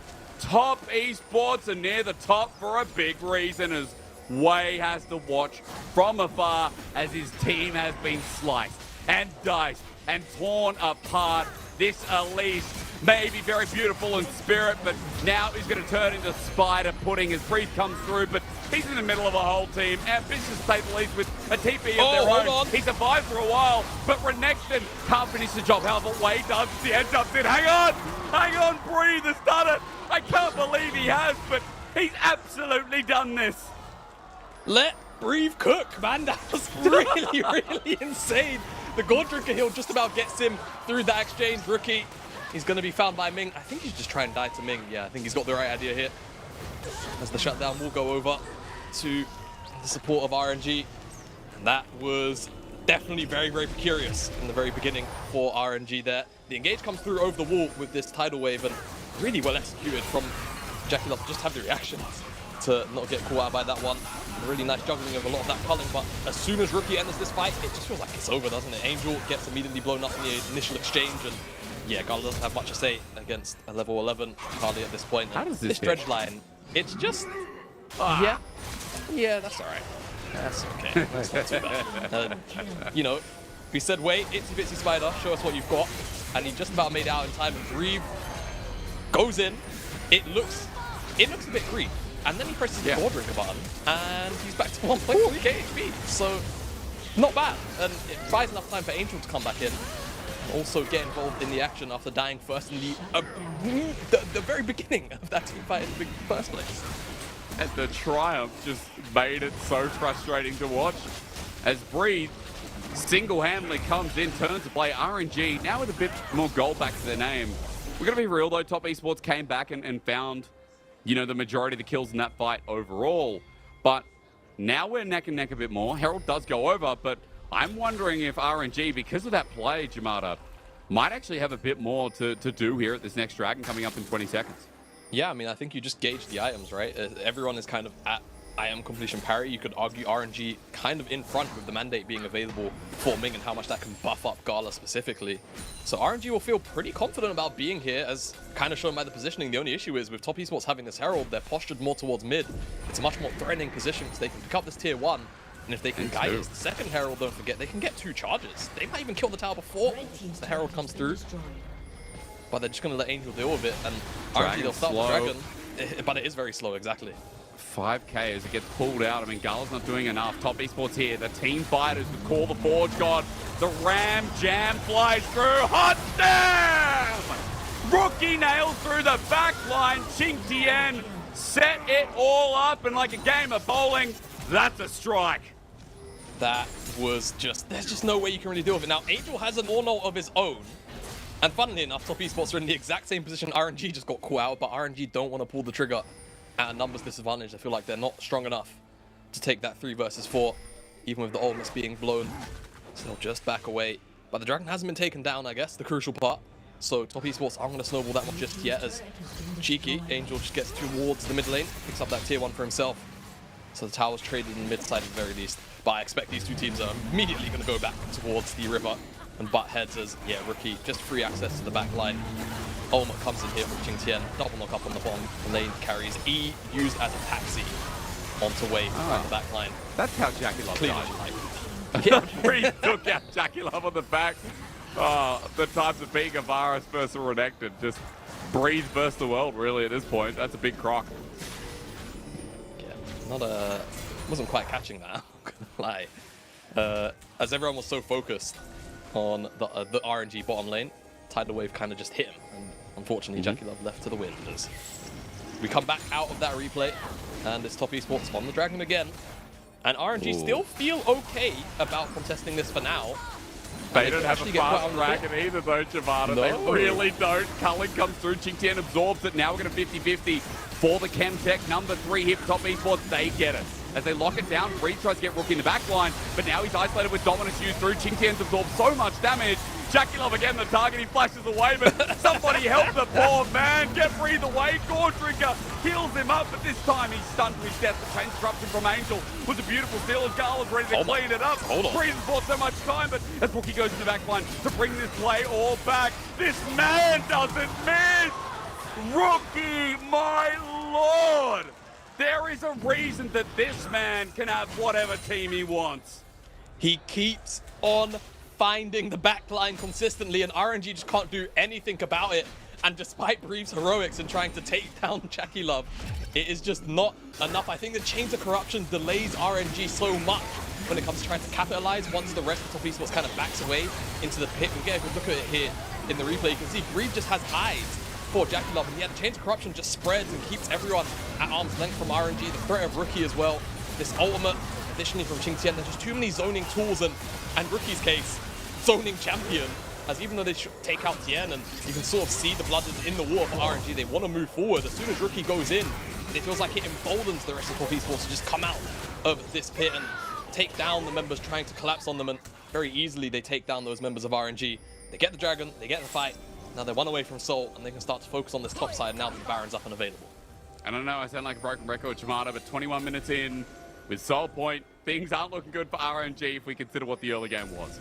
A couple of to and fro plays, a couple of back and forth breeds with a significant carry, but we come back to the original idea of these two comps running into each other, and Top Esports, their Ornn has 2.5 items. Sejuani has the Radiant Virtue, excuse me. There you go. Rookie's getting forward to 2 items. Jackie Love is definitely there too. There's so much damage coming through now, and Top Esports are getting harder to kill. And they're only going to get harder to kill as well, when you think about it, right? Jackie Love approaching 3 items, and with this bulky 3 champion frontline, it's just going to be so hard to get on top of him. And Rookie has the Morello second. Of course, don't forget, it's not the same old Morello, which kind of just gave you sort of mediocre stats and a little bit of grievous wounds. Gives you a little bit of M-Pen as well, so it gives you some of that additional threat you might be looking for onto the back line. Okay. I expect to see maybe a Zhonya's third, unless he's just snowballing, go towards the death cap, but Zhonya's just to kind of buy more time in the backside, you'd expect. Could be the third item pick up as Top Esports. All the pressure. Jungler's bot. Yeah, not kind of just having a good idea of where everyone is on RNG. They just start this one up. And RNG, they have to just poke and prod through this. Well, Qingtian, that ulti will come through straight away. You know that. The level 13 Ornn ready to fly in as Mark with the depth charge. Dredge line, he finds his target Angel, and here we go front to back, but great damage in return. Angel able to knock up, but Mark able to get the kill. Breeze coming in the middle of everyone. Will he be able to find Mark? Yes, no, yes, no. What's the answer? Breeze Rookie can't do what he did before, while Rookie is just taking on the world, man. Don't give him a Kali ever again. Did he just 1v3 the backline whilst that nonsense was going on? My goodness, Rookie is a monster, man. You just can't do anything about it. And pretty much off the back of Rookie's 1v3, Top Esports will just get the Baron. They can go reset, and the Dragon spawns up in 90 seconds time. That'll be Chemtech's soul. And off that, you have to imagine game 1 is just going to go Top Esports' way. Dredge line connects here onto Angel, and even though the tidal wave is good, it even interrupts the Forge God ult from Ornn. It doesn't matter. Just look at Rookie. He's just 1v3. No one can stop him. There's no point and click hard CC. Cocoon goes wide. Oh my god. It's just not legal. Not legal, is it? It's just the team's like, my god, Knight was good. This is what they're saying. Knight was good, but man, we scored with Rookie. Hot damn, you did. This guy has been legendary throughout many years. I thought 2018 he was playing out of his mind. I think 2020 or 2021, there were a couple of splits in there. He was just playing undeniably the best League of Legends in the mid lane, or at least one of across the world. Rookie's 9-2-5 here in this game. He's a Kali, seems to be taken over and giving him so much more credit, but he deserves it here as Top Esports. Channel down mid, Breeze tries to get a trade across map, but now Inhib turret is opened up, and Top Esports with 18 kills and a 7,000 gold lead look to put their stamp on game number 1 of this series. It feels like Rookie's playing as if he's got a chip on his shoulder, right? From the 2020 summer split with V5. He wants to prove. Oh, you remember? He is. Oh yeah, well, I was here for the start of that downfall. It's there. It's funny. You were. I saw that firsthand. And I feel like Rookie, he wants to return to the world stage, and he's definitely playing like it. He deserves it, man. Many splits. Again, the thing is, you know, LPL, there's, let's be real, right? In the English side, less viewership, less eyes watching these players. And yeah, it's always domestically, you're going to say, oh, this player is one of the best in the world. I think, you know, when players play domestically, it's a very different experience. How they play on the world stage also matters a lot. You have legends over in the LCK, people like Baker, Zeka as well, who was once in the LPL, but really made his name at the last World Championship. But Rookie is someone who not only has won Worlds himself, but consistently performs like one of the best mid laners in our league, who constantly deserves a spot at the world stage, because we want to see him go against these other mid laners to see if that statement truly holds up. It's exciting to see him perform this well in this game, as Rookie He's going to have to deal with a lot here because Breed coming in for the TP, called the Ford got stolen and used onto Jackulove. They have a Chemtech Soul, so they get a bit of damage here as they chip on down, but Breed is just waiting for his time. Called the Ford got used in response to Glacier Prison zones off. Rookie again in the middle. Is he going to do it again? The difference is his team's here. As he jumps back, he's going to help out with Breed, and he shreds him down now front to back. Top Esports can do no wrong. As RNG run for the hills, and even with a great Aqua Prison Chictian with a flash, Searing Charge might not connect, but the effort's the same. Top Esports wants blood as Rookie jumps in, half health Ming on this Akali. Gali gets poked down by Jackulove, and this team wins sub 30 for a reason. It doesn't matter the composition. It doesn't matter who they're going up against. TES seek out blood, seek out competition, and they seem to be winning every damn time. Game number 1. It will go over to Top Esports. They take out Wei on the fountain. And it was a bit of a slaughter, to be honest with you, start to finish. Felt like RNG's answers and attempts at making plays on the map were pretty limited, and whenever they did happen, they were just traded out quite easily by Top Esports. And yeah, I feel especially that first Herald trade, it just didn't feel worth it for RNG. And their time was gone. After the 20-minute mark, it felt like we saw one fight out of them where they could have maybe tried to stand toe-to-toe with Top Esports. But beyond that, the composition is just not built for team fighting from RNG, whereas Top Esports, you've got 5 incredible ultimates just move forward by space, and Rookie definitely kind of took advantage of that. And as well, even though Jackulove was being focused a lot by Breathe, he still had a lot to say in the damage department too, and it just felt like comp to comp, you can't 5v5 if you don't have a massive advantage there for RNG, and they just couldn't procure it in time. I just, outside of the game, obviously, Lovey pulled the pieces apart of RNG and how this comp operated. Jermaine, I feel like he gave us a really clear understanding of how RNG were playing against the clock there. But just taking, an existential step back, I just can't believe that this man still performs so well. I can't get over the fact that Rookie still plays this well. Like, it's kind of like the Faker effect, right? Faker's obviously the best player who's ever played League of Legends. Let's get that straight. Faker still has some incredible moments in the game consistently. Rookie's the same. And he's been around since the KT Roster Arrows days. Remember, this guy has won an LCK Domestic Championship, by the way, as well as a World Championship. This is like his 9th year of play, maybe even 10th, if I'm not mistaken. So it's just the fact that you can have this caliber of player still playing towards the top of the game on a team that can be so aggressive, and he not only keeps up, but he leads the way. That I feel like it's really hard to compete, especially for Angel. I don't blame Angel that game, Jamada. I think the laning phase, even on the Silas, was hard enough where Rookie was finding 5-10 CS leads even before the 6 mark. Yeah, and it's the kind of leads where, it doesn't feel oppressive at first, but then Rookie gets involved in the skirmish, right? And that's all it really took. I think it was that first skirmish right in front of the second dragon, I want to say it was off the top of my head. And beyond that, Rookie was pretty much untouched and uncontestable. Yeah, like you say, you can't really blame Angel for that. I feel like, you went towards the Silas in the back end. I still think, and I'm just going to throw it out there, not to derail the whole conversation, but throw a Renekton in the mid lane, deal with the Akali, just send the Alawi top, man. I'm just saying, all of a sudden, you have a hard-winning bottom side, and you have a win condition on the side lane. I'm just saying. Anyway, yeah, I agree. I feel like there was just not much you could do on the side of Angel. As someone who made it, like, I sat in solo queue, I sat down one day, and I'm like, okay, I'm only going to play Alawi. And I think I spammed like 30 games in solo queue straight, win, loss, whatever it was. And it's a vibe. Alawi is a massive vibe, and I think she's one of the least played League of Legends champions at the moment. Aurelion Sol was up there before the rework. Is Alawi now number 1? Ooh. Could be, bro. We'll have to see. I'll find that out. Yeah, that's true. I feel like for RNG, if you're sort of evaluating this game, I feel like you just indexed too hard into early game, whilst you could very clearly see that Top Esports were just looking at mid to late game, pretty much from the start, right? You see Varus, you're immediately thinking, okay, play around 2 items. You see Sejuani, you see Nautilus, it's okay, it's hard engage, probably front to back. And then you see the blue 4 and 5 picks. They're not playing for the first 6, 7, 8 minutes of the game. Sure, you can try and punish it, but it's Top Esports. They have the shortest average game time for a reason. And a lot of the time, it's not because they're losing quick. And I think RNG just experienced that.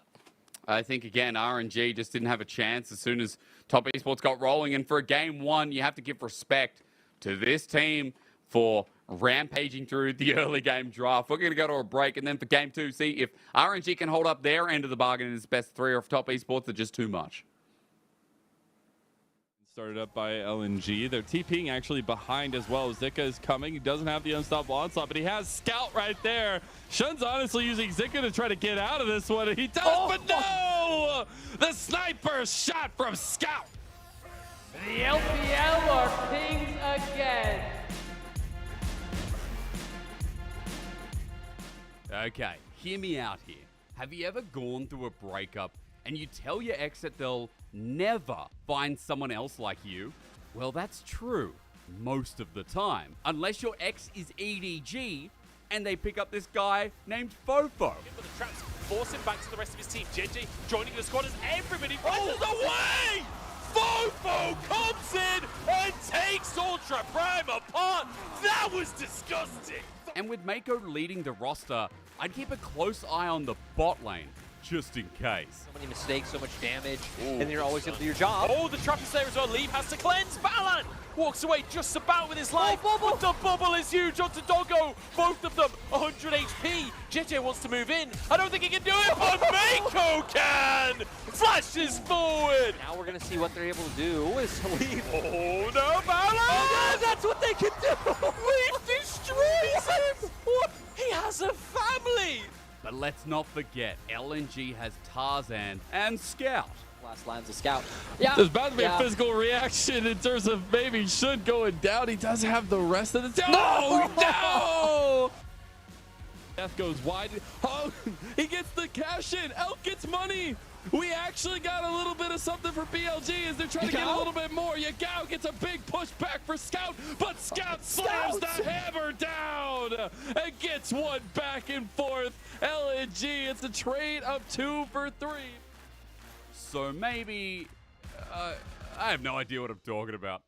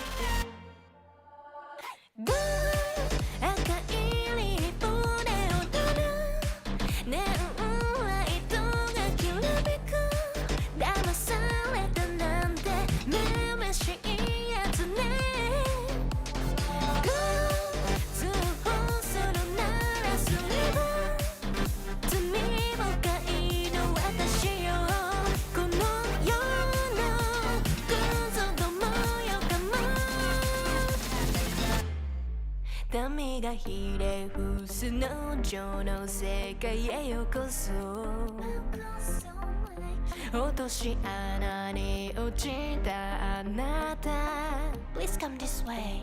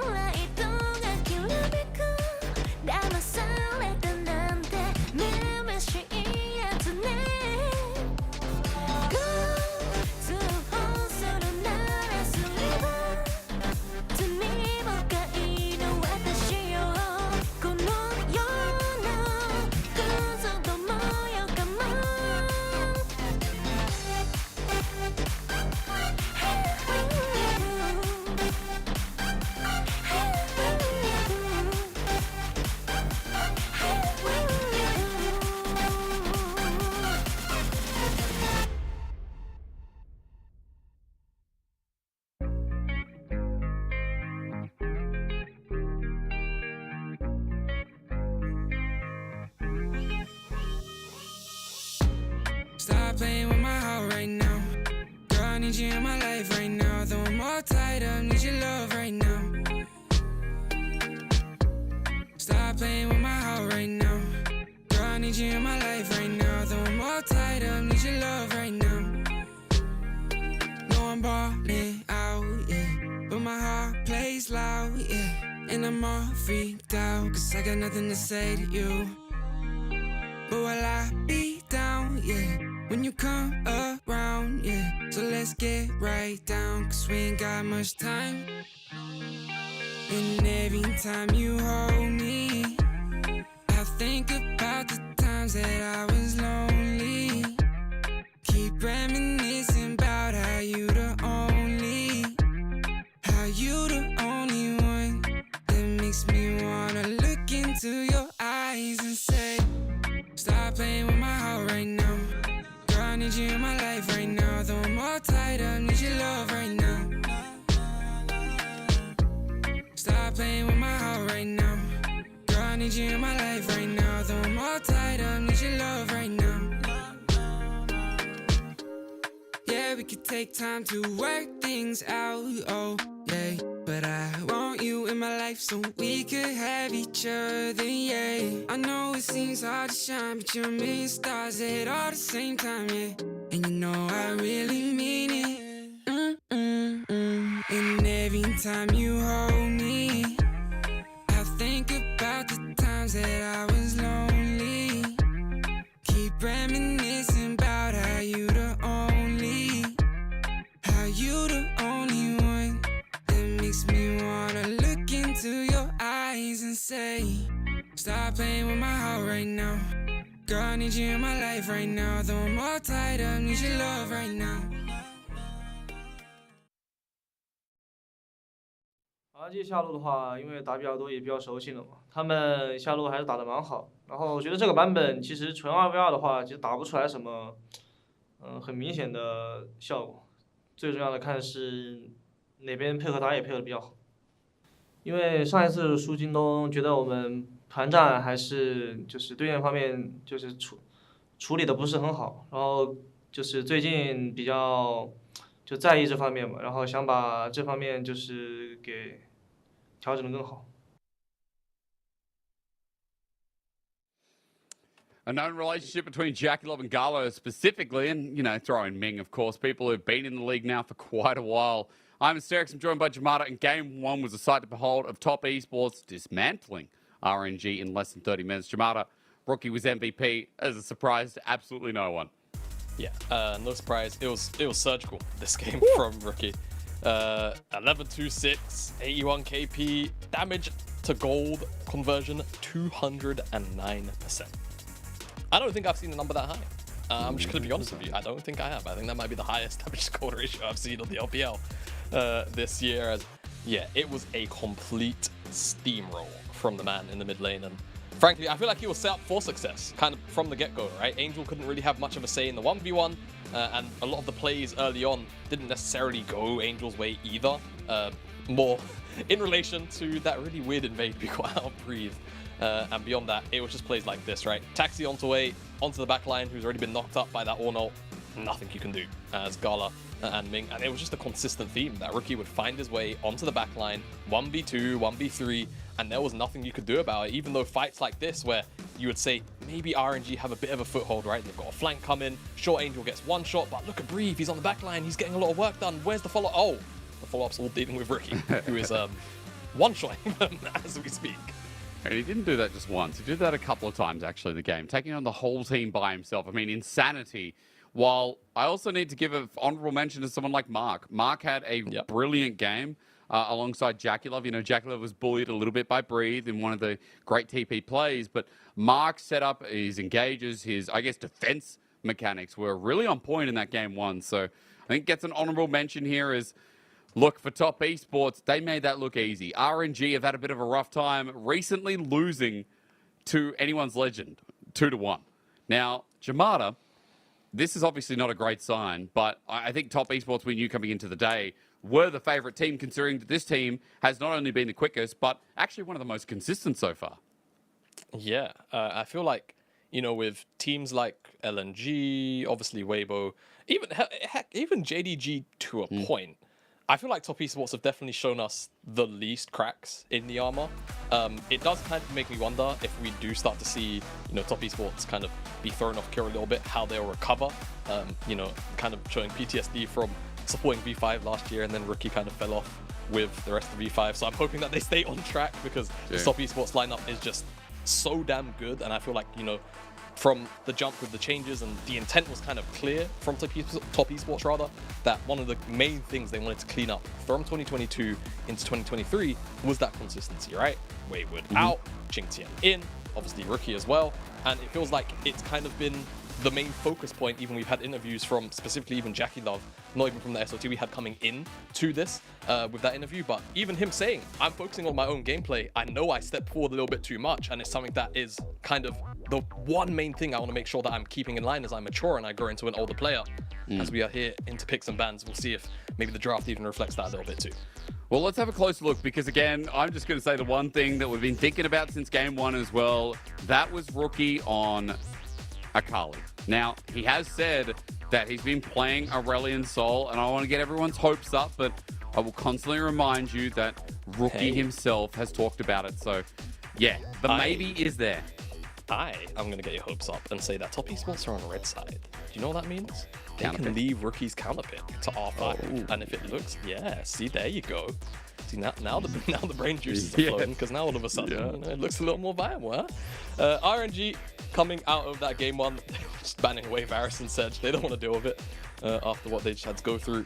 Draven as well, Ashe, Jace, and there's no need for a Maokai ban anymore, so Annie's going to join the ban table. So what does this mean for the first pick here? RNG, do you go towards something like the Zeri? Lee Sin has been very, very popular since his buff last patch, and it seems to be the answer here for RNG and Wei. Now the question is, do Jackie Love and Mark do what, you know, RNG did last game? Is it still about that Lucian, Nami bottom lane? Like, some of the LPL teams don't want to change. They don't want to shift gears and, you know, look at some of the other AD carries that we're talking about at the moment. You know, you mentioned Senna at the start. You mentioned things like Veigar as well being an option. They're going to at least show us that Tien's going to set up for the engage, set up for the pick potential.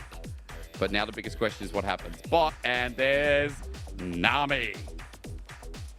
I wonder if that means we're going to get Nautilus or Leona and Zeri. Ooh, it's so spooky, isn't it? I mean, I guess we could technically get something kind of quirk. Ooh, yeah, there you go. Something not always seen 24/7, but I wouldn't mind this. I mean, something like Xayah, deal with the Vi armor every single time, kind of alleviate that, but you know you're going to be dealing with Nami Lucian, and the laning phase is not particularly the best there for Xayah, so going something like Caitlyn, rather, wrong way around, to try and alleviate some of that pressure from the get-go does make a whole bunch of sense, right? Caitlyn, Lux, a really nice one-to-one matchup into Nami Lucian. You can play at range, you can play with poke, and if one binding connects, all of a sudden it's a trap, you lose half your HP. Hell, you might even die if you don't cleanse it, if you're Jackie Love. So I quite like the answer here for RNG, and to me, already kind of setting up that they want to answer the bottom side this time again, but play it a slightly different way and not have to deal with the constant engage and harass from the Varus. True, and this time as well, like, have a proven matchup that has constantly gotten ahead in the LPL. So more exciting for Gala and Ming, while again, you said Top Esports now have the opportunity to leave counterpick for Rookie. Even if it's for Qingtian as well, maybe we get the stable mid. Rookie's going to lose the Akali. That's a great call after the first game. But a lot of solo laners are being taken away, the pool being spread thin. Last time around, Breathe was on this Renekton. I wonder if Qingtian tries to steal that Jamada as their simple fourth. Yeah, so here's the thing. 2 top side bans here for Top Esports, right? Go for something like maybe Cassante you want off the table for Breathe, or... okay, seems like they want the Blanc gone from Angel. They don't want to have to deal with the combo of Lee Sin and the Blanc. I think that makes perfect sense as well. Very respectable. And yeah, like you say, for Qingtian, it's not like he's been a stranger to the Renekton champion. And if you want to give Rookie R5 after a pretty powerful game #1 performance, set him up for success again, I think it makes perfect sense. There's no reason not to. So we'll see what they decide to do. With split bans, you can always kind of do anything. A lot of the times, if you ban 2 tops, you're going to go top on R4. And it seems like with Caitlyn Lux there, they're just going to press a silent bar because they feel like already RNG might not be able to actually deal with that big, beefy top laner. And we will get R5 available here for Rookie. We'll see if he gives us that ASOL. For now, though, RNG have to find an answer. into Syndra. Aurelion Sol into Syndra, Caitlyn Lux. I just don't think you would optimally choose that. I don't think it's happening. Unless top esports. Yes! I'm so happy! All right! Oh, big! Top on! Put it on top! Who cares? Put Aurelion Sol. Rookie. Send the A-Sol. Bro. All right, never mind. It's gonna go right. Okay, we got Alawi. It doesn't matter. Good enough, bro. Alawi, Jamada, take the wheel. Oh my god, I get to cast an Alawi game in the LPL. Give me a second. I need to breathe. All right. So, actually, that's a top lane. Yeah. See, I'm subconsciously making these little jests. All right. So, for RNG, the reason why I wanted the Alawi pick last game was because the top side was just two beefy tanks who realistically couldn't kill Alawi, and especially once she hits level 6. Good luck, to be honest with you. Now, Alawi does hit a bit of a mid-game sort of post-6 before 11 woe point where she can put down a lot of pressure, but in the sort of 1v2, 2v1s, she won't necessarily kill those big beefy tanks. She won't have enough damage just yet. But the point is, you can't kill her and she'll remain full health, but she will leave you with no health to deal with. So that would have been a really powerful pick to deal with in the last game. It feels like Breathe wants to pull it out here, kind of on a similar vein, right? Vi is a slightly bigger damage threat, so we'll see how RNG are able to deal with that if top esports even play towards the top side. But it says to me that they're just going to go full focus on the bottom side and they're going to leave Breathe on an island to just a 1v1 Ching Tian and be a side lane threat all game long. And frankly, if you don't send Rookie or Jackie Love to a side lane to deal with that Alawi at range, that's a problem that RNG are always going to have to be able to use against top esports. So scaling pick on the side lane, we'll talk more about it inside the game, but the point is, a pick like Sion is not going to be able to pressure a pick like an Alawi, and she's going to be able to scale up and farm for free for the first 15-20 minutes of the game easily. And look, if you weren't awake before, if you're like, this series is a snooze fest, everybody better get out of bed, sit in your chair, and get amongst it, because there's only three words actually for this second game. Ain't no way. And there's ain't no way we got an Alawi in the LPL the same day we got the Shies Quinn. Now, Jamada, the great thing is, people out there have probably the two casters, not in the world, but in the LPL, that have played this the most. You are obviously by far on top of me right now as the Alawi player. But I do know that E is everything to this champion, even when Ultimate's up and available as well for trading patterns. If you miss E, everything slows down just a little bit, right? That test of spirit. That's the window where you can punish the Alawi. If she doesn't have the test of spirit up and available, it effectively kind of like double amps your damage. You can just think about it like you're taking double damage. It's not actually mathematically that until very late into the game. But if you get hit by E and you're getting hit by both the test of spirit damage plus also you're eating Alawi's damage flat up at face value, you're just going to lose the trade every single time. So it's a very obnoxious ability to deal with. And it scales quite well. Once you get a couple hundred AD, you sort of sit around 250 after the first two items if you're going full AD. With something like a Sunder and a Black Cleaver. It's something where if you get hit by it as a squishy, you just have to go back to base. You can't deal with it if the Spirit gets killed full HP. So we'll see what Breathe will do there. You're also talking about Vi in the top lane. The great thing is once Vi sets up the engage, and especially if it's pre-6, she can't really get out. And Alawi loves when people can't escape, when people use their all-in and there's no way to disengage. And not only that, Vi's engage patterns are quite linear. Alawi likes to know where to throw her E, and if she knows that a champion's going to run directly into her, it just makes it so easy to land that ability, and all of the damage and healing comes through off of it. 5 years. I was about to say, that was when Suning was Suning Gaming. SNG was Suning Gaming. Xiao Ao, by the way. My God, I can't even remember his real name. I don't think he's playing anymore. I need to look this up because Xiao Ao. Lung Xing, of course. Lung Xing, who previously played on RNG, funnily enough. Played on TT for a little bit. Hasn't played since the end of summer 2021.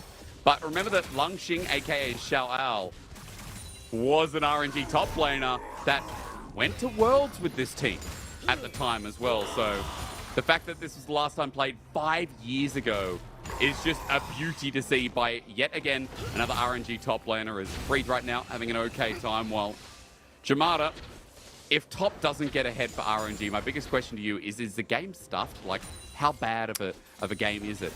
Or do all these lanes need to get ahead? What I will say for the side of top esports is I feel like their scaling is pretty fine with the Rise. It's going to be a little bit difficult to deal with the range of like the Syndra plus the Caitlyn and Lux at the same time. So I feel like objective setup is going to be very crucial for top esports, because if they have to walk into Fog of War against all of those pick tools, it's going to get quite frustrating quite quickly, and there's so much burst damage that, yeah, frankly, it's going to be a little bit too hard in my mind for the side of top esports to deal with, unless they can get super creative with a couple of the approaches. But they don't really have, you know, true backline flankers, right? It's kind of just Vi, go in, you've got that big beefy tank in Ching Tian with the Scion, and you're mostly looking at front to backs for the side of top esports. So if they don't get ahead, I don't feel like it's necessarily doomed. I just worry about, you know, the side lane and how RNG will actually kind of allocate those resources, and how top esports will deal with what should be that scaling threat on the side lane, because they definitely don't necessarily have a true strong side lane threat until Rookie hits, you know, 2.5 ions realistically. True, until he scales it up. I mean, unless JackeyLove takes over and snowballs as well, and this duo swaps around a little bit preemptively. The important part for now to note is that for top esports, these early lanes doing okay to match, but let's be real, RNG have a small gold lead because mid's doing pretty well right now, top's doing pretty well, and Wei's trying to make bot do very well as well. As JackeyLove's low on mana, sets up for the piercing light, trying to clear the wave. Wei is waiting patiently, but JackeyLove and Mark don't step too far up. Mark is going to get rooted here, but again, they're not too far forward. That Wei has wasted almost a minute down in this bottom brush. Yeah, I mean, he's not too fast. I mean, that's the meta right now, Asterix, you know? Yeah. Gank bot, 3 camps gank bot.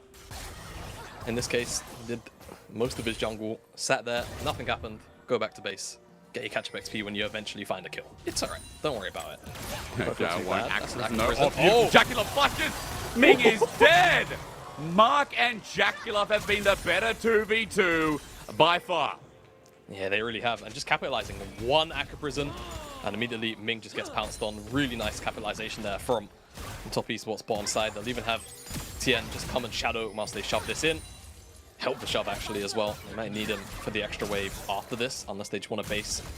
Regardless, should work out as Pantheon's top side. This is a lot of what happens in a tank matchup like this. You get hit by a Test of Spirit, you lose like 300 HP, and then you have to dodge on the tentacles. If you don't dodge them, Alawi just heals, and then it also hits a lot of the wave, so you get auto shove again. And the pattern can just kind of repeat itself here on the top side. So that's it.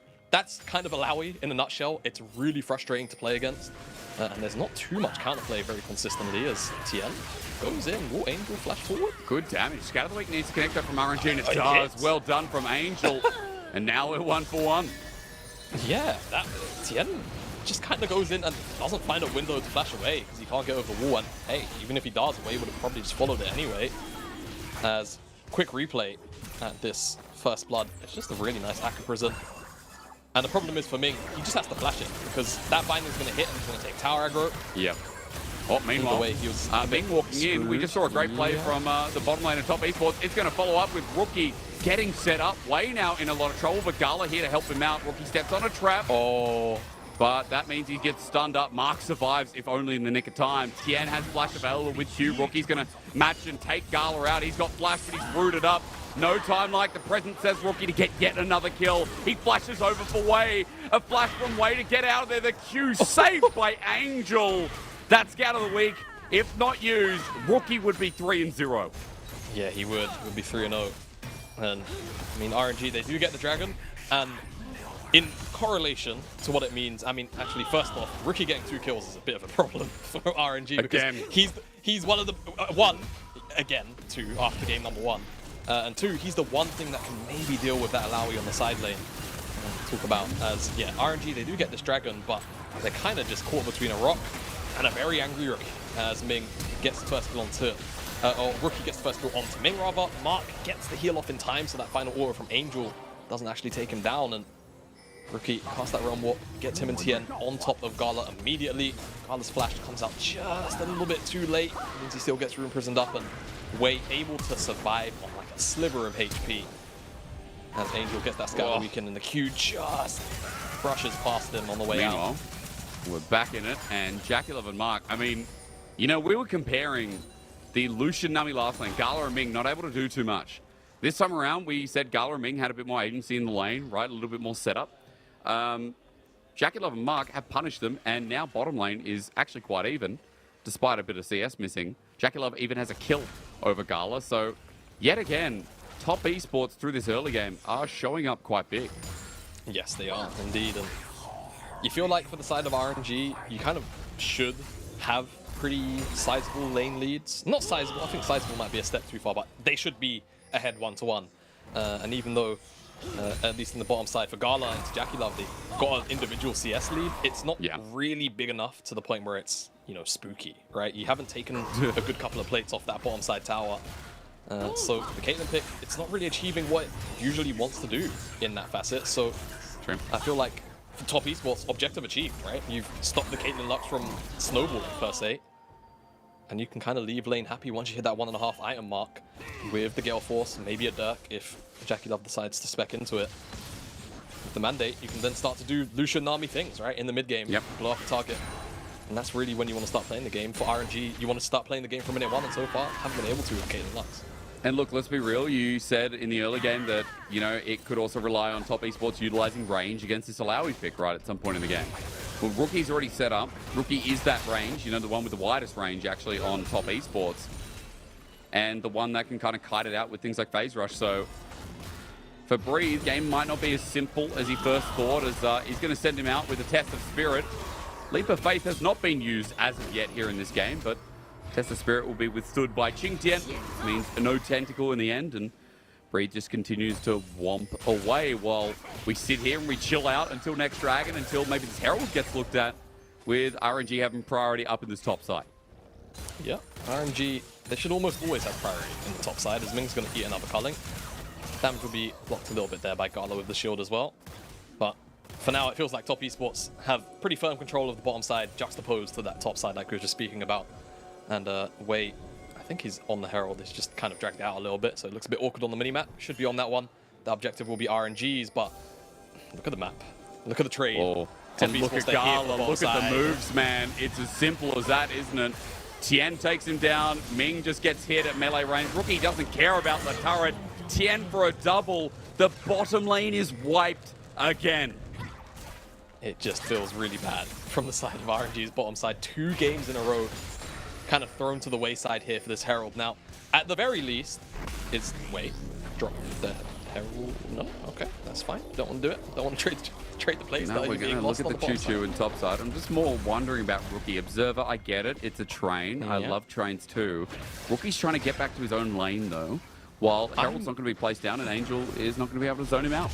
I'm really surprised they didn't drop the Herald mid just to get the gold back. I mean, my only thought is maybe they're saving it for the Dragon and they want an extra facet of pressure, which I'll definitely understand. Gala, however, the unfortunate victim of the pressure from top esports, hovering towards the bottom side. They had a good idea that it was going on. They just unfortunately path the way they do and they get jumped on immediately.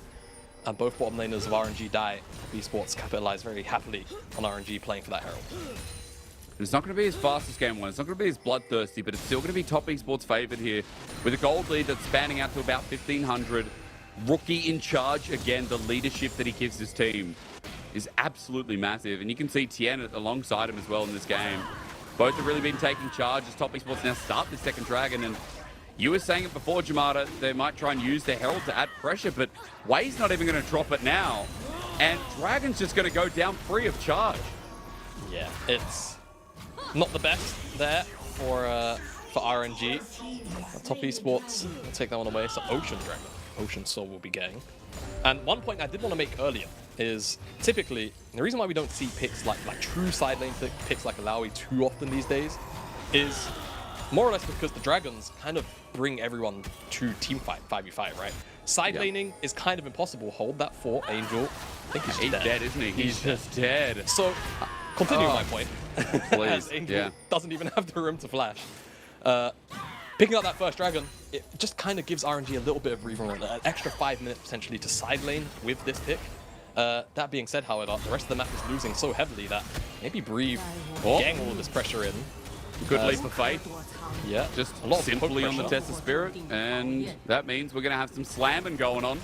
As Breathe, that's all it takes, an ulti to pressure through. But, you know, again, you're right. I like your analysis of why we don't see picks like this because of the value inherent in the bottom lane, right? As you were saying, is, oh, hang on, top might be dead. But meanwhile, is Ming going to die again? Well, he does get a final spark in return. Able to flash out in time and mark the response. Gala, that's got to feel good after this game. As RNG win bot, win top, the ulti back in over the minion wave. Qingtian might find Breathe, forces the flash. Very well played at a low HP bar, while Breathe was about to get everything. Yeah, clean combo on the bottom side as well for Gala. Trap, headshot, auto, net. Really, really nice. I think the timer at the top of the screen, Jamada, is wrong. Because plating went down at 13:57, yeah. That's rubbish.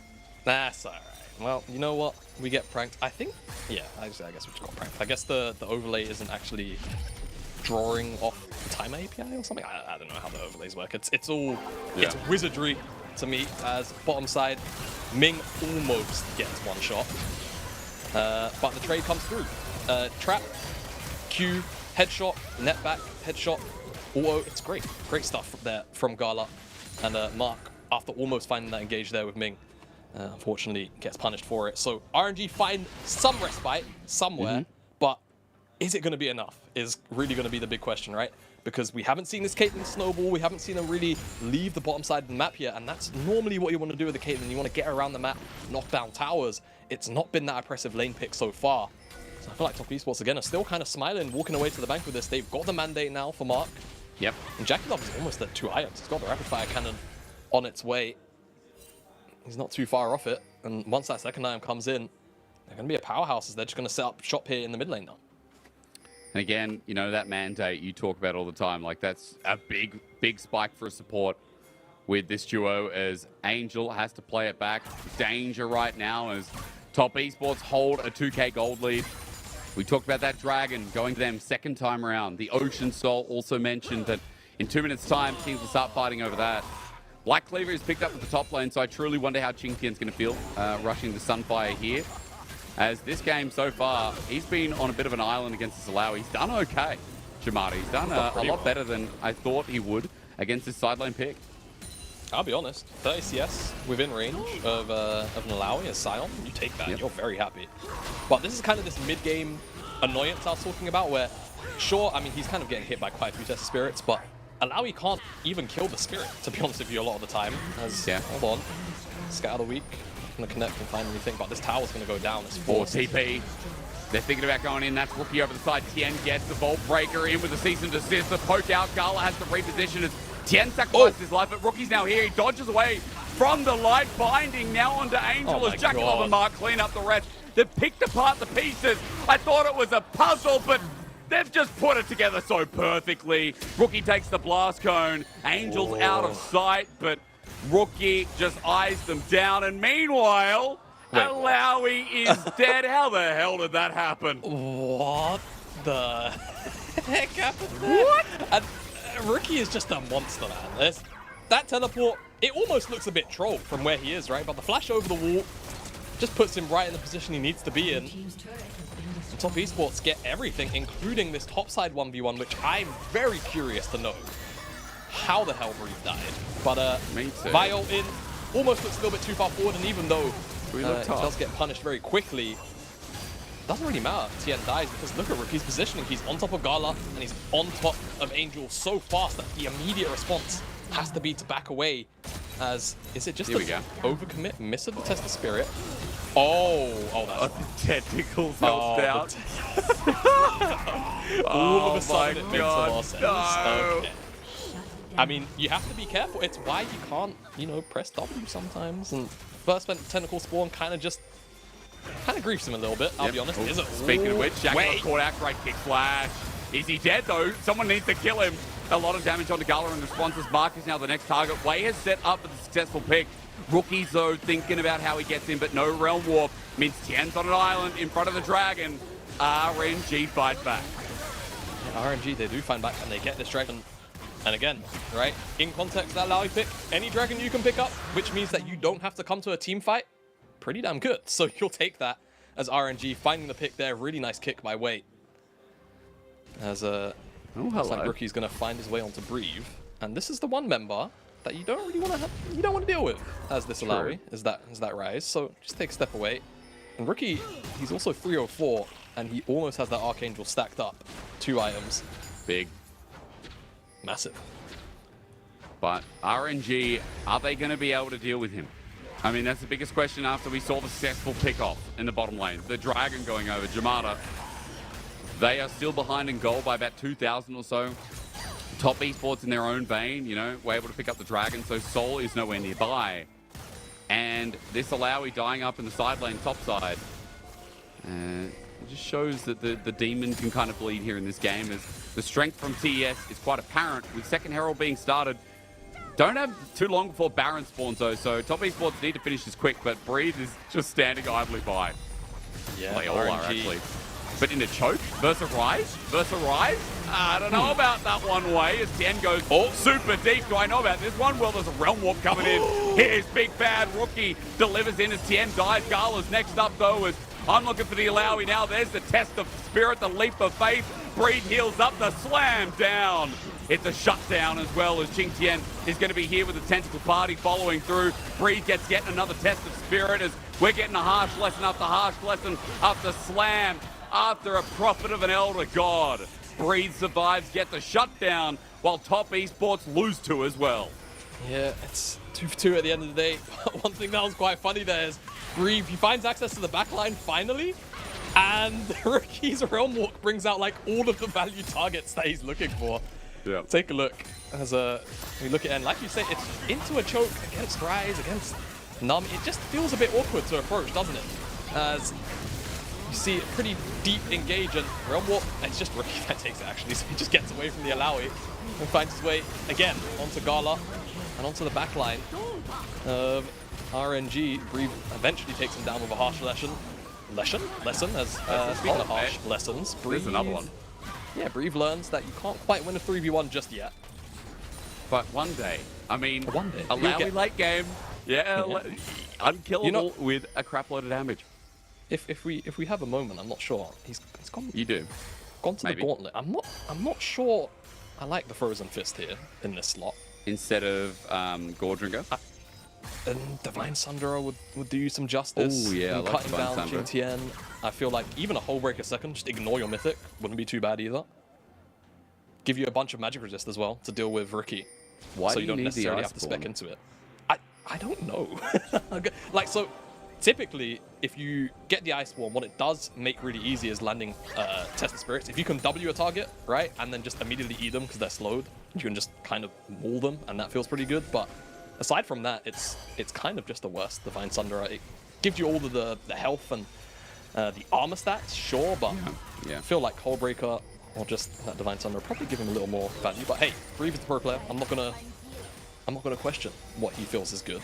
No, you can question. It's all right. I think, again, you are the Alawi savant. You've been waiting years for this day. I really have. Look, Breathe in the last fight, as you said, got backline access, but Rookie reposition made it hard. He got Rookie in the end, big shutdown that led him to this spot, as RNG are sitting in the choke here, once again waiting for Tien to overstep. He Vault Breakers in, he Vault Breakers out. Baron is there live sitting, and Top Esports have cleared all vision with a comp that does it fast enough. Yeah, they do. Rise is 2 items. Lucian's no slouch either. They've got a blue ward, so they know it's been started up. But how do you get in through all of this cloak? Yeah, Culling, Ming's half HP. Sonic It's Wave not the does scariest connect. target to be low. I'm wondering if they were going to go all in on Jackie Love. It's Way again who sets it up. Baron pulled away from. And just like that, Top Esports decide it's a no-go. 35 seconds till Dragon, though. And RNG just might lose this third Dragon of theirs simply because Top Esports were able to force out mid and now get this set up. Yeah, it seems to be the case. But again, you know, Dragons 2-1 apiece. If Top Esports get it, it's 2-2. We're not seeing a Soul for a very long time. True. And it just means that these teams are going to have to get more creative on their engages, on their map openings, their approaches. For Top Esports, it feels like they've got a lot more freedom to do that. And right now they're set up in this mid lane for the tier 2. And RNG are going to be quite slow to respond, right? You see Breathe up in the top side and the recalls came in quite late. Unfortunately, they won't lose the tower. It's just going to be a bit of a chunk out. And now Breathe has some free time up here. And Alawi gets through towers quite quickly. He should be. Yeah. He's Alawi. I hope he is. Yeah, any Alawi would, right? As look, at least as we look back, might have been slow from RNG, but because of the priority on Dragon, Top Esports are going to lose this inner turret towards the top side. It's slam after slam down as Harsh Lesson, remember, an attack enhancement on that turret as well. So down it goes. Personal gold for Breathe as well on this very unique side laner. All for this Dragon. So the gold trade does go to RNG. Gold trade does go to RNG. He has a null magic mantle. I really want to know what he's doing next, you know? Got all the armor from the Frozen Fist. He's got a Phage now. So that's a hull breaker. Don't be don't be a Sterak's. And not that Sterak's is bad. Sterak's is actually a really, really good item on Alawi because she gets so much AD because her base AD is so ridiculously high. But go hull breaker, man. Just full commit to his side. Just do it. It's what you want out of the pick anyway. You don't normally want Alawi at team fights unless you have so much priority that you have to walk into Alawi, which I feel like the top esports, they can just play it at range pretty much all the time. But that still doesn't answer the question as to what the null magic mantle goes into. Because Phage goes into Hullbreaker or Sterak's, but there's no null magic mantle in either. So I guess we get to wait and find out whether...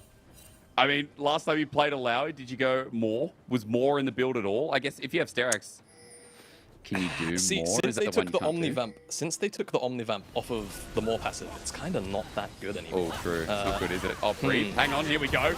Test of faith, a leap of faith rather onto Rookie. That's good damage, but Alawi still ain't there yet. Rookies has to walk away, but Breathe, to be fair, is still threatening enough. Yeah, the big problem is that she's just kind of getting one shot by Rookie because he's almost at death cap already. 3 items looming there for Rookie, so can't really just kind of stand there and face tank. And this is why I asked for the whole break for second, man. I'm just saying. All right, I'm not gonna talk about it anymore. It looks like he's building towards it now, but RNG having that side lane threat kind of just removed temporarily from the map. No ultimate as well means that top esports really want to go back down to the bottom side very quickly. They can, but look at this flank. Angel's been waiting here for a while, but there's just no squishy target available. It's just Jingtian. What are you gonna do? I mean, also note that, you know, Breed's almost level 16 Jamada, and Alawi's ult isn't actually on that long of a cooldown. Like, Leap of Faith is just about back up again, so something can be done here in the fight as Rookie gets the stun down. Tien's gone in. No ulti yet, though. The timing for Breathe is just a road too far as Tien re-engages the tidal wave. Jackulove takes down the shredded machine as Tien now gets poked out, but it's not enough. Top esports, that was a lovely little window.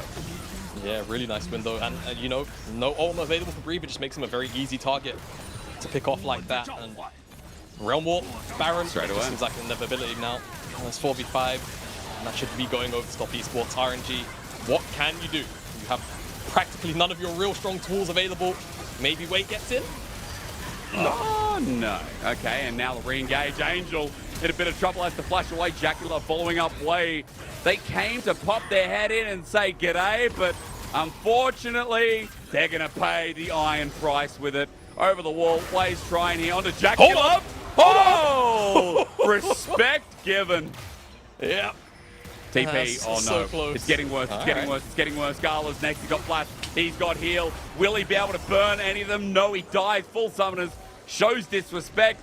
RNG, the Baron was gone. I feel like you're losing so much more than you needed to. Yeah, and I feel like with the Baron, top esports, they can really push the envelope here. They can get so much done. Both the side lane towers at tier 2 can definitely drop here if they're efficient about their time. Maybe even crack open the base if RNG make a misstep. And so far, it feels like RNG have made one too many against the top esports side, who are just so clinical too often than not. What do you do now as RNG when I really kind of take a bit of a step back? We'll talk about it after the replay, I guess. I mean, there's not too much to talk about in all reality. It feels like, oh, forces the flash out from Angel and Wade just gets the chase down. I guess we look at how close he actually got to killing Jackie there, because it was very, very close.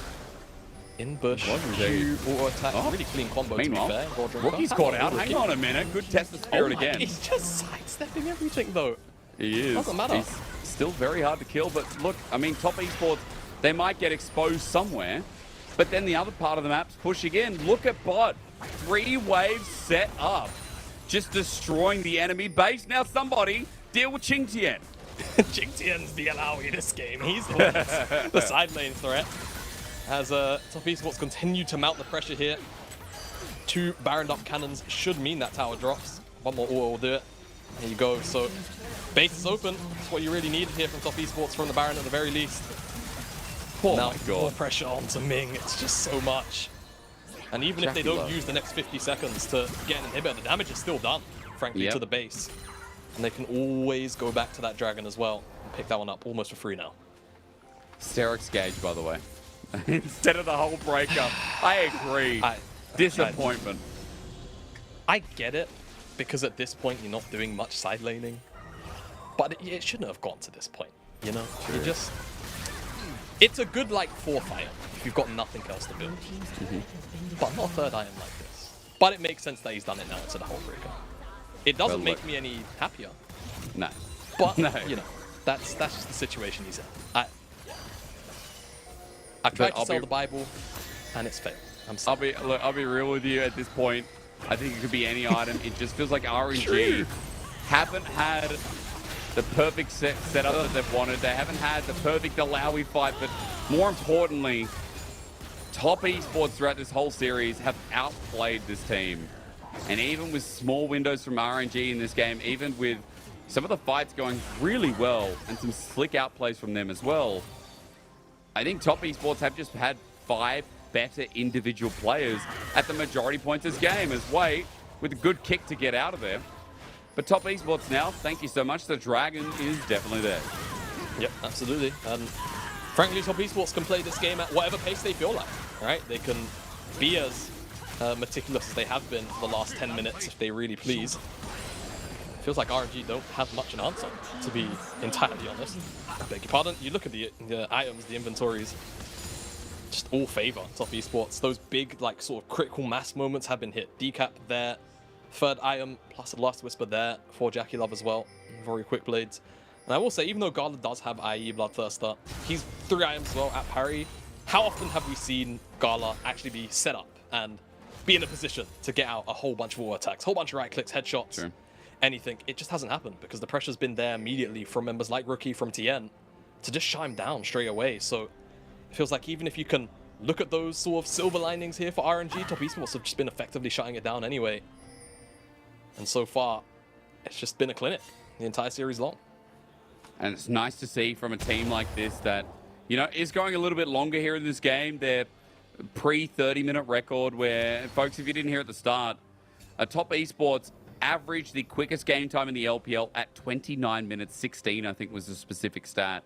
Game 1, they kept to that, but this one even going a little bit slower, it just feels like they're a hair's breadth from finding that final fight, breaching the rest of the base, and ending this 2-0, where we might not have had Aurelian Soul from Rookie today, but we have had a Rookie masterclass all the same.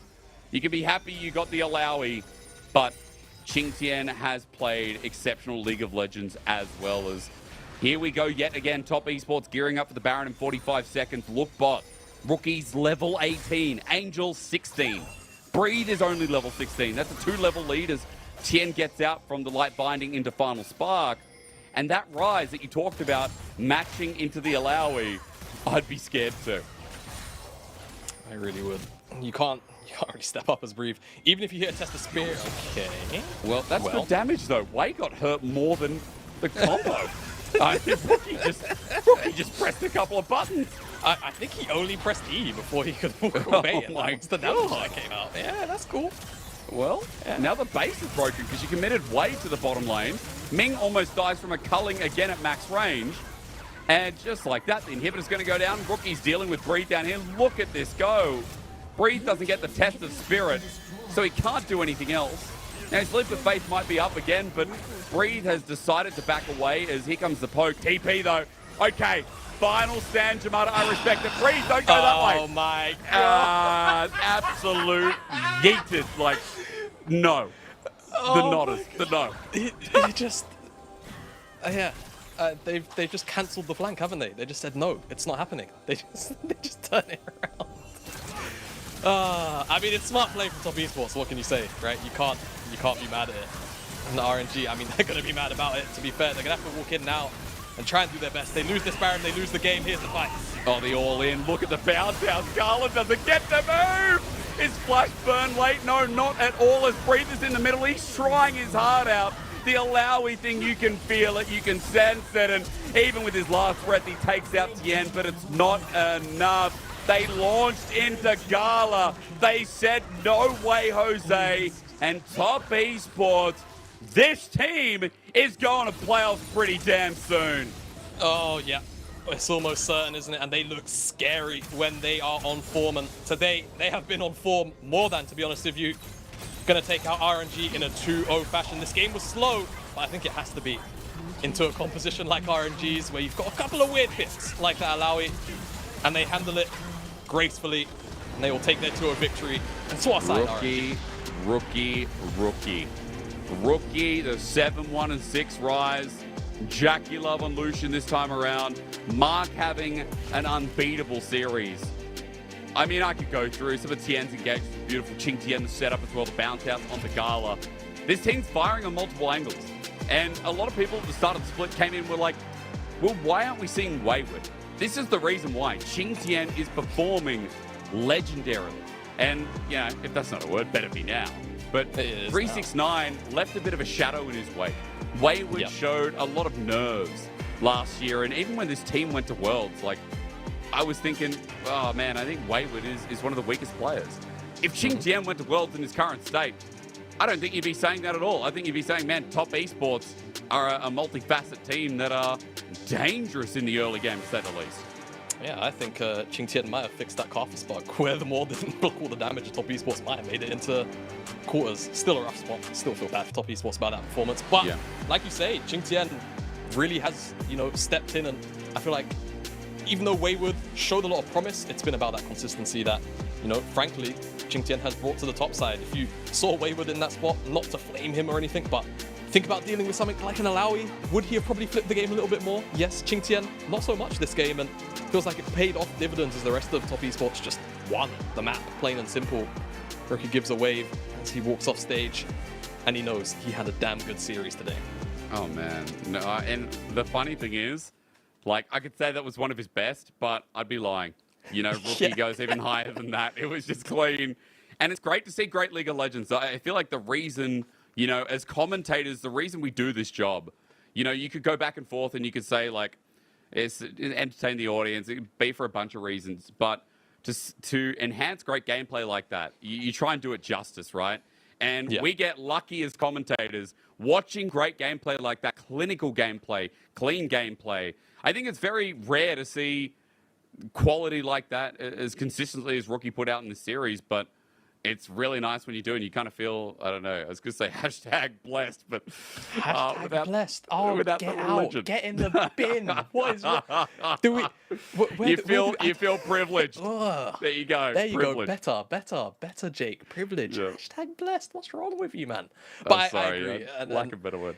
And lack of a better word. And you know, I think when you think about the story, not only for Top Esports, but I think just to focus in on Rookie, you know, it feels like it has been forever since we have seen him at the peak of his game. And it feels like he's always kind of been at the peak of his game continually. He's just not been able to show it on the biggest stages since 2018. And it feels like with this Top Esports roster, the world is his oyster. He can do whatever he wants. And hopefully we continue to see this level of dominance from Top Esports once we do approach those playoff lines. And look, Top Esports have only lost against 2 teams so far. And the fact that the quality's stayed high, like, Weibo's one they lost against, EDG, sorry, not EDG, JDG, with the other team they lost against. Everything else has been consistent as hell, and yeah, sometimes these teams go to 3 games, like against IG, against EDG as well, even against NIP. But Top Esports have that individual caliber that you cannot miss, and it's a shame this game for RNG on the other side, Jamada, because we saw our Alawi, our first Alawi in 5 years. And Breathe, you know, didn't have the worst time. I guess the one dive under turret was tragic. But it's just kind of a shame that for RNG, they were left with no direction when they kind of had no clue where to take the game from how Top Esports was spiraling it. As I've just been told, a very special turn of events. Ladies and gentlemen, we don't normally get superstars. Oh, okay, we do. We get a mixture. We do. But today, we are definitely getting the best. Rookie is standing by with Christina over in a Hongqiao Stadium over in Shanghai to hear his thoughts for an interview. Hello there, welcome to Post-Game Interview. I'm Christina. We're joined by Yuki, the millionaire for Top Esports. Congratulations on taking down your opponent with 2-0, very dominant victory. First question for you, we really want to talk something about your creative intros, and we are so impressed by your previous creative intros, but you didn't show anything special, so can we expect more things about this part? 欢迎 Rookie 来到我们的赛后采访，恭喜滔博今天2-0，非常干净利落的拿下了本局比赛。其实聊一下这局比赛吧。其实我们在这个赛季呢，确实为滔博一些非常具有创意性的开场秀让我们所印象深刻。但今天好像大家开场都是比较常规正式，我们能不能在之后的比赛当中期待你们一些其他的好点子呢？之前的话可能是我们不管是俱乐部啊，不管是队员都有。就临时想起来的那种整活嘛，然后今天的话，可能因为比赛比较早，所以我们脑子还没清醒，所以没想起来那种东西。Actually, in previous game, and our team or our teammates will come up some very interesting and creative ideas. But today we play at 5 p.m. here, and maybe we didn't wake up and don't come up some interesting and creative interests. And the second question, I really want to touch on your own performance on Akali in game number 1. How did you manage to almost kill all of your enemies in those skirmishes and the team fight? And also, the game number 1 is so intense throughout the whole game from the very beginning. 那么今天第一局的时候，我们也可以看到，从前期开始一整局都是一直在打架，非常激烈嘛。Rookie 选手觉得自己第一局阿卡丽的表现怎么样？然后你是怎么样在几乎每一波关键团战中都精准的切到了他们的后排？首先我们队员给我做出一个比较不错的输出环境，然后同时，但是我前面捡的头太多了。后面的话发育差距有点大，正常的阿卡丽表现嘛，我并不觉得打得多好，对。Actually, I would like to give credit to all of my teammates. Thank them for creating a very comfortable environment for me that I can do some damage. And I think that I played normally, but I really farmed well and I get some really items in very earlier than our opponents, so that maybe just play normal. And thanks to our teammates. And next question, I really want to touch on something about game number 2. It has been 5 years since last time we saw the Alloy top, especially in LPL. So what was your team's communication being like when you saw this surprising picks maybe? 那么在第2局的时候，对面可能有一手奇招，就在上单选出了俄罗伊。其实这个英雄在 LPL 来说已经有5年的时间，1800多天没有看到这个英雄了。不知道滔博这边有没有觉得好像没有预料到这个选项？然后在看到这个选项的时候，队内有没有关于他做一个简单的沟通呢？对，我就刚没听清。sorry。那么首先就是对面他们呼吸哥拿了一个俄罗伊嘛。好，可能是这个英雄在韩服排位的时候，有直挖俄罗伊的一个绝活那个玩家，然后可能是晴天，包括我们所有的队员都看了不少这个英雄，就这个英雄只是打坦克啊，有对线少优势，然后团战的时候。一个人能打，我们后排这种，有这样的优点的英雄嘛。但是我们提前如果沟通好的话，尽量不要被他打太多伤害，然后慢慢打他，应该是比较好赢。有这样沟通。Actually, about this Alloy pick top lane, for us, I do think that we have seen a lot of Alloy top lane games from the LCK serve, and not only me, but also for my teammates, we all watch those games and pay more attention to that player. And actually, especially in this game, I think that Alloy maybe can get some little bit leads when playing against the tanks champions, and maybe he can do some damage to engage some like the core players when in team fight, as long as we manage it well. And don't let him do some damage in team fights, and we can handle it easily. And I also want to touch on your next coming matchups, and you are going to play against LNG, who ranks the first place of standings. How are you confident of taking down them? And what's your take on this matchup against LNG next? Sorry， 下一局的时候，我们这边要面对到的是目前积分榜排行第1的 LNG 嘛，然后滔博现在的状态也还不错，觉得怎么看待下一场比赛？因为等一会儿有他们的比赛，然后我们提前去备战一下，然后研究一下他们到底最近的，他们的优点在哪里，然后我们需要注意哪个地方。其实我们也跟他们打了不少训练赛，他们的一些就是特点我们还是比较清楚的。然后我觉得还是首先就是必须要保持我们自己的状态嘛。然后最近的话，滔博整个队员都是磨合的还不错。然后我希望下一场比赛应该有很精彩的比赛。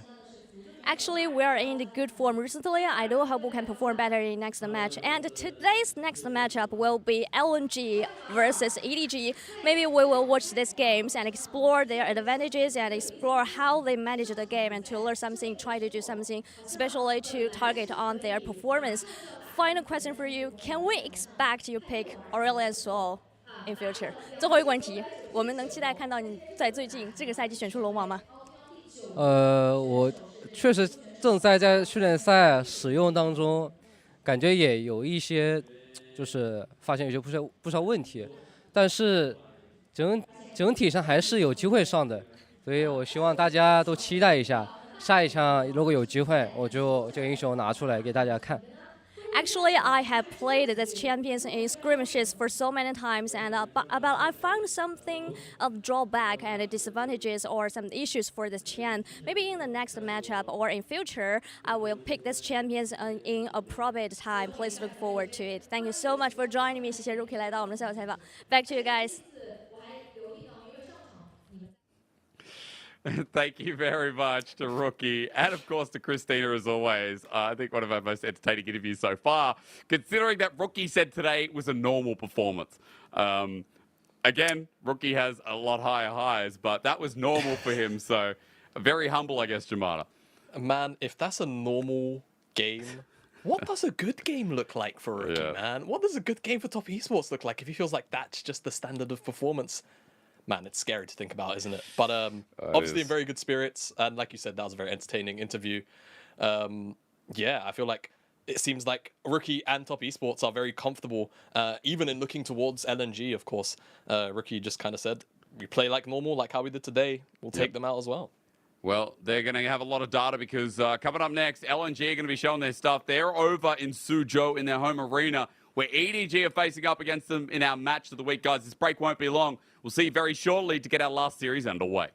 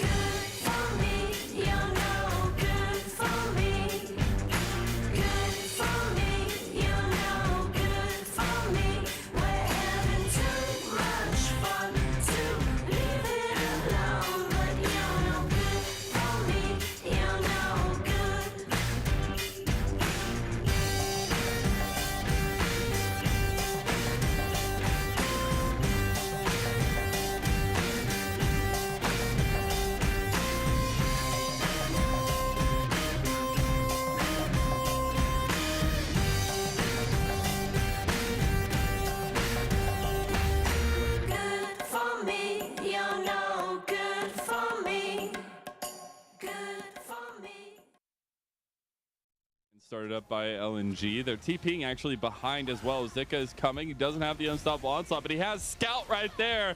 Shun's honestly using Zika to try to get out of this one. And he does, but no! The sniper shot from Scout. The LPL are kings again.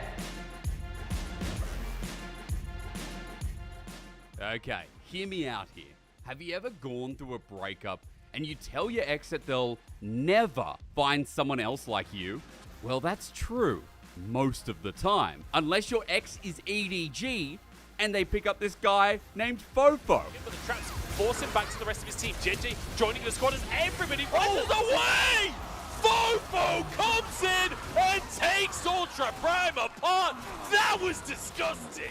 And with Mako leading the roster, I'd keep a close eye on the bot lane, just in case. So many mistakes, so much damage, and you're always able to do your job. Oh, the trap is there as well. Leave has to cleanse. Balan walks away just about with his life. But the bubble is huge onto Doggo. Both of them 100 HP. JJ wants to move in. I don't think he can do it, but Mako can! Flashes forward. Now we're going to see what they're able to do is Leave. Oh, no, Balan! Oh, no, that's what they can do! Leave destroys him! What? He has a family!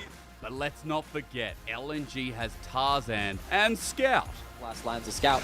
Yeah. There's about to be a physical reaction in terms of maybe Shun going down. He does have the rest of the team. No! F goes wide. Oh, he gets the cash in. Elk gets money. We actually got a little bit of something for BLG as they're trying to get a little bit more. Yagao gets a big push back for Scout, but Scout slams the hammer down and gets one back and forth. LNG, it's a trade of 2 for 3.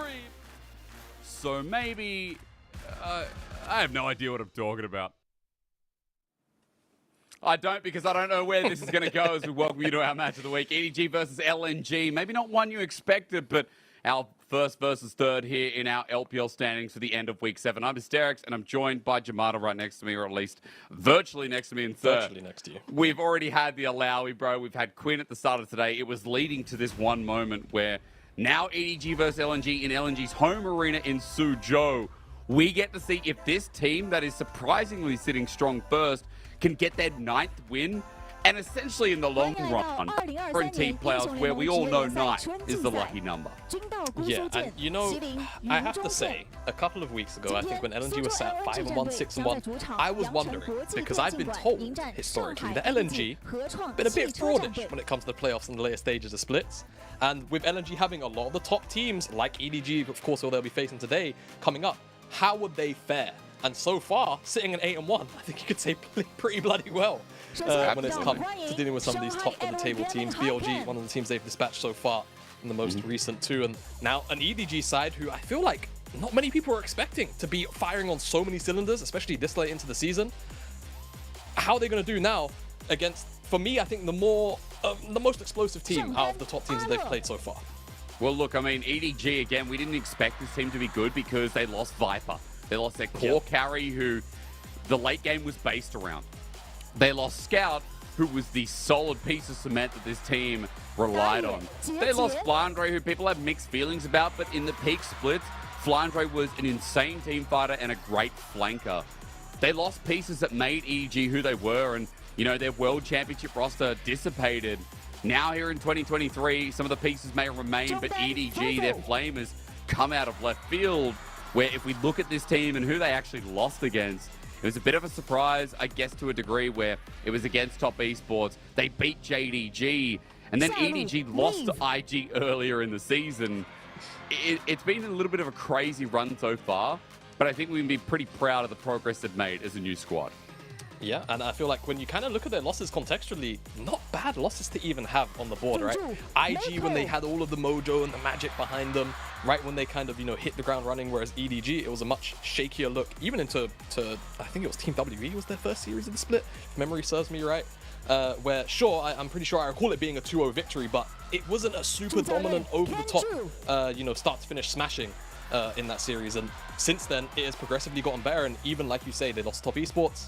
It looked like a pretty good series for me if you're talking about an EDG lineup who lost all of those home brand players like Viper and Scout. So super impressed with Fofo and Leave stepping in, and even Arlo, of course, in the top side of the map for Flandre, looking really solid so far. Built around foundation piece as well. So. We have to remember that today for EDG, you know, going up against LNG in the home arena, it's Scout versus his old team as well.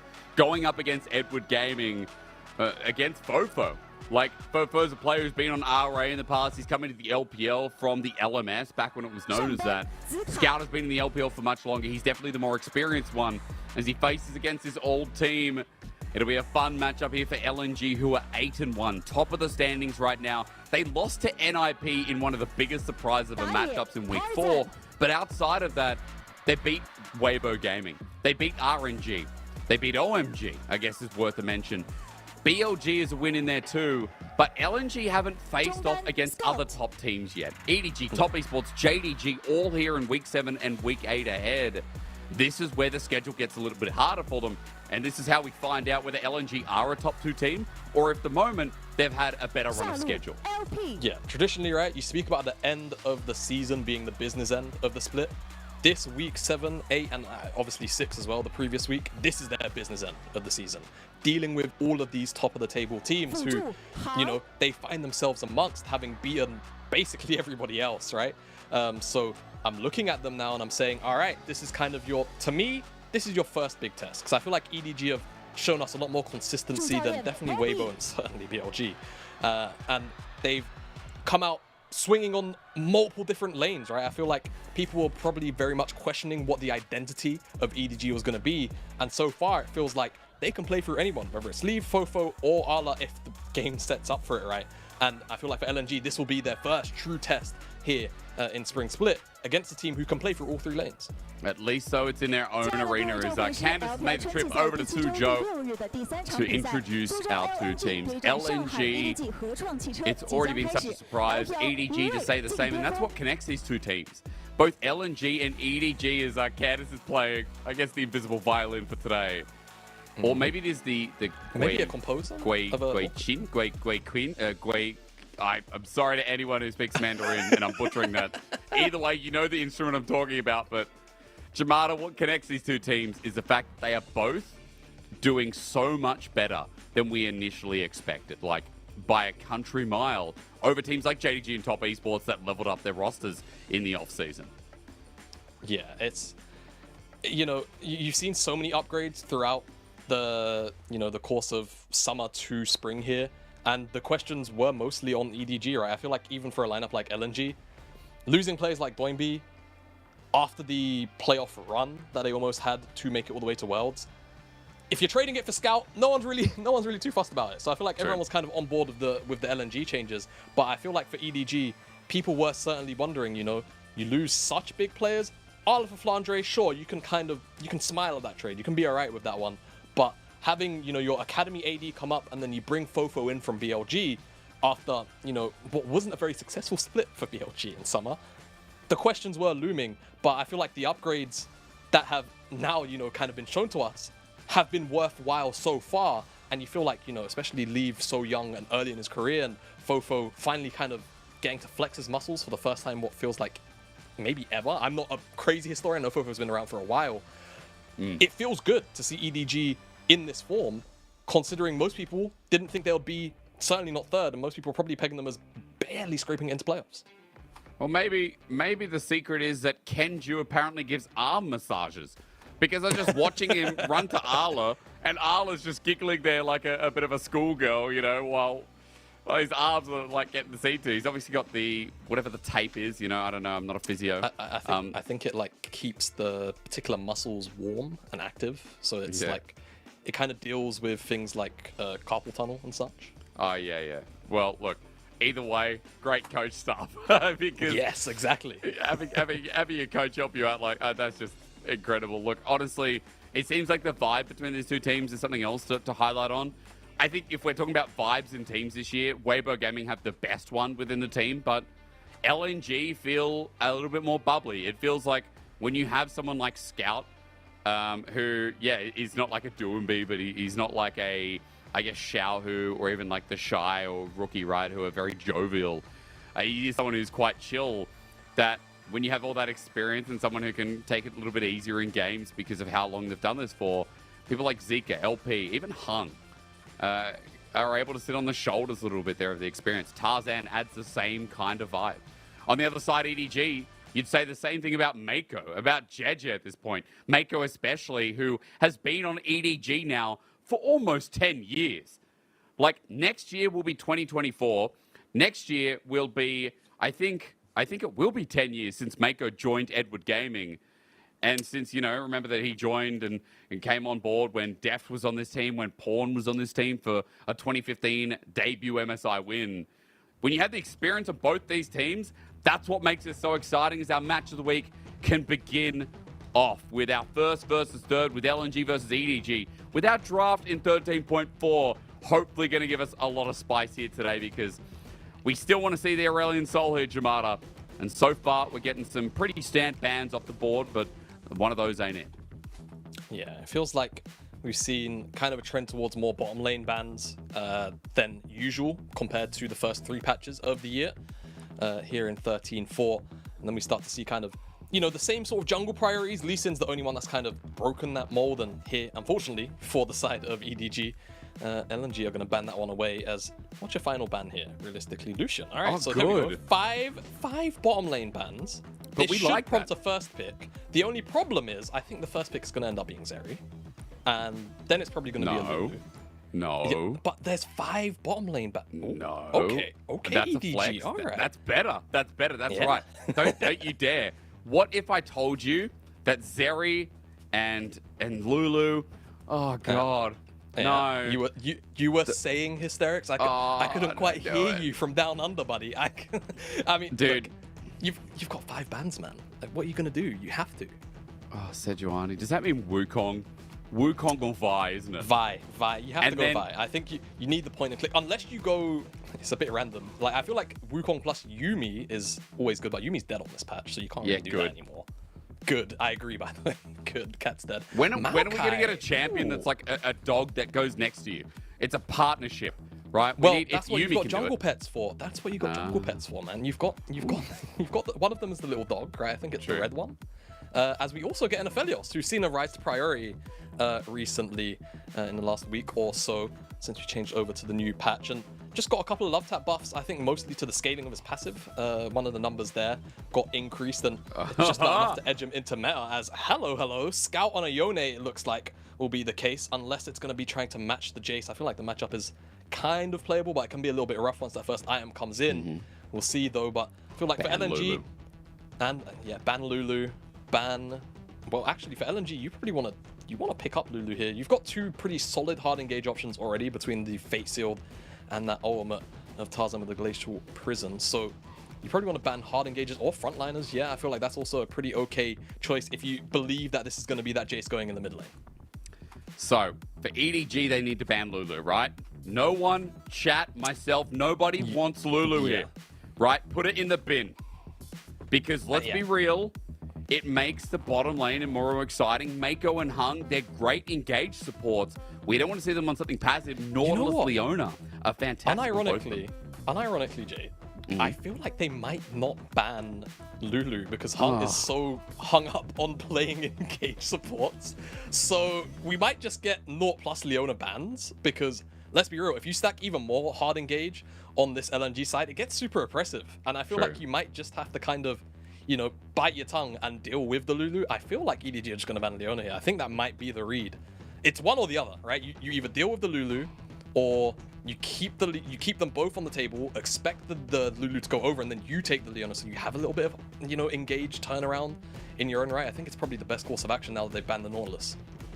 Your brain. Oh, I could see it coming there. So both of them are up from bad. Maybe the handshake deal, right? As Renekton gets banned away, LNG are going to leave support for counterpick.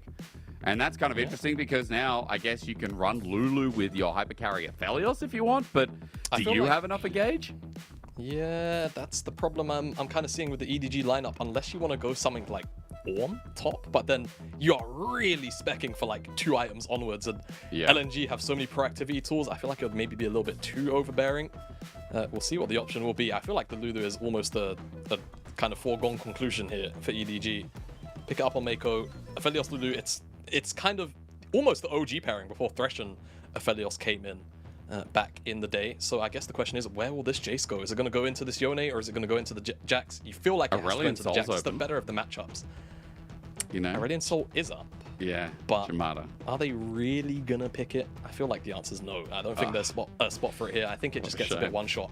Gets a bit one shot here. I think that's the sad conclusion, as it's gonna be Kennen that we get. So a little bit more variety. We've seen a couple Kennens kind of poke their heads here in the LPL every now and again, but with Lulu plus Aphelios on the bottom side, I feel like Hung has kind of pick of the litter in terms of support options, and he's going through a couple. Rakan is definitely a pretty okay pick here in terms of sort of buffing up that mid-game team fighting, but it's not going to provide the pressure you might want in the 2v2, that's for sure. But it will be the option here for Hung. More mid-game snap engages. I like it for the side of LNG because it's definitely what they've spec'd into here. It is really what the composition is all about. Throw those ultimates out, get on top of the enemy backline, and one-shot them with the Yone, with the Zeri. I think the theme for LNG is obvious. Like, you set it out perfectly. It seems like it all comes together cleanly. Run me through EDG on the other side, because I see team fighting potential, but I see range, but then I see pick potential, poke. Like, where does EDG want to spec into? So I feel like EDG, yes, on paper, the composition's kind of all over the place, but they definitely thrive the most when they're in front of an objective first here. You've got the poke, you've got the saplings. It can be very annoying to walk through both Jace and Maokai at the same time.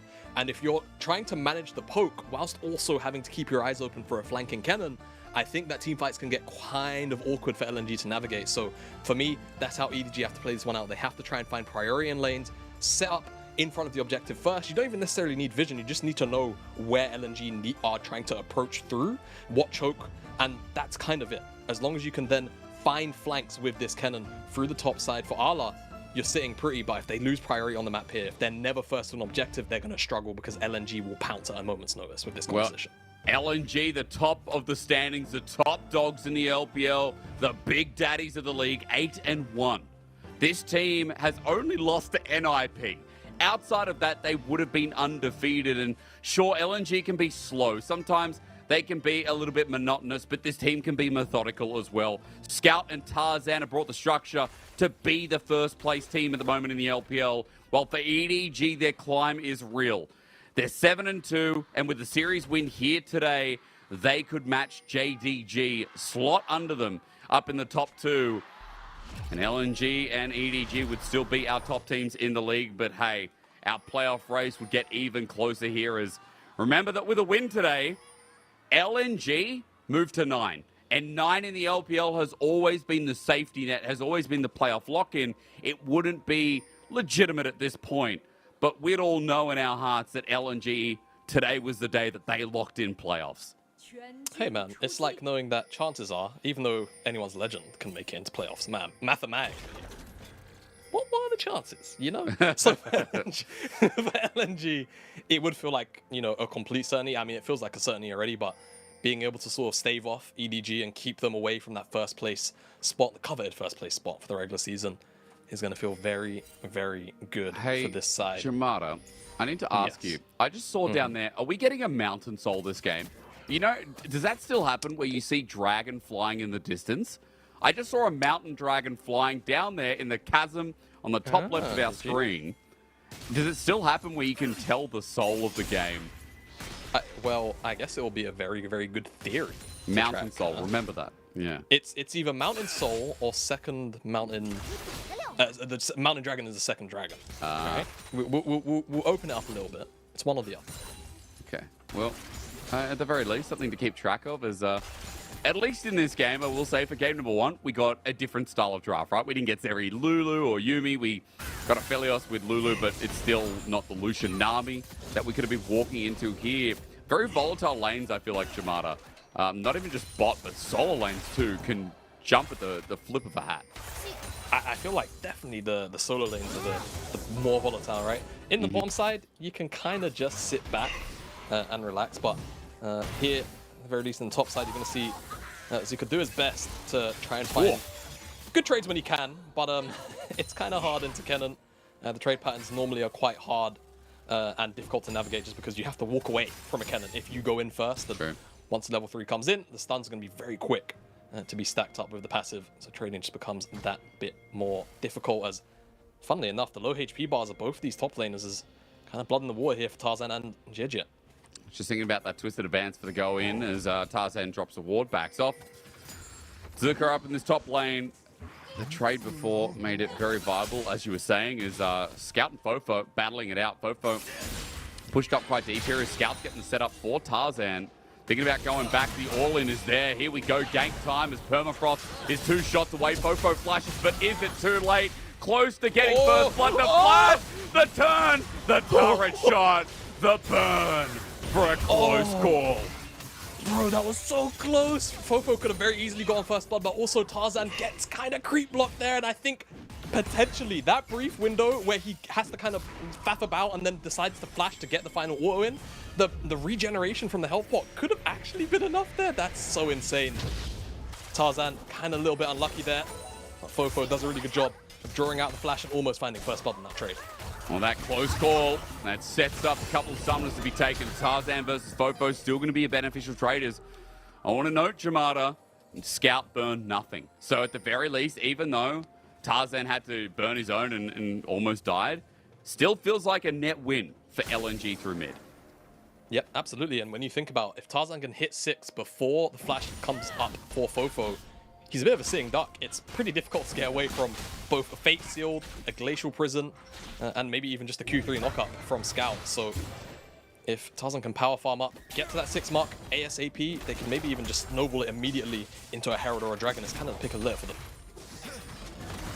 I just feel like those neutrals, when you talked about EDG wanting to be on them first, is going to be something that we have to compare here for LNG. As EDG do have a bit of a gold lead. Seems like right now that is through bot and jungle as a combination. I'm just trying to look in particular. Not too much up in that top lane, maybe about 100 gold so far. As it's a big way from Arla though, so comparison is not going to be quite on board at this point. As that 600 gold lead, let's see if it evens out a little bit. That dragon going to be Ocean to kick us off. Now remember, Tarzan burnt that flash towards mid, burnt his own, but as Fofo gets the shove in, he just has to back off, pay respect to Scout. As now Tarzan heads down to bot to see if he can hover and find anything in the meantime. Yeah, Tarzan just getting as much pressure as he can on the map, but for now, I feel like he's going to kind of struggle. There's not a lot of setup in the bottom side. It's mostly in the top side, mid lane, where he's got most access to finding these ganks, right? Arla should have priority a lot of the time here into Zika, which means he's going to be not necessarily always overextended, but he's going to be further up in the lane, easier in position to gank, and you can already see, like, level 6, it's here to Scout, and Fofo just has to step all the way back. He cannot walk up to this. Gonna probably even miss the cannon, unfortunately, but Scout's just doing his job, right? He makes sure he doesn't body block it.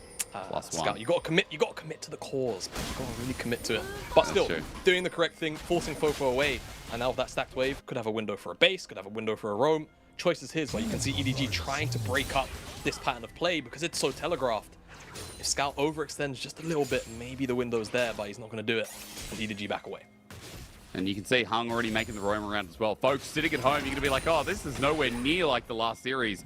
Guys, EDG, or maybe on LNG side, I should say, they're a very paced team.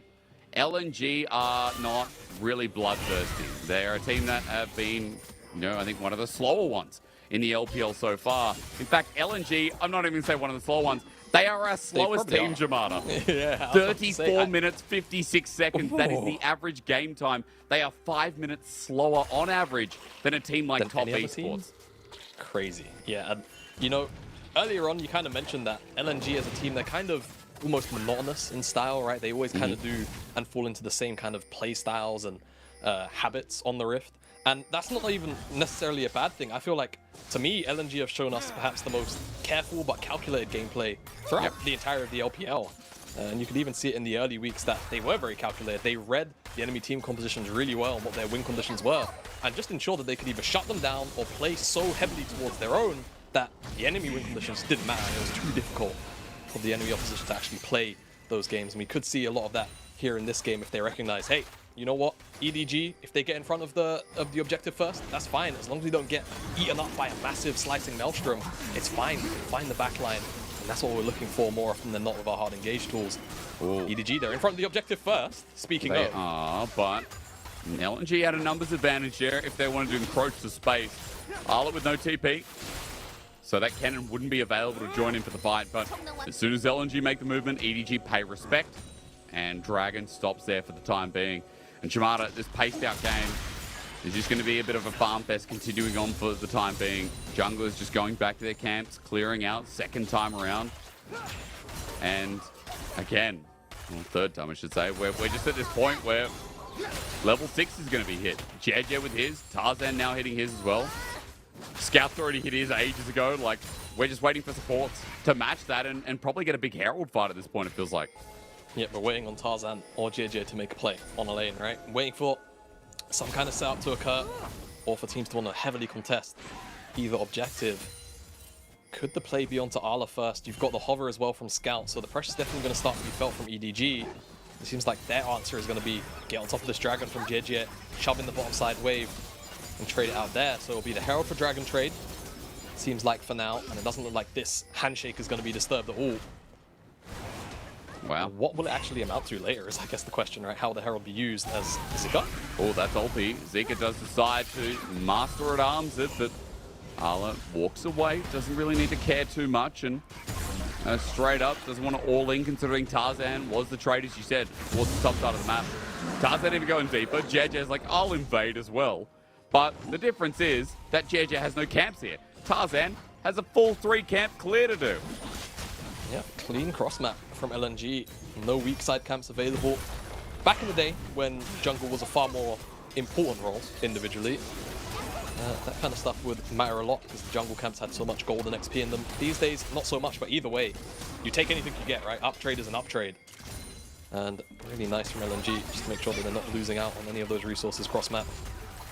And it's not a Mountain Dragon second, so the soul is still on the table.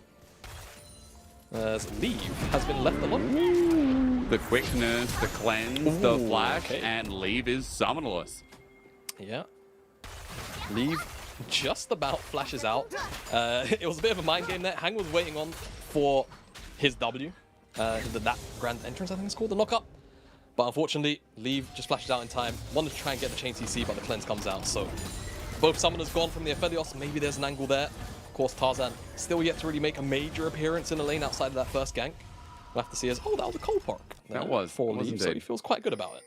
So, Jamada, while we're just lolling about this slow early game, I need to share because today was a nice day for me. I went and got my tailoring done, wedding suits, you know. Oh yeah, you know, congrats. we're 3 months away. Yeah, I know. Big day. Getting nervous as hell. I can say that because my future wife is asleep right now. It's only 10:30. Why did you sleep? Anyway, burgundy suit, brother, I need to share.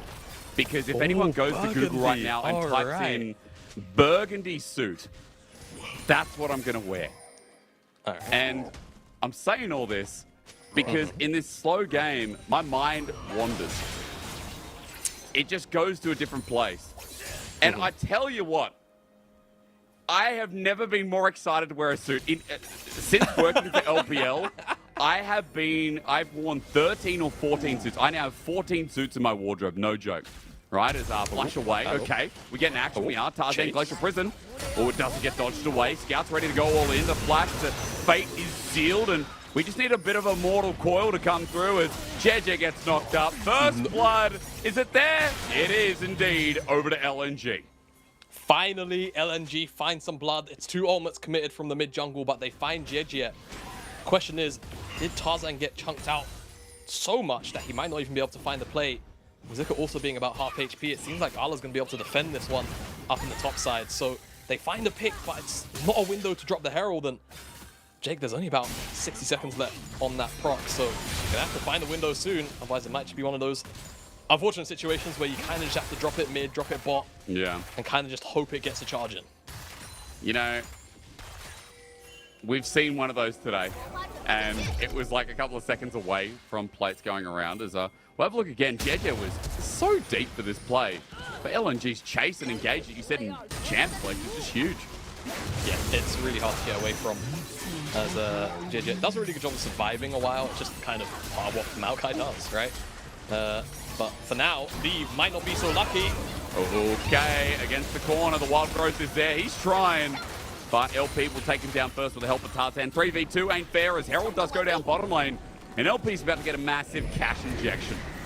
Yeah, he is indeed. And I mean, it was really nicely played by Mako. Interrupted the knock-up with his own off the Wild Growth, but frankly, not enough. No Gale Force at the time available, and Leaf still had those Summoner spells from the earlier play. Even though he had the good guns, Leaf unfortunately just gets dropped, and like you say, Herald goes down on the bottom side. LP gets a bit of a cash injection. And he'll hopefully go back to base for himself and try and equal out that item disadvantage he is at. Really nice play for LNG, and that ultimate should be up by the time that next dragon spawns as well, Hungs that is. And they'll be able to find another fight on the bottom side, try and equal out that dragon count. And we can finally get to the bottom of the conclusion of that was a reap. We're in a reap. This isn't real. There we go. are. I was like, where are we? Are we in the Matrix? Who are What's we? going on here? Where are we? Who are we? As a, yeah. Again, really nicely played by Mako. Interrupts the Grand Entrance knock-up, but frankly, too much damage, too much CC, and Leave is in too awkward a position to move away, and Leave gets a play. I thought that was below the play. It was actually above it. Gets 175 for an auto attack. Now the dragon spawns in 15 seconds time. Let's see who exactly wants to contest it the most. EDG getting that first one, trying to get that second to get the snowball going will always feel good. For LNG, the team fighting composition, they can comfortably give it up if they really want to, if it means they can cross map. Because they know in 5 minutes time, they'll be able to very happily contest with all of these team fighting tools available. So, Jamada, when you have a 1-0 Zeri and a 1-0 Yone on top of the team fighting tools you just mentioned and how the comp is going to operate, I think just overall, you are chilling. You're just sitting here going, yeah, man, we don't need to do too much. Scout and Bofo battle it out. Immortal Shield Bow is taken, but as long as dragons don't stack that earlier on, LNG, man, I mean, like, it's like me on a Saturday, maybe today's Saturday, but I'm not working, sitting there with, like, I've been enjoying a bit of Guinness. I think LPL is like an 18+ area anyway, so we're okay. But chilling, extra stout Guinness, that's what I feel like is, wow, that root lead goes melee range, flashes away. The repositioning was gorgeous. That was a Viper move, if I've ever seen one. Word. That was definitely some manifestation of the spirit of Viper. And practically just 2v1s with Mako at his back. And that's pretty much going to get them the dragon as well. Really well played by Leave. It's just so hard to deal with him from the side of LPL. They don't have the damage or the CC without Tarzan there to stop the Aphelios from doing that. But I will mention, he loses both Summoner spells again. But there's not necessarily going to be anything on the cards for the next couple of minutes, as the Herald is also being taken too, so it won't really matter as much as we actually get a Cloud. So I guess that Damn. is I don't know if it was the one we weren't going to see. Mountain just flying off the roof, but then again, we have a Chemtech Dragon now. Hang on, with this TP, is this int or smart? Int or smart? Let's have a quick vote as Zika does have Flash available and Master at Arms. He's going to get nuked out, but the help of his team, he gets away only just. Zika was able to dodge through, but Arla is just away with murder. Almost murder. That was very interesting. I'm not going to lie. I think that was a heist. The getting away with murder, heist. True. That was kind of nuts. I don't know how you ever get out of that, but good job, Arla, for surviving. Doesn't even blow his flash. Oh, yeah. For goodness sake. Yeah, LNG unfortunately can't capitalize on what was a very deep teleport. But they still do have the Herald, and interestingly enough, it was given to Scout, which is I'm not sure why. Normally, of course, it's the jungler that picks it up. I'll have to see where I was going to see where Scout drops it, but it's probably going to be the mid lane. So, is it much a question? I feel like it isn't. As the bottom side tower goes down, EDG picks that one up very happily, and I actually think the top side went down too to Arla. Yeah. So EDG first to the punch on both those side lane towers, and that's going to be a nice injection of gold for both the side laners respectively. Well, we'll continue to chill out then until third dragon, because at this point, with gold dead even, with 2 kills only over to LNG, with trades of turrets going to EDG, I just feel like after watching top esports and RNG go head-to-head, skirmish early, put everything on the line in the first 15 minutes, we suddenly have two teams that are confident in their elements of scaling and their elements of team fighting, as you talked about. You know, it got me thinking, you know, when you see something just kind of chilling out and your brain starts going around, I've already talked about suits. I've gotten to that point where I'm just like, yeah, everything on the table is EDG group up mid. Maybe the thought process will shift gears. You know, you mentioned suits. I did. Something I've realized since I've been in the LEC studio a couple times now. I need more suits. Actually, because I'm only 23, quite young, especially as far as casters go. You are, yeah. And I've kind of just realized, one, you always need a nice suit generally. It's kind of just the go-to for the more formal events. But one, not to flex or anything, but after stealing a lot of Gulborg's wardrobe, which is the running me in the LEC studio, I look pretty good in most of them. So I need to get going. Maybe I'll find a burgundy suit. Maybe I'll get a bit inspired by it. Yeah, I mean, burgundy's a great color. I have an orange and a red suit. Tarzan's out of this one. Don't worry about that, folks. Yeah, he's alright, don't worry. When I was in Shanghai and for some events, I got an orange suit. No joke. Bright orange suit. And a bright red suit as well, which, I'll be honest, when I had makeup on stage, as most casters do, they won't tell you, but most casters do. Yeah, we do. It didn't look too great with my makeup, so yeah, it definitely didn't suit me. As Herald's going to be dropped top in the meanwhile. Mako and Jeja running up here. I'm not sure about this plan. Kind of depends on Arla right now. Arla's positioning though is great. Arla. Oh my God! It's shock therapy. That's illegal in most countries. It's Tarzan and Scout, the ones who experience it head first, but the trauma belongs to Tarzan. All shock and awe there from that flank, and that's what LNG have to be afraid of 24/7. It's Arlo finding the back line or finding a pinch-up maneuver in that kind of situation, and very lucky, I feel like, LNG to walk away with everyone but the jungler. I feel like it should have been more. I feel like just about walking out. I think it was a lot of the ultimates being thrown out from the side of LNG to kind of get away was what bought them enough space, but I mean, we'll get a replay of it straight away. As Plax comes in, it's all about the Herald, right? They just want the Herald to charge in, maybe get the tower if they're lucky. Hung just in a very unfortunate position, able to dash out, but you can see it coming from a mile away, but there's just not enough time to respond. And not the knockups, I think it is just that ultimate from Tarzan that gets thrown out, which just about slows the approach from the side of EDG. And I'll say it, if Leave was here, Leave would have probably murdered everyone.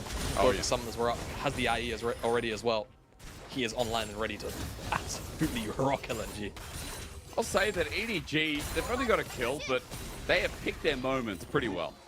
You know, they've given away very little, but they have picked their moments in their setup pretty precisely, even the threat of it.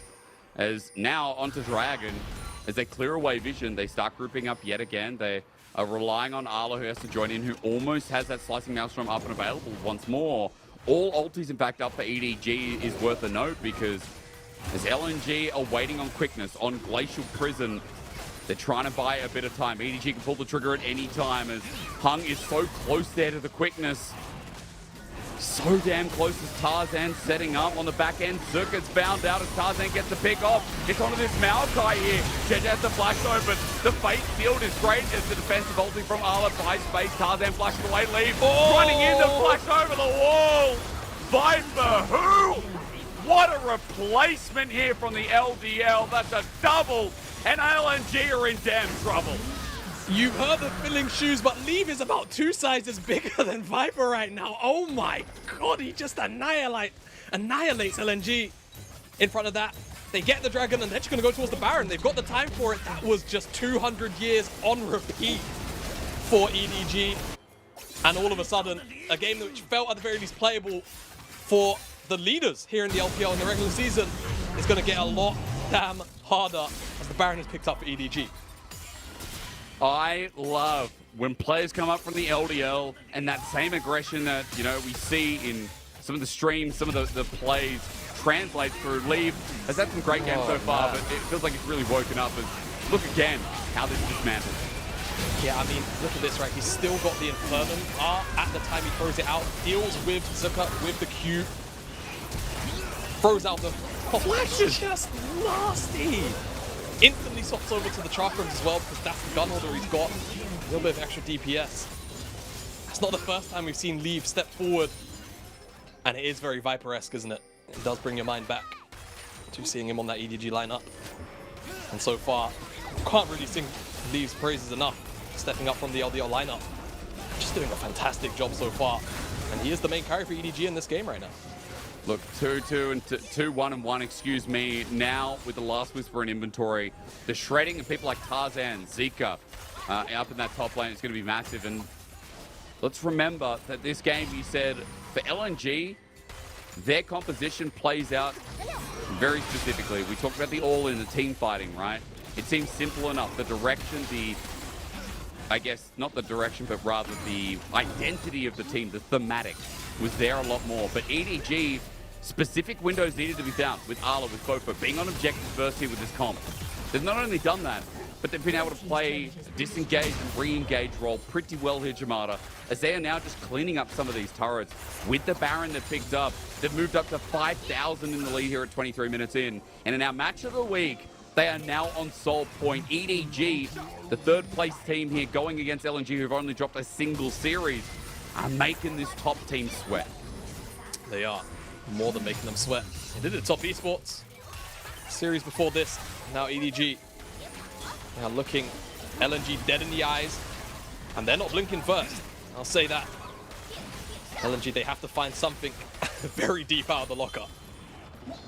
Could be the play onto GHG. He's by himself. Hung needs his team though. No one else is there, and looks like LNG won't find the opportunity. No, not going to be there. No one on LNG was really posturing for it. It was just Hung off to the side. They have to find Leave, but the big problem is, how do you do it? Past Maokai, past Lulu buffs. How do you get through? Because it feels like they've just not been able to. They know where Fofo is. I think they had vision of him, but when they catch him on the rotation, it's like a bit of a spy game. They know he's on blue buff now. Will be found out though. Fofo just pulls off a blue. Tarzan and Zika are found out on the chase, and nothing comes of it yet again. So a minute 30, we wait for that countdown coming towards Dragon. Because Cloud Soul given over to a cannon? No. Yeah. No, no. You know, I feel like we get a lot of Cloud Souls here in the LPL, and a lot of the times it's, you know, it's just movement speed and, you know, the out combat movement speed is very nice. It's very rare that we get compositions where it's more than one champion, where that active of the ultimate press is super useful, but a cannon moving with 15% movement speed and 50% off an ultimate cost? Yeah, good luck LNG, that's all I can say. Storms will be moving quickly, very on theme with one another. And LNG have to stop it, but the question is, again, EDG's prime setup is being in front of the objective first. How do you deal with it if you're this far, you know, behind on map pressure? I think the items are close enough that they can still fight with one another if a good combo comes out. But it just hasn't been seen yet. Leave is just walking up. What? That was Infernum's splash. It hit LP. That wasn't even the primary target. Okay, all right. Leave is a little bit fed, isn't he? He's a little bit powerful. Green-white as well now. It's not even the Infernum splash anymore, and that's going to be worse to walk through. I feel like LNG actually just have to give this up. I think the Hail Mary is let it go, let the Elder potentially spawn in, and see if you can fight by then, but I don't know. It's just, you're just screaming riot if you see something like that. It's a flashback, isn't it? Like, I remember when this got released, like Aphelios got released, there's great compilations on YouTube talking about, you know, Aphelios when he was at his peak. There's LPL clips, there's LCK clips. There's crazy Infernum R, like, do you remember when he just pressed R with Infernum? If he had 3 items, it was kind of game over. Yeah, no, it wasn't bad. I still, to this day, I think the only way, and obviously it applies a little bit more for Aphelios' meta, and I think they should do the same thing to Gangplank, by the way, which they half did, is they need to make the Infernum ult damage scale off of crit instead of giving it the ability to potentially crit. Because the difference between a critting Infernum ultimate and a non-critting Infernum ultimate is kind of big. There's a huge difference in damage. I hope one day they do implement it if we see more Aphelios, but like you say, back in the day, button press at 3 items, it was just a bit game over. There was not a lot of counterplay at all. We're past those days, though, thankfully. We are. Look, we're under Zeri. It's funny because we've moved past Zeri, right? We've even gotten past that where Zeri just had that period of being absolutely busted. Then there was the Yubi period. Now I feel like we're kind of warming up to the Aurelion Sol time. You know, like maybe not as crazy as he was on release, but Aurelion Sol is definitely a champion who makes people scream. But let's be real, I think there'll always be a champion like that. You know, when a game has like 160 champions, it's very hard to have every single one at a perfect balance. Give them credit as Tarzan's trying for an angle here in the top side meanwhile, but nothing's found. LNG jungle just gets taken and the Cloud Soul was just given, and now the Baron might be the same as Aphelios has green and white. Everything is all right. He's about to lose white. This is actually not the best gun combo. I don't know how much ammo he's got in the sniper, but you might have to empty it. Okay, all right, never mind. Leave is just, he's just Aphelios. Send it to the offshore facility. Make sure he attacks evasion here for Aphelios' guns. As Zika's caught out, but Fofo just sends him away. Back to Baron they go. Curiously enough as well, it looks like Leave doesn't want Graviton. I think he's just getting rid of it, like ASAP as well, on the wave. At the very least he did on the first one. He's holding on to green for now. Maybe he looks for an ultimate off of it. Still a very powerful ult. The Calibrum Moonlight Vigil, never mind. He wants Infernum. He wants blue purple, and that's still a very decent combo. And LNG, they're kind of caught off here, yeah. They're going to get pincered really hard. All it takes is Graviton to lock down, and someone's probably dying here as Arla. That ultimate has flash to combo with. EDG chasing this up as LNG trying to get away quick. They've got topside priority though. Scout does have to shove in with objective bounty, and Zika running them around the map a bit. He's going to get out too. EDG actually being chased up like chickens. JJ gets an engage, but he's by himself. And LNG are pulling apart the pieces, but Arla now might be caught out. However, Slicing Maelstrom comes through with Nature's Grasp on the back end. Leave has been targeted by Zika, but he's still okay with the flash away. Now they have to run. Moonlight Vigil doesn't hit more than one target though. Props to LNG for spreading EDG so thin. Yeah, really dancing around very well. They've still got the Fate Sealed as well from Scout if they need a turnaround tool. EDG, they're going to start the Barons. I don't know how great a call this is, but with so many ultimates down on both sides, it could be alright for them to play it out, and the guns are about to fall perfectly for Leave too. Arla's ulti not up and available. It was used before. As you said, the Severum is there, so makes it a little bit more dangerous. They're able to get objective bounty off the back of the Baron, and Tarzan won't get the steal out, and EDG now turn for the fight yet again. LNG on the path of discovery out of there. Zala chasing up yet again. Tarzan now under threat. This time around, LP pops the ulti, tries to cut it back, but Leave just rampages them down with Infernum. Flashes out, he's exhausted. It's three people. Aphelios time again. Leave will be sticking around. Unironic to his name. He chases LNG out, and just when LNG played everything so well, the Aphelios will always find you. This is undoubtedly the biggest Giga Chad gameplay I've seen from an ADC so far this year. Leave is just a monster unleashed. And him and the rest of his team, they're going to pick up that top side tower. As in the mid lane, he's going to get caught out. Pretty sure he's dead. Oh, he's rooted. 2 rights. He's gone. And JJ punches him down. There's going to be 5 members running into the base, 50-second death timer. Just like that, at 31 minutes in, EDG might have game 1 in the palm of their hands. In our match of the week, in our first versus third, EDG put on a show that might have been a little bit slow, but I think we can call this clinical. I think we can call this solid from the new 2v2 of Edward Gaming. And LNG left with no options. Leave runs it in. The Caliber uses range. Scout tries to all in the face field, but Leave is not hit until the very end. Now he tightens it back. Mako is a brother, saves him out. Leave can't be hit. I think LNG better adapt his name because they're getting a fast track out of this game number 1. Oh man, it's a slaughter. Nothing more, nothing less. It was a 12-kill game in 31 minutes, but my oh my, did those 10 kills feel like slaps in the face to LNG every single time. That was a performance and a massive one from EDG. And we've got questions for LNG, don't forget, right? 8-1, sure, they've started to face up against some of these top teams now. And even though they've done very well up until this point, it feels like even in their BLG series where they did drop a game, it didn't feel like that, right? Yeah. That's for damn sure. So how will they bounce back is the big question. But for EDG, massive performance, and Leave again, just stepping up to the plate and hitting home run after home run.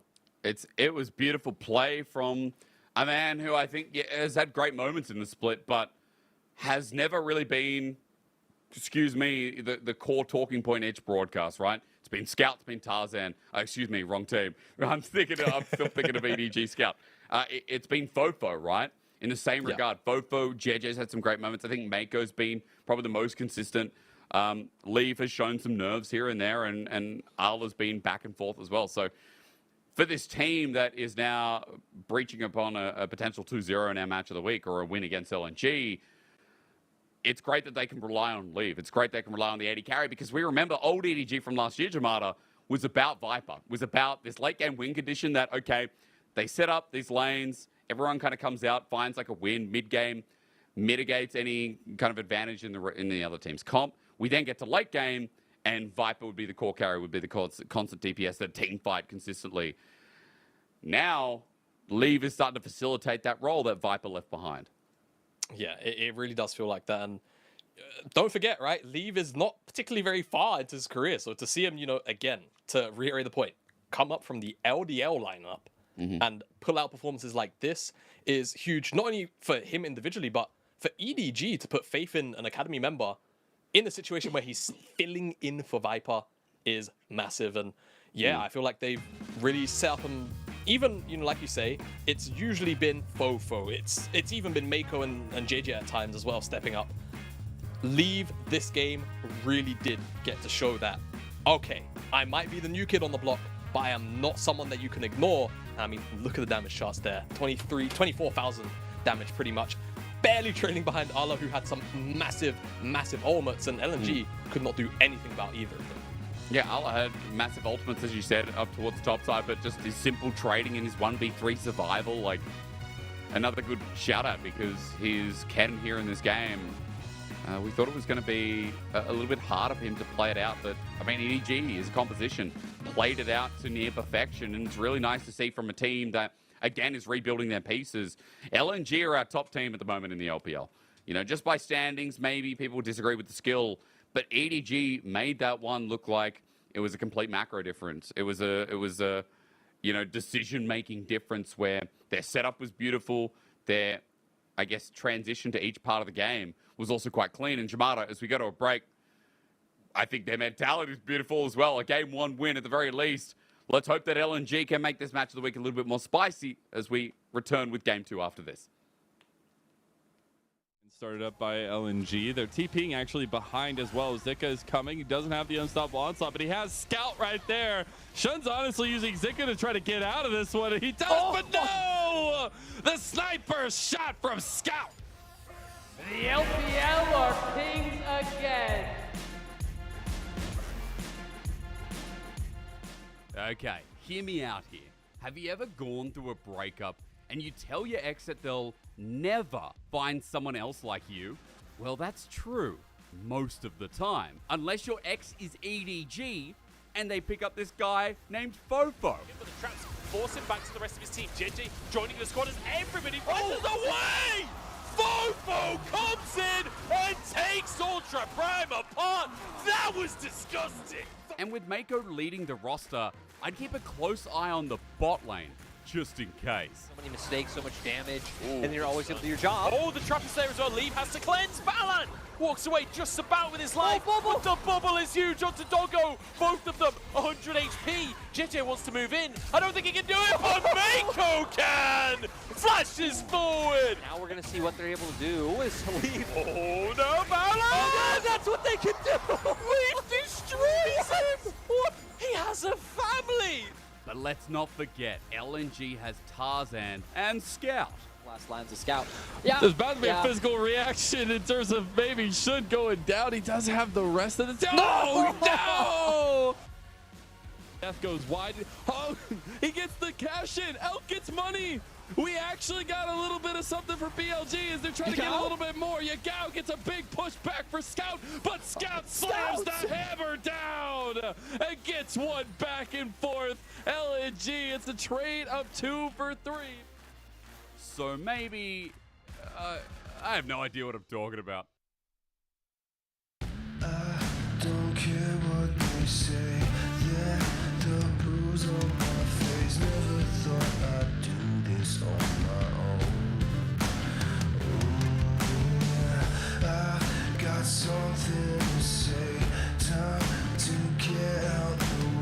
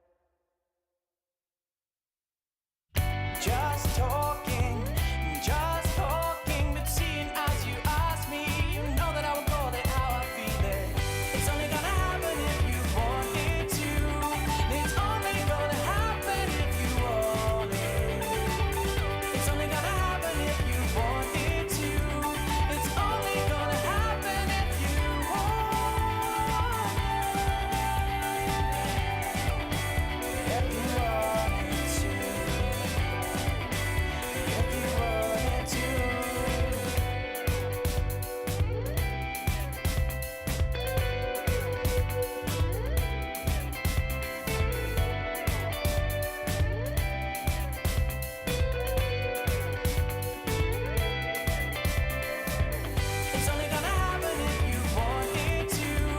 It's only gonna happen if you want it. It's only gonna happen if you want it to. It's only gonna happen if you want.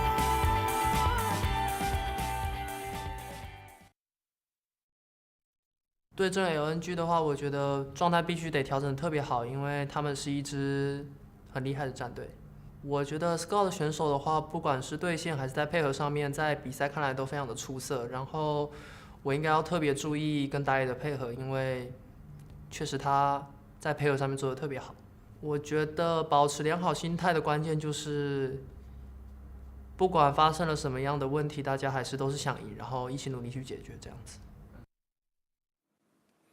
Well, a game one where it looks like they did work together and fix, I guess, any residual issues that they had from previous game.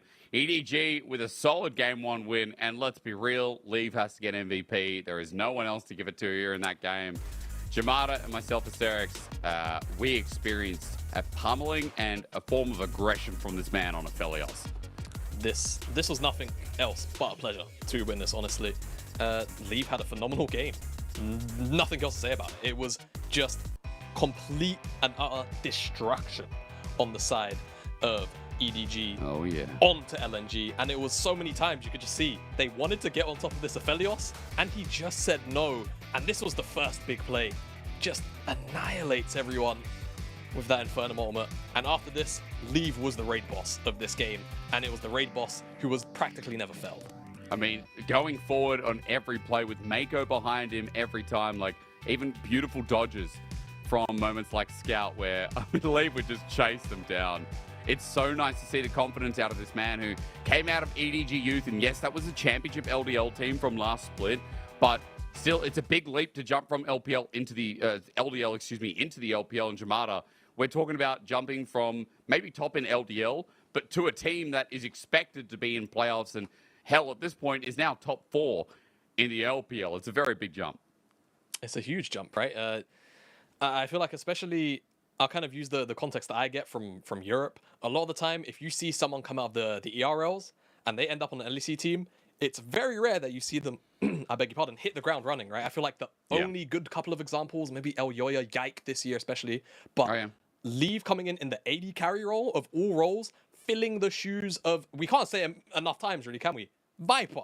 And then having pop-off games like this, it's crazy. And, you know, for EDG, built a lot on Fofo. I feel like he has been the vocal point, but it seems to me that Leave maybe he's just had enough. He wants to be the guy on everyone's minds, and with a performance like that, it's hard to not think about how strong that performance was. And when we sort of zero back in now on the series, the big question really becomes, how do LNG deal with Leave? If he's playing like this, if he's on form like that, where he only really makes one mistake throughout the game, it's going to be very hard to punish. I feel like they had the kind of composition to do it, but the execution fell short because the execution on the side of EDG was just stellar. So then do LNG change around and pull out a comp like, you know, like we get in Italy, Renekton's, right? I think a couple of times LNG have rolled into a comp that requires a bit of a snowball effort. Like we've had Tarzan on things like Lilia, Elise, the Zax as well, a couple of times too. I'm trying to remember the composition they ran specifically, but I believe Annie mid, Tristana mid for Scout has been something that we've seen that requires emphasis in the laning phase. The Draven from LP, like there are comps that they've run in the past that LNG have gone outside, I guess, what we know that they strategically play, which are scaling comps or comps that like play a nice breezy tempo. Jamada, this is not kind of their style. Like it's not like a top esports thing, but I do think that maybe against EDG, you do need to play a bit of pace because, as we saw, EDG were comfortable playing the slow pacing game themselves. Yeah, I mean, you know, the thing for EDG a lot of the time is I feel like usually they're quite happy to play fast tempo, you know, mid lane assassins. It's kind of been Fofo's sort of secondary to whenever it has to be kind of more of a control mage male. And they've played that style very well. This game, they just said, you know what? You're playing slow.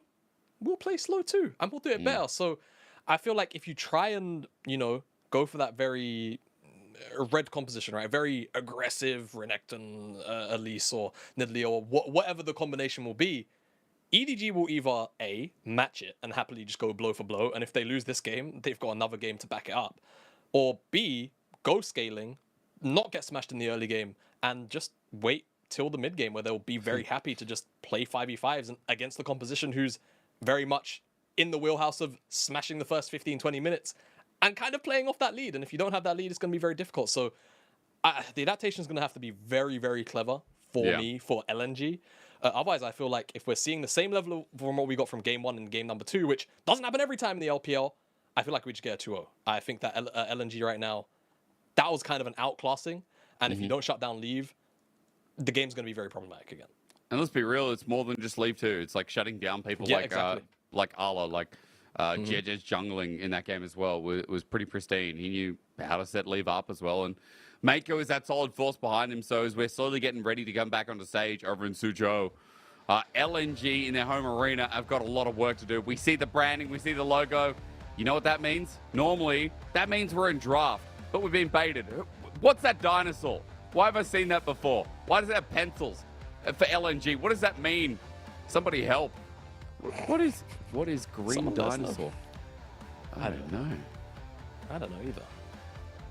Oh my god. I've got a lot of questions. There's a lot of Chinese memes. I'll try, folks. I can read one character. Where is it? Not on that one. Let's go another graphic. There's Ke-ai-ma for Mako in the back. What does that mean? Ke-ai. Ke-ai is cute. Cutie? Ke-ai is Mako a cutie? Is that what they're saying? Mako's a cutie. Mako is a bit of a cutie, to be fair. Okay, all right. So I like that sign. It's not bad. I think it was Mako. No, it was actually JJ. Sorry, I think it was JJ. Yeah. Okay.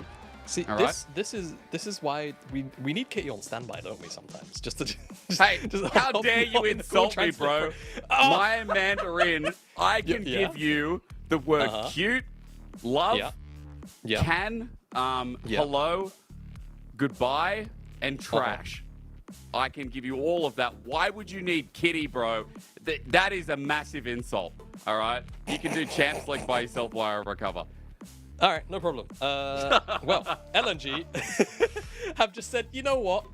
2 AD carry bans, will they go for the strike of 3 and just remove the Aphelios? Do they feel like that's a problem? Will they actually maybe even first pick it if they take something like the Zeri off the board, leave up the Draven potentially, but Leave will very happily play that as well. You have to imagine. So they just go towards the Sejuani for now, leave up that trifecta of AD carries, and we'll see what EDG decide to ban away on this final one here. It's just going to be the Jace. Kind of a bit of a self-ban. I was maybe thinking they'll go towards this Lee Sin against Tarzan, but LNG, they'll snap that one up very quickly, and we'll see what the response will be. I'm not sure if Jake's actually going to make the entire I'm just chilling. You are? Oh, okay, brilliant. We're okay, bro. Well, no, I don't take it personally. We're all good. I know my what the Zhongwen Hun Laji. Don't worry, bro. I got it. We're okay, but hey, you know what else is trash? Well, as Doublelift would say, I'm sure, Zeri. But Gragas isn't, because that can be flexed mid these days. Mid, jungle, top as well, all three. I think Zeri, Vi could be all right. If they want to go for the full bottom lane, I don't think there's anything wrong with that either.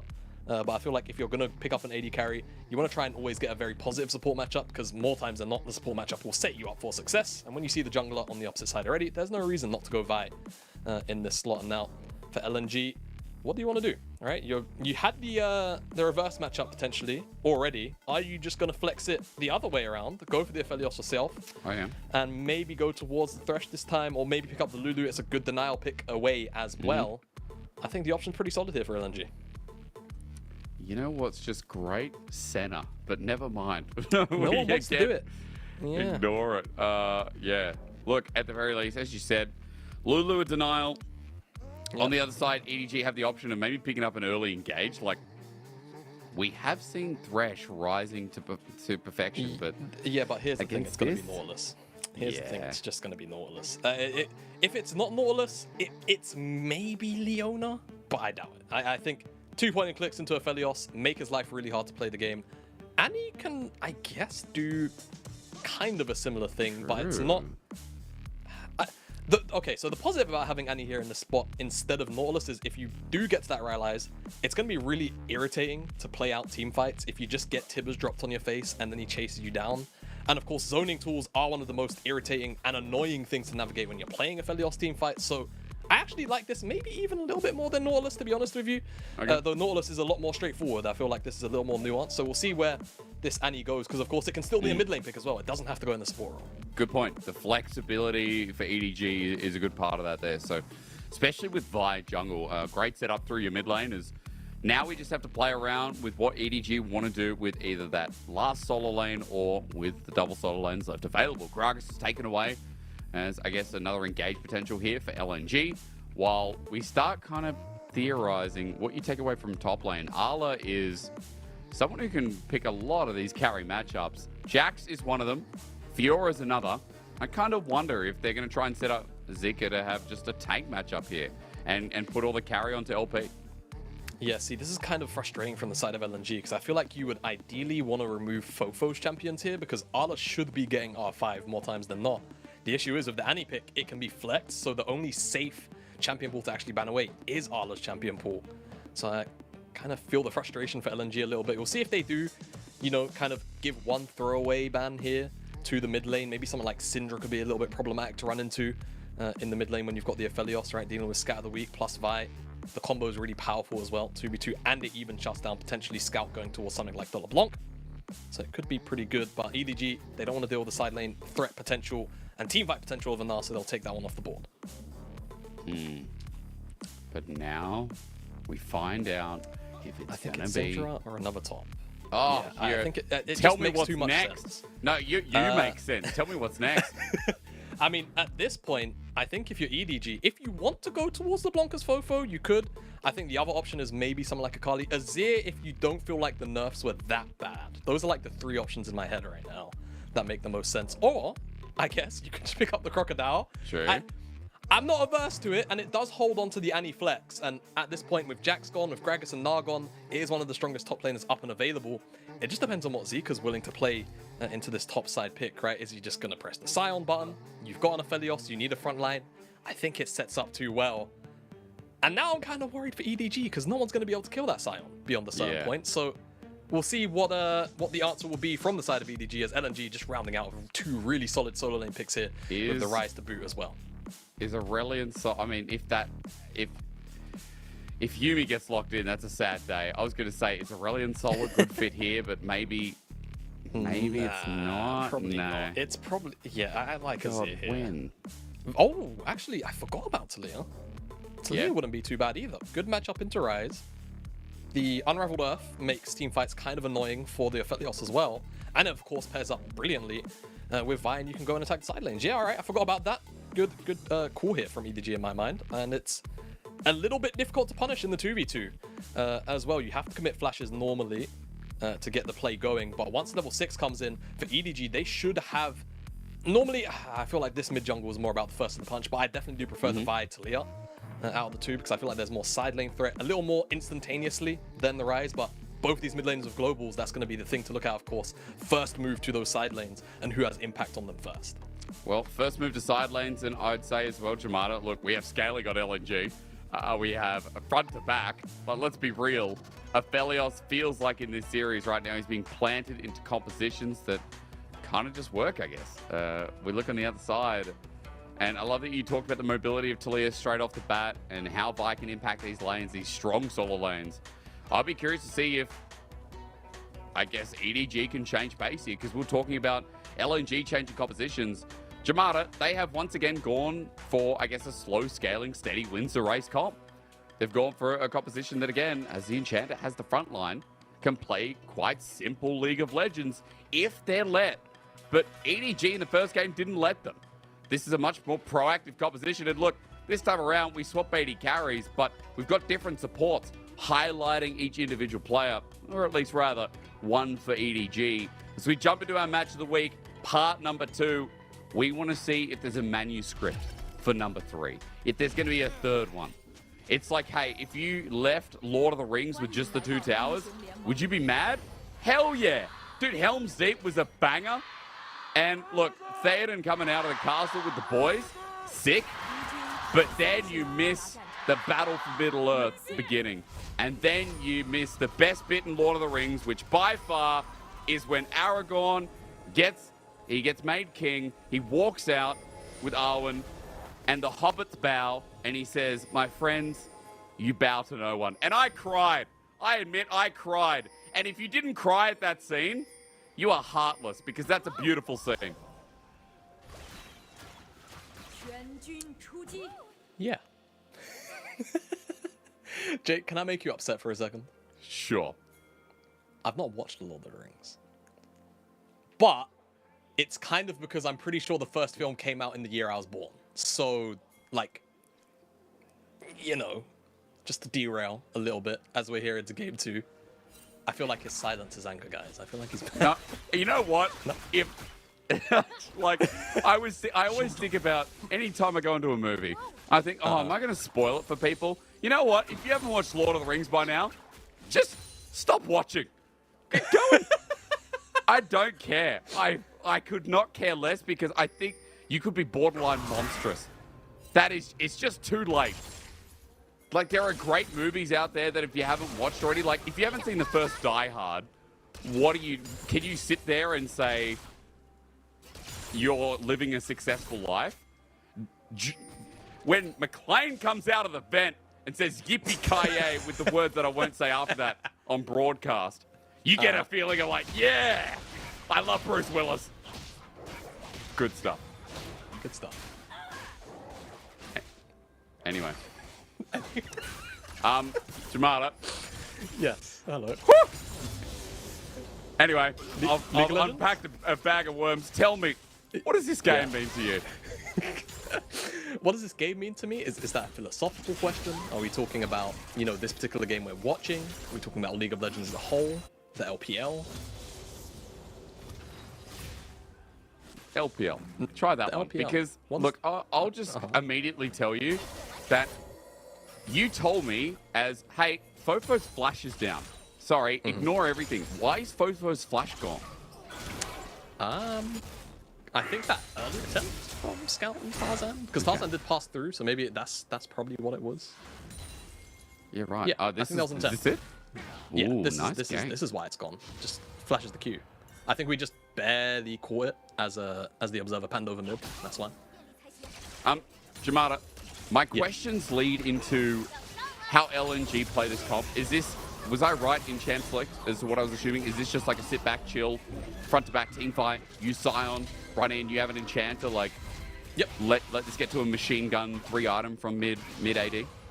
Yeah, pretty much. Like, it's as textbook as team compositions go. Early game jungler to try and alleviate some of the early game pressures that a scaling team composition can have, and a whole bunch of scaling to facilitate front to back team fighting. We've got frontliners in Lee Sin and Scion who can play aggressively, defensively, play peel, play to try and get on top of those high value targets, and then you've got your machine gun carries. So yeah, it's about as by the books you could really get.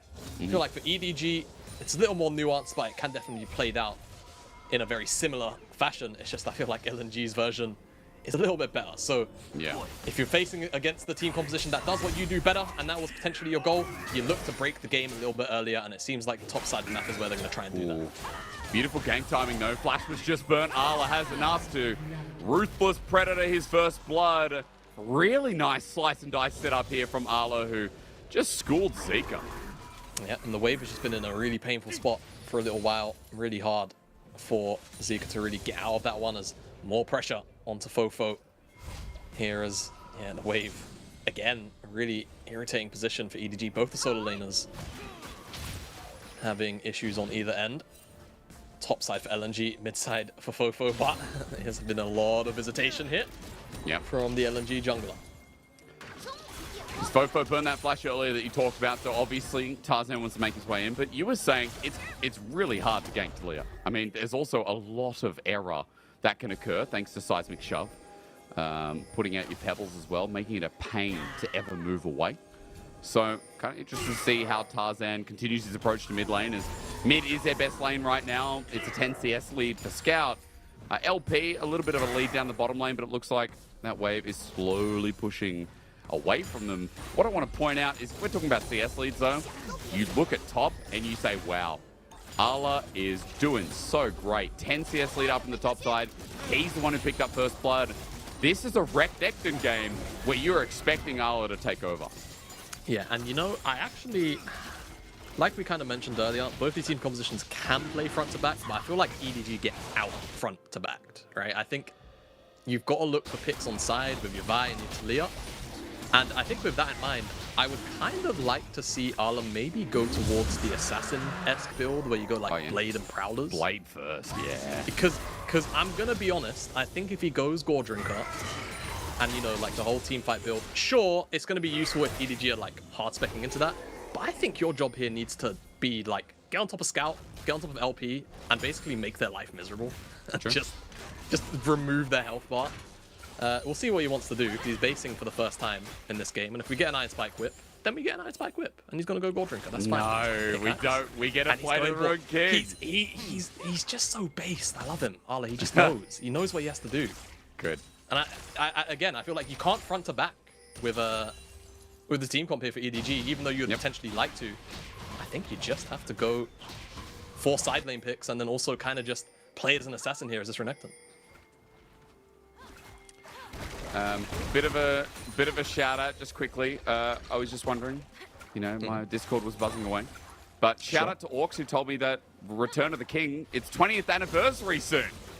And I should let the people know he's right.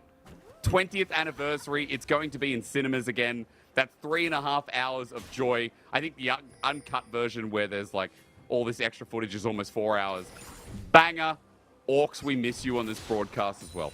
Anyway, moving forward, what's almost as important as that is that Dragon's going to be coming up in 3.5 minutes, but LNG started it. And the problem is when you tell me that LNG want to scale this game, I have an issue. That EDG right now, their level 6 is going to matter so much here. That Weaver's wall's up and available for Fofo to move to either of these side lanes. Vi now getting aggressive as well. Level 6 here is Tarzan getting soloed out. I don't know, but with the Weaver's wall, do they even need mid? Fofo comes through. He's unable to get the distance onto Tarzan, who flashes away. Jeje was primed and ready. Yeah, surprised they maybe don't want more. I'm not entirely sure on what the wave state looks like, but it looks like it's kind of stacked in EDG's favor, but they don't want to give up potentially a mid-plate rather, or even a roam to the top side Herald in the extended trade away. So EDG, they just return to their lanes for now, but flash blown from Tarzan, almost a solo kill pretty much.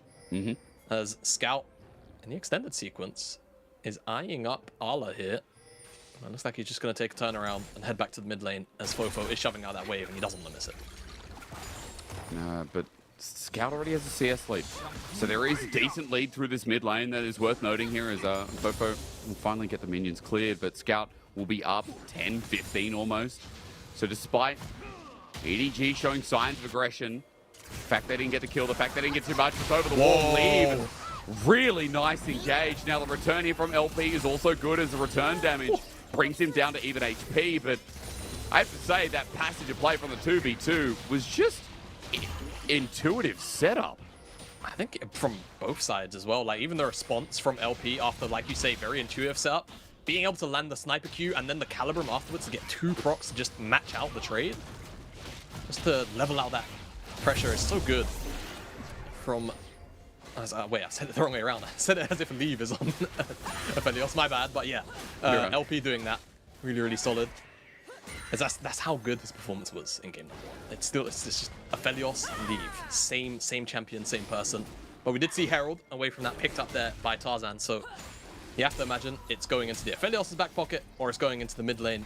I think mid lane, really high value drop, just because there's a fair amount of wave clear on Talia, and everyone's kind of like mid-ranged, right? So if you can get rid of that mid-tier one, it really opens up the map, especially when you've got 2 global mid laners, whether it's both of those mid laners heading to sides and then coming back in, or getting the first move because they can catch the waves up high in the mid lane. Both super valuable, so I'd like to see Tarzan definitely drop it there, but with the rotation from LP and Hung, it looks like they want to give the plates over to him, and they might even look for a play onto Arla.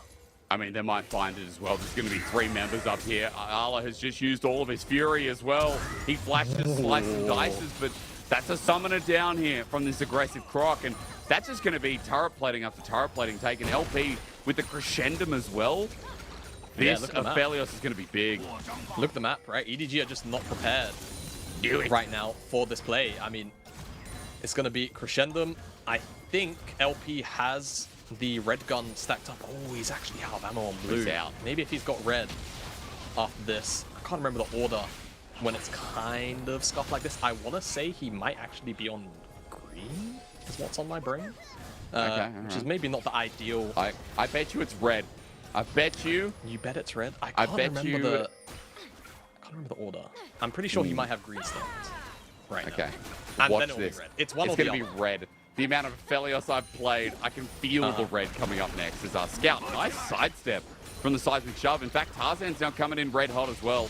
JJ's going to cover him for the time being, as you can see Hung is off to the wing as well. Now, a cameraman is going to show us in a moment. Just a quick moment. Let's just go to Aphelios here as EDG are going to pick up Dragon. Hang on. Ready, ladies and gentlemen? Show me the green. No, we need to see the dragon. We need to see the dragon. No. And it's another cloud. It's red. It is red. No. You said green. I said red. No. I told you. No, you're right. No, you're right. I'll hold my hands up. It's I okay. played the champion because I got so sick of the 200 years and just watching him fling his ulti. You had to experience it yourself. Oh, I did. And you know what? I think I hit my face on the keyboard a couple of times and I got like a quadra kill, pentakill. I can't remember what it was, but it was so good. Good champion, that. I'm glad it's not quite as 200 years as it was on release. It's a cool design. I'll be real. Like, you know, and all the... It deserves credit. Like, it's a cool design, the gun system, but again, it's just... This wasn't very fun going through all those years. But anyway, as we get this chase up, Leave in a bit of trouble, trying to dash his way through. Tarzan's down here. Is Tarzan going to use the Herald today? Because Mako's coming in, JJ's coming in. Tarzan might be in a bit of trouble as Tibbers is ready to come out. Where is it? The bear! Oh my god, the seismic shove gets taken on a journey. Now the Easter Bunny is running after LP, who cleanses away. The Vault Breaker doesn't connect, and Tibbers, no, save the bear! No. LP kills him, but meanwhile on the top side, that's a shield shredder there, and Arla is close to a solo kill, but can't get it. His flash was burned before, and Zika survived, but Bladed Ruin King starting to bring in dividends here as EDG, speaking of money, finds some cash down bot as well. Yeah, and you know, the play could even be worse because I think Tarzan... No, he does respawn right in time. I was thinking, how long's he got left? 15 seconds, if you hear that noise prompt, to drop the Herald. And he's just beeline into the bottom lane, bottom lane, because he knows he has to drop it. There you go. So there's going to be ample time for EDG to respond to the Herald. No, Mako is... No, he's going to cancel his recall. That's not Mako, that's Leave. They almost look like the same champions with that skin, to be fair. You're just used to it from last game. I know, don't worry. Scout might be called out here. Vault Breaker is going to be used. Flash was there and available, but luckily he doesn't have to use it, as this Herald is coming all the way through to get the charge. It's so close as Leave has to back away from the range of LP. And you can see at least it gets the charge, it shares it with LP. And EDG lose a couple more plates down in this bottom side. It's a 10 CS lead and a bit of a gold lead here for an Aphelios yet again here in this series.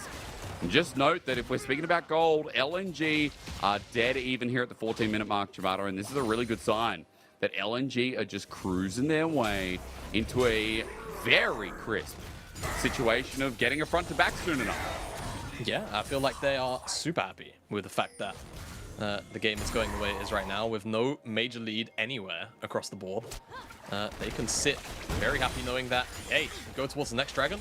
It's going to be pretty cool. It's going to be chill. And you've got the rower stacking. Hell, you can let this next dragon go if you really want to. Go pick up the Herald again. And then go and take a tower or two on the opposite side of the map past EDG are scrambling for dragon. Worlds, yeah, again, your Oyster. And it's, again, it's a cloud. And it's a cloud which isn't like crazy high value here for either side, though. I will say, I've seen Azeri with a Cloud Soul 1 or 2 times. And yeah, it zooms. So you don't want to give away too many. But LNG, again, it really depends on what they want to prioritize. Whether it's the gold or the dragons, 1v1 on the bottom side. I think LP might win this, but hang on a minute. Oh, the flash! Oh, Leave survives. Hides behind Mako, and now the Sonic Wave doesn't connect because Leave hides behind his support again. Fofo with the seismic shove, Hung disappears. Scout comes through with a Realm Warp. That was close, but Leave is just coming out trumps in this series.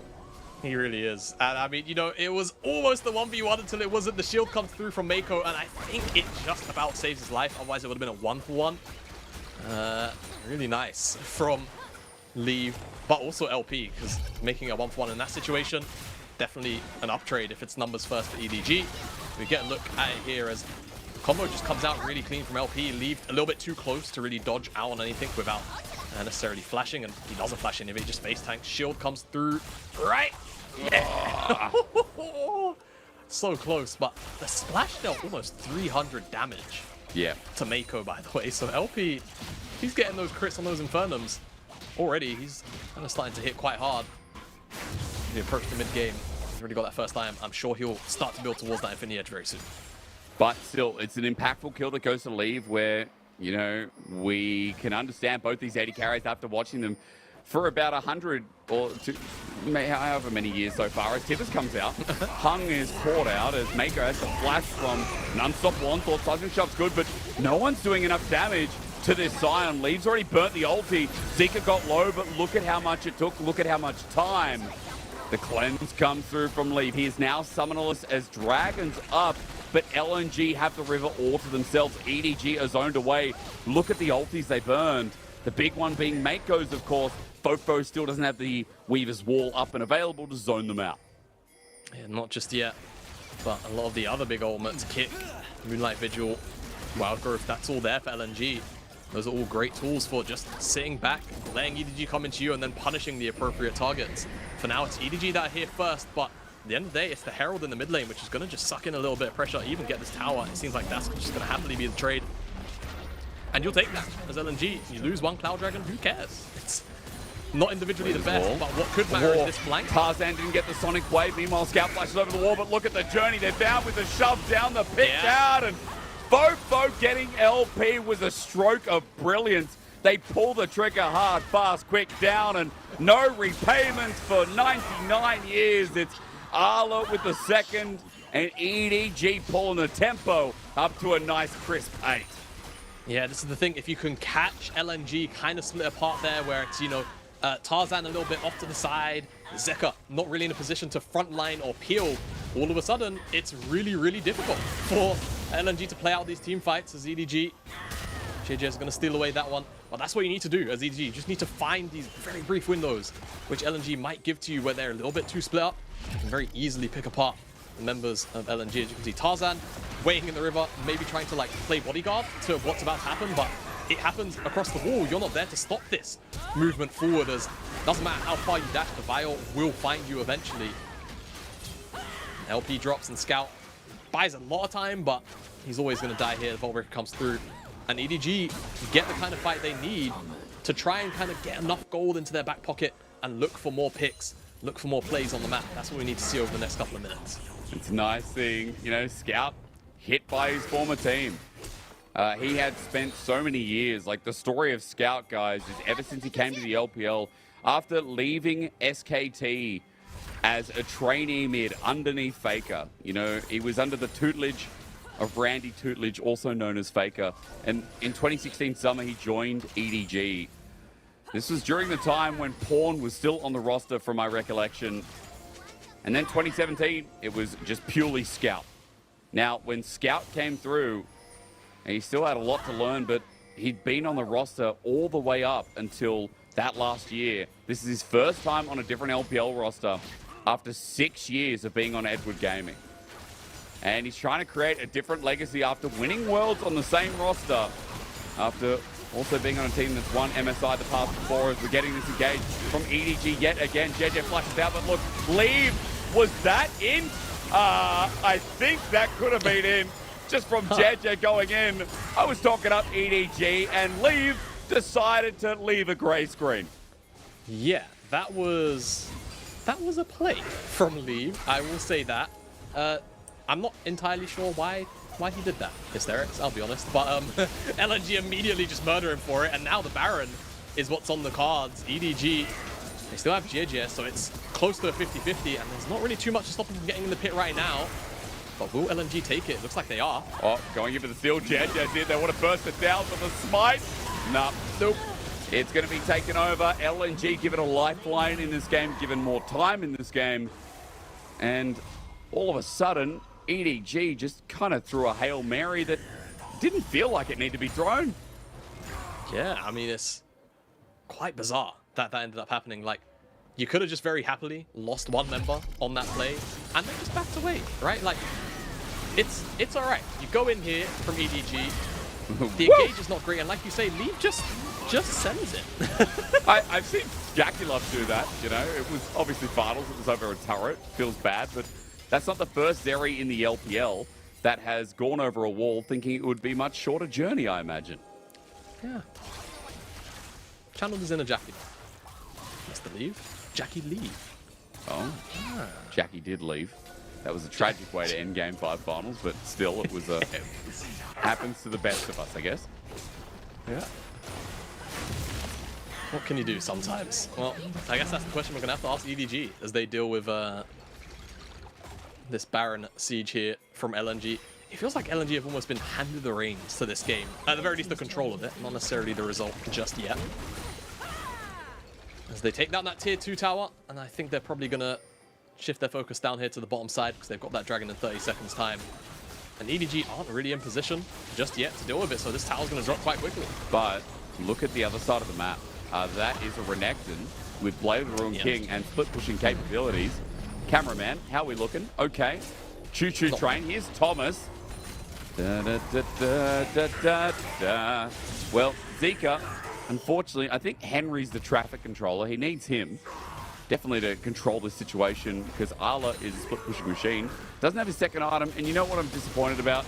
No Prowlers coming through Jamada. Yeah, he's going Gore Drinker. Black Cleaver. I would have been... Oh, wait. Oh, okay, all right. Okay, forget that. Never mind. I'm happy again. Why did he go Iron Spike with just a second? Did he just want the wave clear? I don't... This is a bizarre one. But Black Cleaver's all right here. Trying to shred through Zika on the side lane. And at the end of the day, you have to remember how quickly Renekton can stack a Black Cleaver if he's got that empowered Ruthless Predator. It's 3 autos. Auto, if you've got the like reset in, so that's 4, Q, E. It stacks up immediately. You can definitely shred it on Zika, and it also means a whole bunch, even onto a member like LP. Now, the problem with the build is you're quite squishy, of course. True. But Allah's able to flash out, so he doesn't really care right now.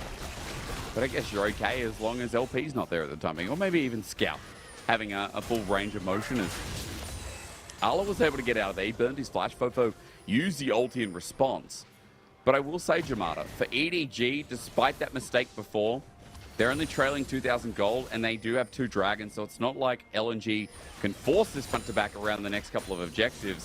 EDG can still use some of that map movement we talked about early in the game to find a pick, to isolate, to hit side lanes, to maybe link up with Arla, or maybe Arla vice versa, right? He's got TP himself, so I was going to ask you a little bit about EDG's options here to regain control after the little bit of a whoopsie that we saw before.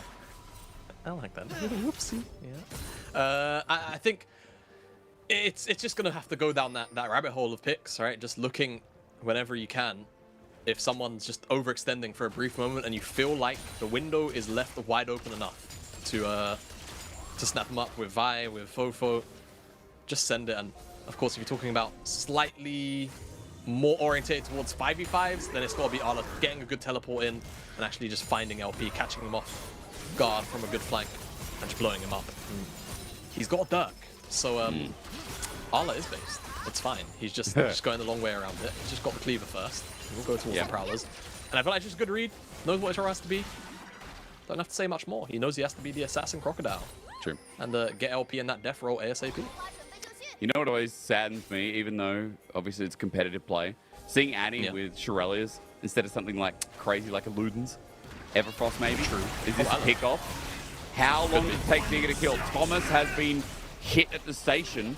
Mako doesn't set up for Tibbers to come out and play the bear role. I'm wondering now, do LNG move towards setting up vision around this Baron? I mean, topside was gained, but hang on, Holmes caught out, he flashes away. Jet now goes deep to flash, Leave sets himself up, but all of a sudden you have to run. Zika is going to charge you down, Leave is frontlining. LP's going to play a Felios, and you know what? I'm getting deja vu. I've been in this place before, but Arla trying to be the assassin, runs on in. However, EDG have used everything. JJ runs in. Is there any hope? Well, maybe there is. What? Hold the on. flash away. Zeri thinks he's still in ulti. He's still in ulti, but he doesn't have an alpha. As EDG are running away now, rooted up. Fofo deals with the old Edward Gaming reliable. It was a savage attempt, but Leave, unfortunately, just doesn't have an enchanter. Oh my goodness me, if Leave wasn't shut down by Tarzan, I think he would have continued to open up there. That was very, very, very peculiar for LNG to navigate, as I feel like this engage was a... I said that there's a bit of no remorse, to be honest with you. You're looking at Lulu, and it just gives LP this window to find a 3-man caliber moment. And look at the damage he's getting. I mean, he nearly one-shots Leave, removed the Immortal Shield Bow, and forces the flash out of Fofo, all in the brief window of a couple of seconds. But Arla's doing so much work on the backline, and the re-engage here, what is it that prompts this window for Leave to just step forward? LP just overreaches, just briefly. Looking for JJ, it feels like he's able to step up behind Zuka, but Zuka doesn't have the health bar to really deal with that damage. And the kick eventually comes out to stop Leave from going on his rampage. If it doesn't, hell, we could have just seen another Zeri Banner. I think at this point, we give a bit of a salute to EDG for how this game's gone for their attempts. They threw it away, but look for LNG. Now the front to back comes through. JJ's caught out, but he turns it around, gets the ulti onto Zika, the Realm Warp views, and look at this. Arla for the flank on the back line. Zika might get out, but he can't re-engage. EDG might have this, but Leave versus LP. As he goes gold, the whole team are coming in front. EDG might still be in this game. The winner's wall is beautiful. In our match of the week, that brought it right back. The electricity surges from this AD carry, and Edward Gaming are chasing up that last bit of the platter, the last bit of prosciutto. You know you want it. It's so delicious. It's luxurious, and Arla will take it. The final piece, just like that EDG. The platter's gone. LNG are shocked, they are electrified, and they are stunned by Leave's Zeri performance, and he just moves into the face of LP fearlessly. Pretty much sets up that silver platter you're talking about for the rest of EDG to come and swoop in, and all of a sudden, we've got a game 2, which felt like it was just going to be LNG almost all the way. This engage comes through on top of Mako. It's not quite good enough, but this kick on to JJ sets him up to actually just about get in range to find that ultimate out, so he doesn't get picked on. The Realm Warp is excellent to keep Zuka alive. And Arla, whilst he's frontlining on the top side, just look at this 1v1. Leave is just blowing LP up. I'm sure he's returning the damage in kind, but he has to stop watching such a bad spot where EDG can reposition, and the Weaver's Wall just to split the fight up that bit more. It's just excellent from EDG. And they'll pick up the third dragon as well, just to edge things a little bit more in their favor. From this Baron, let's see what they can strip off the map. Let's see how they can pick up pieces again. Tarzan sitting in his own jungle as LP is there off the wing. Shocking again. Hung is hit. Leave sends out a laser with 3 items now. And even though he's not the one with the enchanter, Leave is playing like a man possessed again. Props to LP, who, as Weaver's Wall comes out, he's been playing great in this game, but Scout is trying to get the numbers advantage onto Arla, who through mid has to slice and dice his way out of there. EDG now to come and help him if they choose. He goes golden. Leave is there. Ultra Shock Laser again hits Hung. Oh, look at that damage. Leave! Oh my God, Leave! What? Oh, he went into 3 people. Leave, are you sure about that? Is he? Immortal Shield Bow? Leave! Still alive! No way! No way Scout Slices gets him, but the fact that Leave brought them all to their knees. This AD carry, his name may be Leave, but EDG are going to make him stay. The only thing that's being left is a concussion with LNG. Oh my God, they're going to win the game off the back of this play. It's 2 back-to-back. Absolutely. What do you do against that?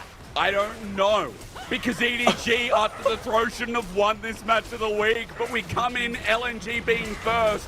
We leave with EDG talking about their AD carry and talking about the potential that this new lineup has. Our match of the week is done. It's 8-2 now for EDG. It's a 2-0, and Edward Gaming are full of surprises this split.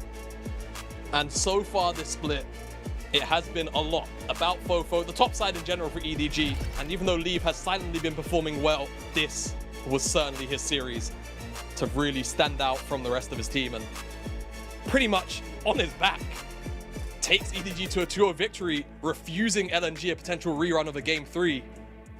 Excellent performance from everyone, but man, oh man, Leave. He's going to be on your mind leaving this series. The victor against LNG here, and tying up, at least by the score, at the top of the standings now for EDG. I just can't believe they won that game. Like, again, when front to back set up that, I guess, simply, easily, like we've hit the threshold for what we assume, looking at every other LPL or even every other international game, as too hard to take it back. EDG finding not only beautiful flanks from people like Arla, but I think what we saw was Fofo set up with Weave as well, the peak potential. JJ playing hyper aggressive as well, but Leave consistently. Either he's playing that fine line between running it and then carrying and putting the series on his back. Like that fine, fancy line that a lot of players play. I think Leaf played it to an edge. Not even just in this game, but this whole series.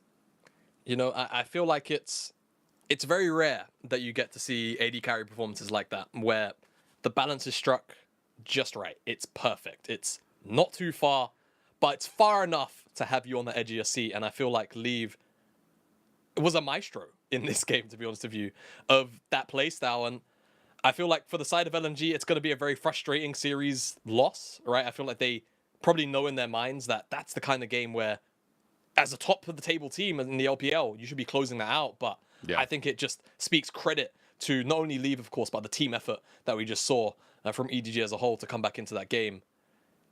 Insane, honestly. It's kind of left me a little bit speechless, which is a bit of a rarity. I'm a rambler, but that was such an insane performance from EDG. Yeah, look, it was again a game that they shouldn't have had after they threw it away. Like, I'm just bewildered by that win, and you know, LNG maybe. Like, we're exposing them a little bit. Maybe LNG are a team that, yeah, they haven't versed some of these top-tier teams yet, so that's why they're sitting at, you know, towards the top of the standings. But still, LNG could have taken that to a Game 3. We saw that going to a Game 3, and it was also by their merit of finding the picks and finding the right fights too. But there's just that individual star performance from EDG that, again, coming into today, I don't think I expected to talk about, not especially after we've just followed the top esports series. And we're now at a point where LNG with that win move up to, EDG with that win rather, move up to 8-2. Not exactly tied with JDG, but sitting right under it in series score.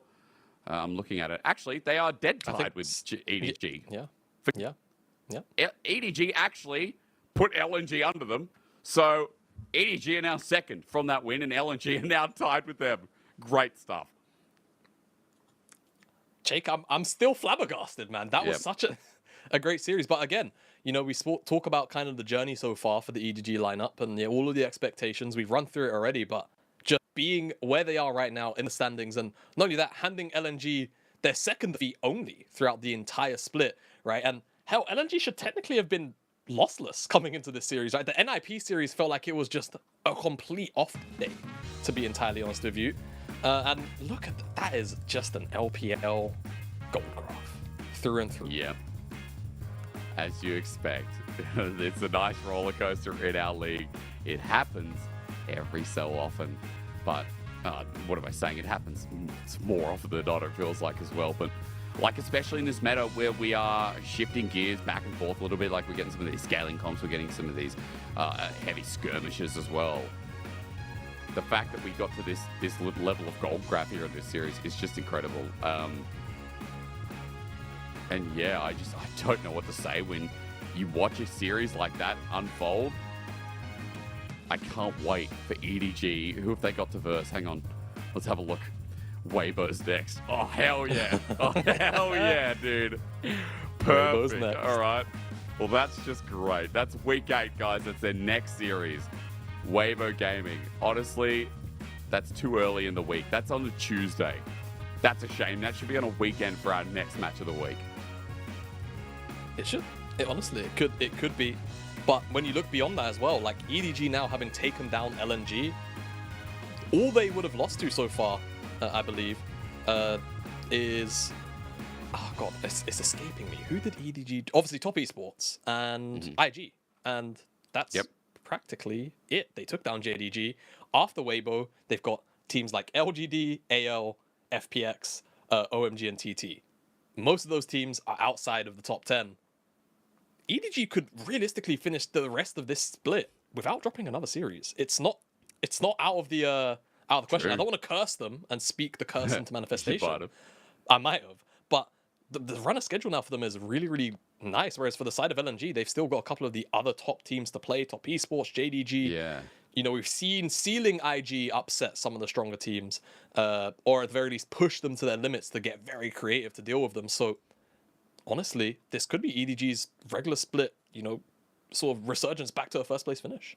That's a good point. Again, since Weibo are like the hardest team left by a country mile, their schedule's pretty easy. I think they've got the easiest schedule left. They might. If honestly EDG are first at the end of this split, I'll be flabbergasted, especially with JDG, like, again, upgrading their roster. Top Esports doing the same, right? But Top Esports still have LNG themselves. BLG's in there. You know, maybe Top Esports can do it too. But, it's just been such a turnaround because when you lose Viper, you go, well, there's no replacement. Viper was one of the best LPL 80 carries. Even if you put Jackie Love in there, you'd have to start asking if it's the right fit. Leave gets MVP. I've just been told in my ears. It was no surprise. Nope. Let's be real. The setup, late game, the aggression. Oh my god. Leave is shaping up to be incredible. And that damage to goal percentage, that's beautiful. Over 200%. We had earlier today, we had the exact same number. I think it was 209 or 207 come out from an AD carry earlier today. I think it was Jackie Love. Really solid performance here from Leave. And even kind of knowing his limits here, just says, you know what? I don't need to flash. I can face tank all this damage. And hey, I've got Mako here now, so I'll flash, you know, just to get a little bit of range. No problem. It's all right. And yeah, it's just insane to see an AD carry sort of pull out all the stops here and get so aggressive and be so fearless in so many different plays. And these two plays here back to back effectively won this series for EDG in a 2-0 fashion, putting LP, the main carry of this game for LNG, out of position and in a way basically taking him out of the game. Yeah, I love this play at the end as well. Jumping over to the tier 2 turret that was going down. And even though Leave dies in the end, like, Hung gets chunked out. Scout has to run in to kill him. Arla cleans up the rest. It's like a supporting crew of everyone making sure, like, okay, Leave's done the heavy lifting. Let's fix up the rest. Insane. And look, that's the promise of this 80 carry. That's what makes this 80 carry so exciting as a prospect, because this is his debut split. He came out of the LDL, out of a championship squad. Remember, EDG Youth won LDL last split, but LDL is a big jump ahead. So as we look at our results for today, just think about what this guy can do if they're able to make it to, you know, playoffs, to hell, even MSI, to dream. As today, the left side of the bracket just slapped. 2 zeros all around. Still a long one with our triple day, but we got some bangers. We got some class games from not only Weibo, not only Top Esports, but as EDG just showed us, them too. Yeah, I mean, frankly, take a bow, EDG. I hope they're eating happy tonight. And it's really set up the top of the standings now, the race for first place, to be nothing short of an absolute showstopper, as JDG still top the standings, but we have 4 teams at 8-2, all of which have very differing strengths of schedule as well. Like we mentioned earlier, LNG still have to play a couple of those teams around them, whereas a team like EDG, that's it. They've only got Weibo, who are trailing in this race right now by 1 game left, right? After that, it is a lot of weaker teams further down the standing. The highest they have to play is TT. Yep. They could very well finish top of the table just off the strength of schedule if the results go their way. They've got to be happy about it.